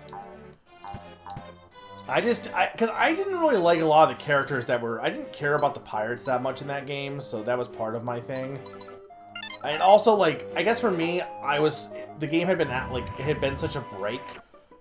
Like, I was like, yeah, I just couldn't get back into it after being away for that long. Especially to get thrown into, like... I know it was kind of separate, like, it's kind of its own thing, but I don't know, it just... I just wasn't feeling it. But I'm not saying it was bad, because I didn't really play much of it. But I just also didn't play that much DLC stuff in general this year. I've just kind of been not into a DLC kind of mind. There's a part of me that wants to play the Mega Evolution DLC for ZA, because they picked like a lot of the Pokemon. I need that thing also, I realized. They picked a lot of the Pokemon I really like. So they have Mega Zeraora, which is like one of my favorite legendaries, and they have Mega Raichu twice. And I'm sure there's more, so... Yeah, it seems like, in general, that company just... The style they go for DLC is just like... I don't know. Because you said that about the Messenger, and I didn't play it. But, like, I feel like... From what I can tell, the Sea of Stars DLC is very similar in terms of how... the Picnic Panic DLC was for the Messenger, in terms of vibes at least. I never played Kingdom Hearts before. I never played Kingdom Hearts. That's like probably my biggest gap in gaming, maybe, or at least one of them. Which also, I said this if anyone doesn't follow me on Tumblr, which is probably most of you, but I'll probably post on Blue Sky too. But I'm doing I've never actually watched any Ghibli movie to completion, at least. I've seen bits of most of Howl's Moving Castle, but I've never watched a Ghibli movie in full. So next year is I'm going to watch every Ghibli movie. So I'm going to write a blog post about that. This should be pretty exciting. But slowly trying to get, like, one day I will consume all media. And then I will know everything. I was saying, like, nobody can play every game that came out this year. It's not possible. There's too many, like, you can't do it. There's too many games. There's not a single human that can play every game this year, unless that's, like, the only way is if you quit your job and that's all you did. And even then, because there are people who do that, and it's still almost not possible. Yeah.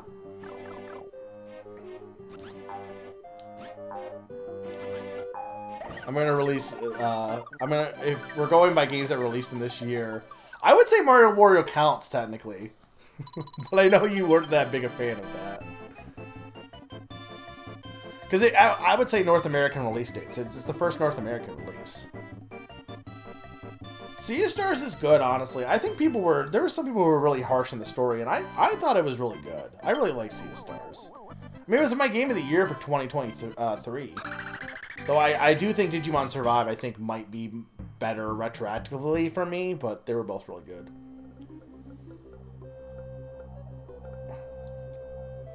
Yeah, Pipistrello is probably my game of the year, but I'll have to go through, because I'm going to make a blog post about that, too. I'm just reading back chat real quick here.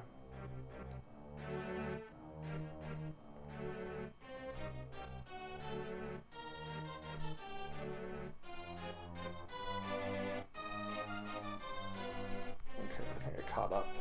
If I missed something, I apologize. That's true. You did play it in Super Famicom, Clark. So you have to play it again on the NSL. And then it counts. You gotta play it with the Switch 2 mouse.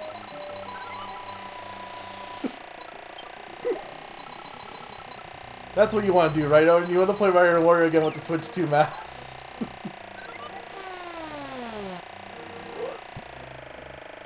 I'm surprised I survived there, honestly.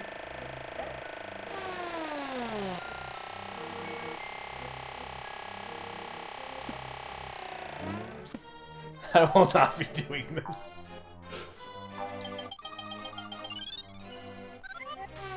You're kind of making me want to get that game Pond, but I think it was a lot of money, right? But I guess I could just emulate it, but... Alright, what are we gonna get? 3. What is 3? Oh wait, yeah, right, this one. Run away, hurry! I think I got this last year, too. The DS RPG is the one he's talking about. He's been playing that recently. Which it looks really good. I know I saw some of it when Mr. Shasta did it this year as well, and it's a really cool looking game. It's not the easy one. It's probably the good one. It's the most interesting one.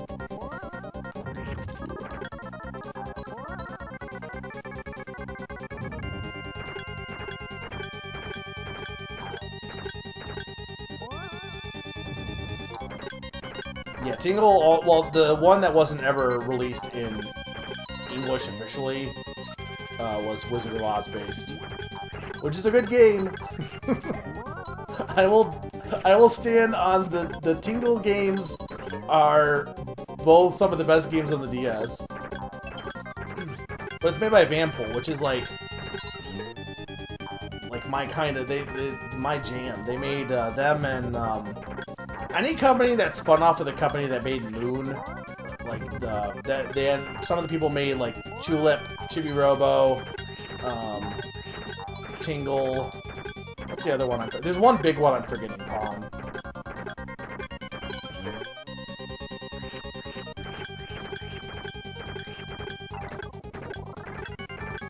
Door 33.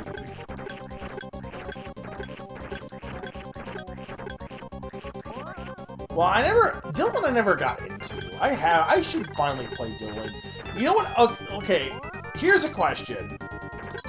And the question for the whole audience, okay?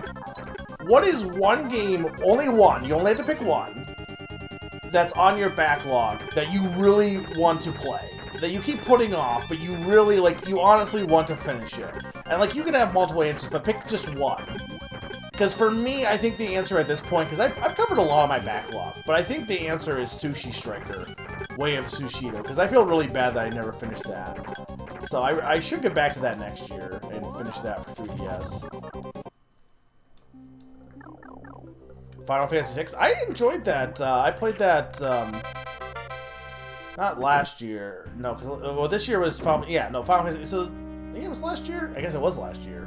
Because I played Final Fantasy X this year. I really liked Final Fantasy VI. I think I actually like it more now than I did the year I did it, because having played 10, I actually think it is better than 10. Which I thought, because I felt like 9 did a lot of things that 6 was trying to do better, and that 6 just, it was good for its time, but I think some stuff was done better in later ones. But then 10, I played 10, and I'm like, actually, I think I had a funner time with 6. 9 is still the best Final Fantasy for me, but 6 is really good. I don't think there's not been a single Final Fantasy I thought was bad. Even 10, 10 I have issues with, but I still think it's a good game. I did not really like the story of 10. Is that your answer, Prince of Persia NES? That's hard. Is it really? I think it's really hard, right? Do you own that one, Odin? I know you have a bunch of retro games. DK, do you own that now, Summer? I didn't know you before I gave Barrel Blast. I don't know who ended up with Barrel Blast. I think it was Gaia. Gaia ended up with half my games. In my mind, at least. I don't think in reality. I mostly, I sold some stuff on eBay. And when I was selling my collection initially, long time ago now, I sold a bunch of stuff to Eric, Slim, Gaia, Pond. Someone ended up with Barrel Blast. So, yeah, I mean, I'm not opposed to it, Odin. I really should play it, but at this point, I'd probably be more likely to just play it on emulation, honestly. I will warn you that the sticker on it's a little rough, though. So if you're looking for something in mint condition, my copy's not, the best, it's not, a mint condition copy.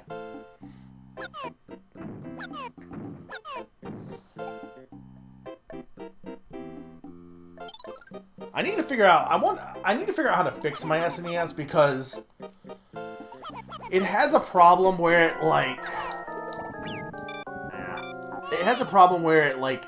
the controller only move, like, it doesn't let me move to the left at all. But it's definitely not the controller, because I have two controllers that have the same issue, so it has to be, like, the port. Because the one controller I never used, and it's still, like, it's like, so I don't think it's the controller, I think it's the port. But I don't know how I would go about fixing it. Xenoblade Chronicles, a Sneaky's answer. Pawn had Hotel Dust sequel. Or Flower and Rain. Summer didn't have an answer.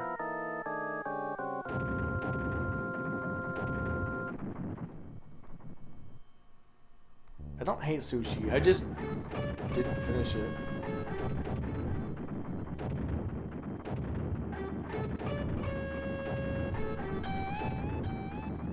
Hang on, I gotta read the chat here. Where's... There we go.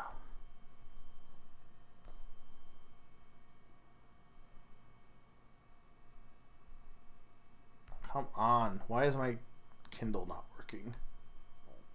Please select the chat. I swear, Twitch has made this Kindle app or application for Twitch Twitch has made their Kindle application way worse. Summer's answer was Barrel Blast also.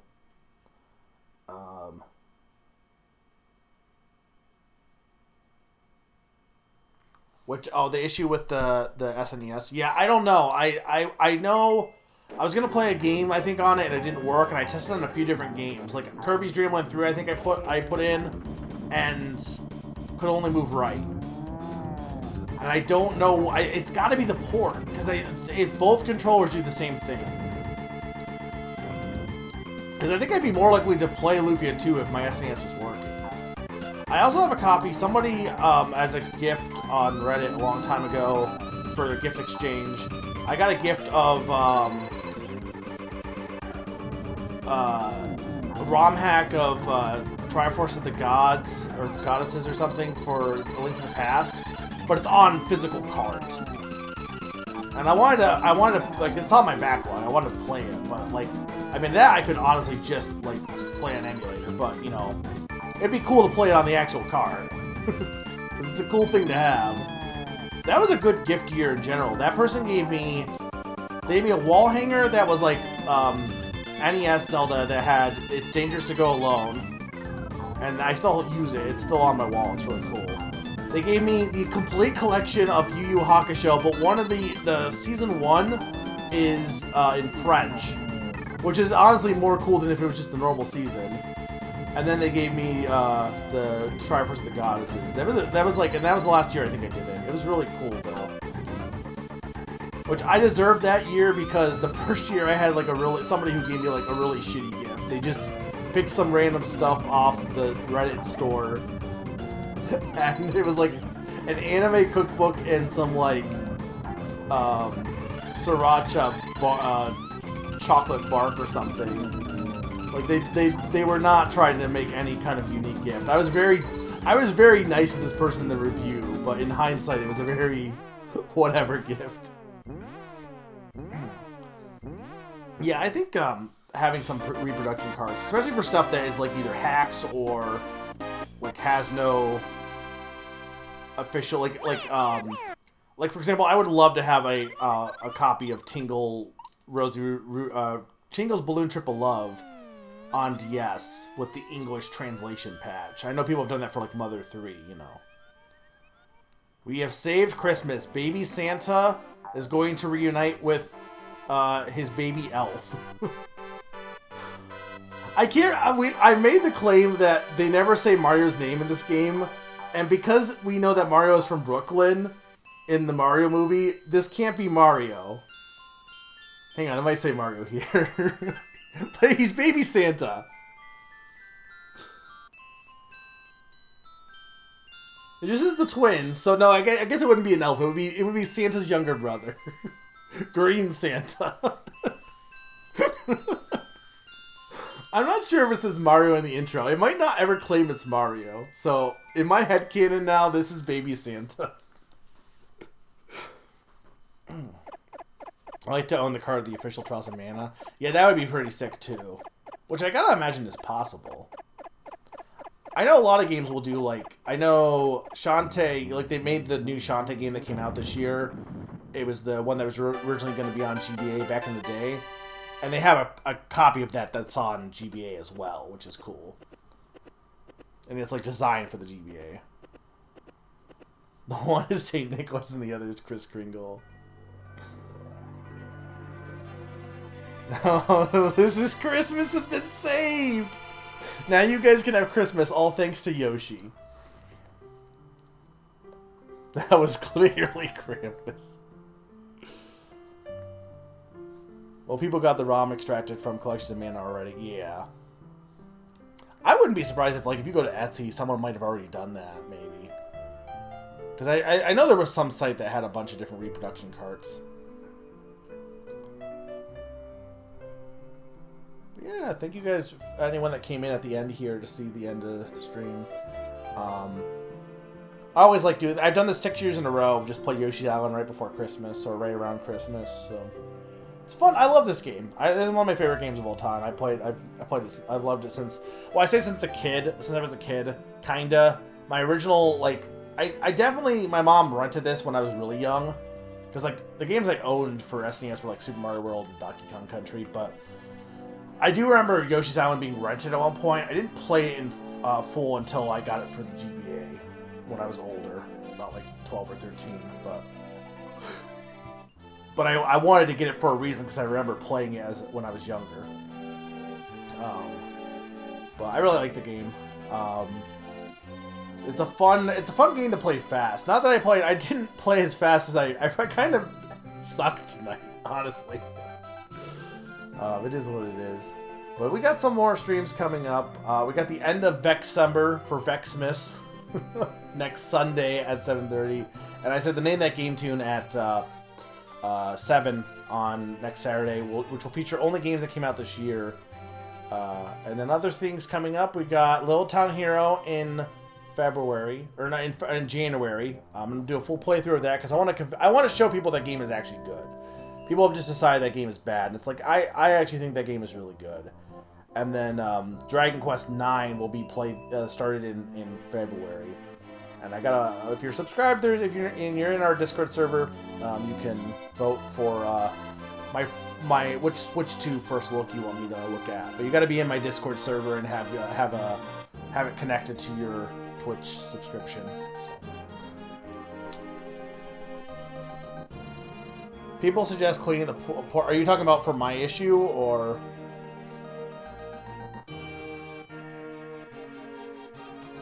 Port with a toothbrush dipped in isopropyl, and if that doesn't work, opening up the SNES, and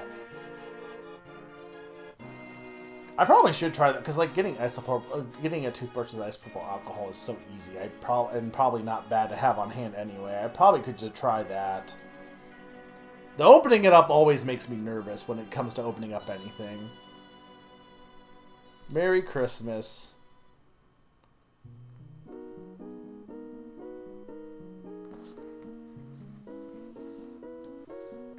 Yeah, I would definitely try that before anything else, yeah. Alright, you ready to see Santa's parents? It's so good. I think I made I don't have this video up anymore, but I used to do, like, top 5 songs from video games. And one of them was Yoshi's Island. I'm pretty sure this is my number 1. There's Santa's parents. And there is Santa and Santa's brother. The M stands for Mary. And the L stands for... I can't think of any Christmas related word that stands for L. The end. Alright, this is one of those games that doesn't actually reset afterwards, so... yeah, I don't really have anything else. I hope everyone has a good holiday. I hope everyone enjoyed this chill stream. And if you're around for Name That Game Tune, I really, like, that's my favorite stream of this year. Even if you're like, oh, I don't want to play, I'm not good at Name That Game Tune, just, most people aren't going to know every game that came out this year. I like doing it more for just showing off every game that came out and kind of being a recap of the year. And also, it tends to be a banger list because I tend to pick like the best song from every game, so it's gonna be a good listen. So, but yeah, thank you so much for watching. Let me see if I don't think anyone's probably still streaming, but we'll take a look. We never know.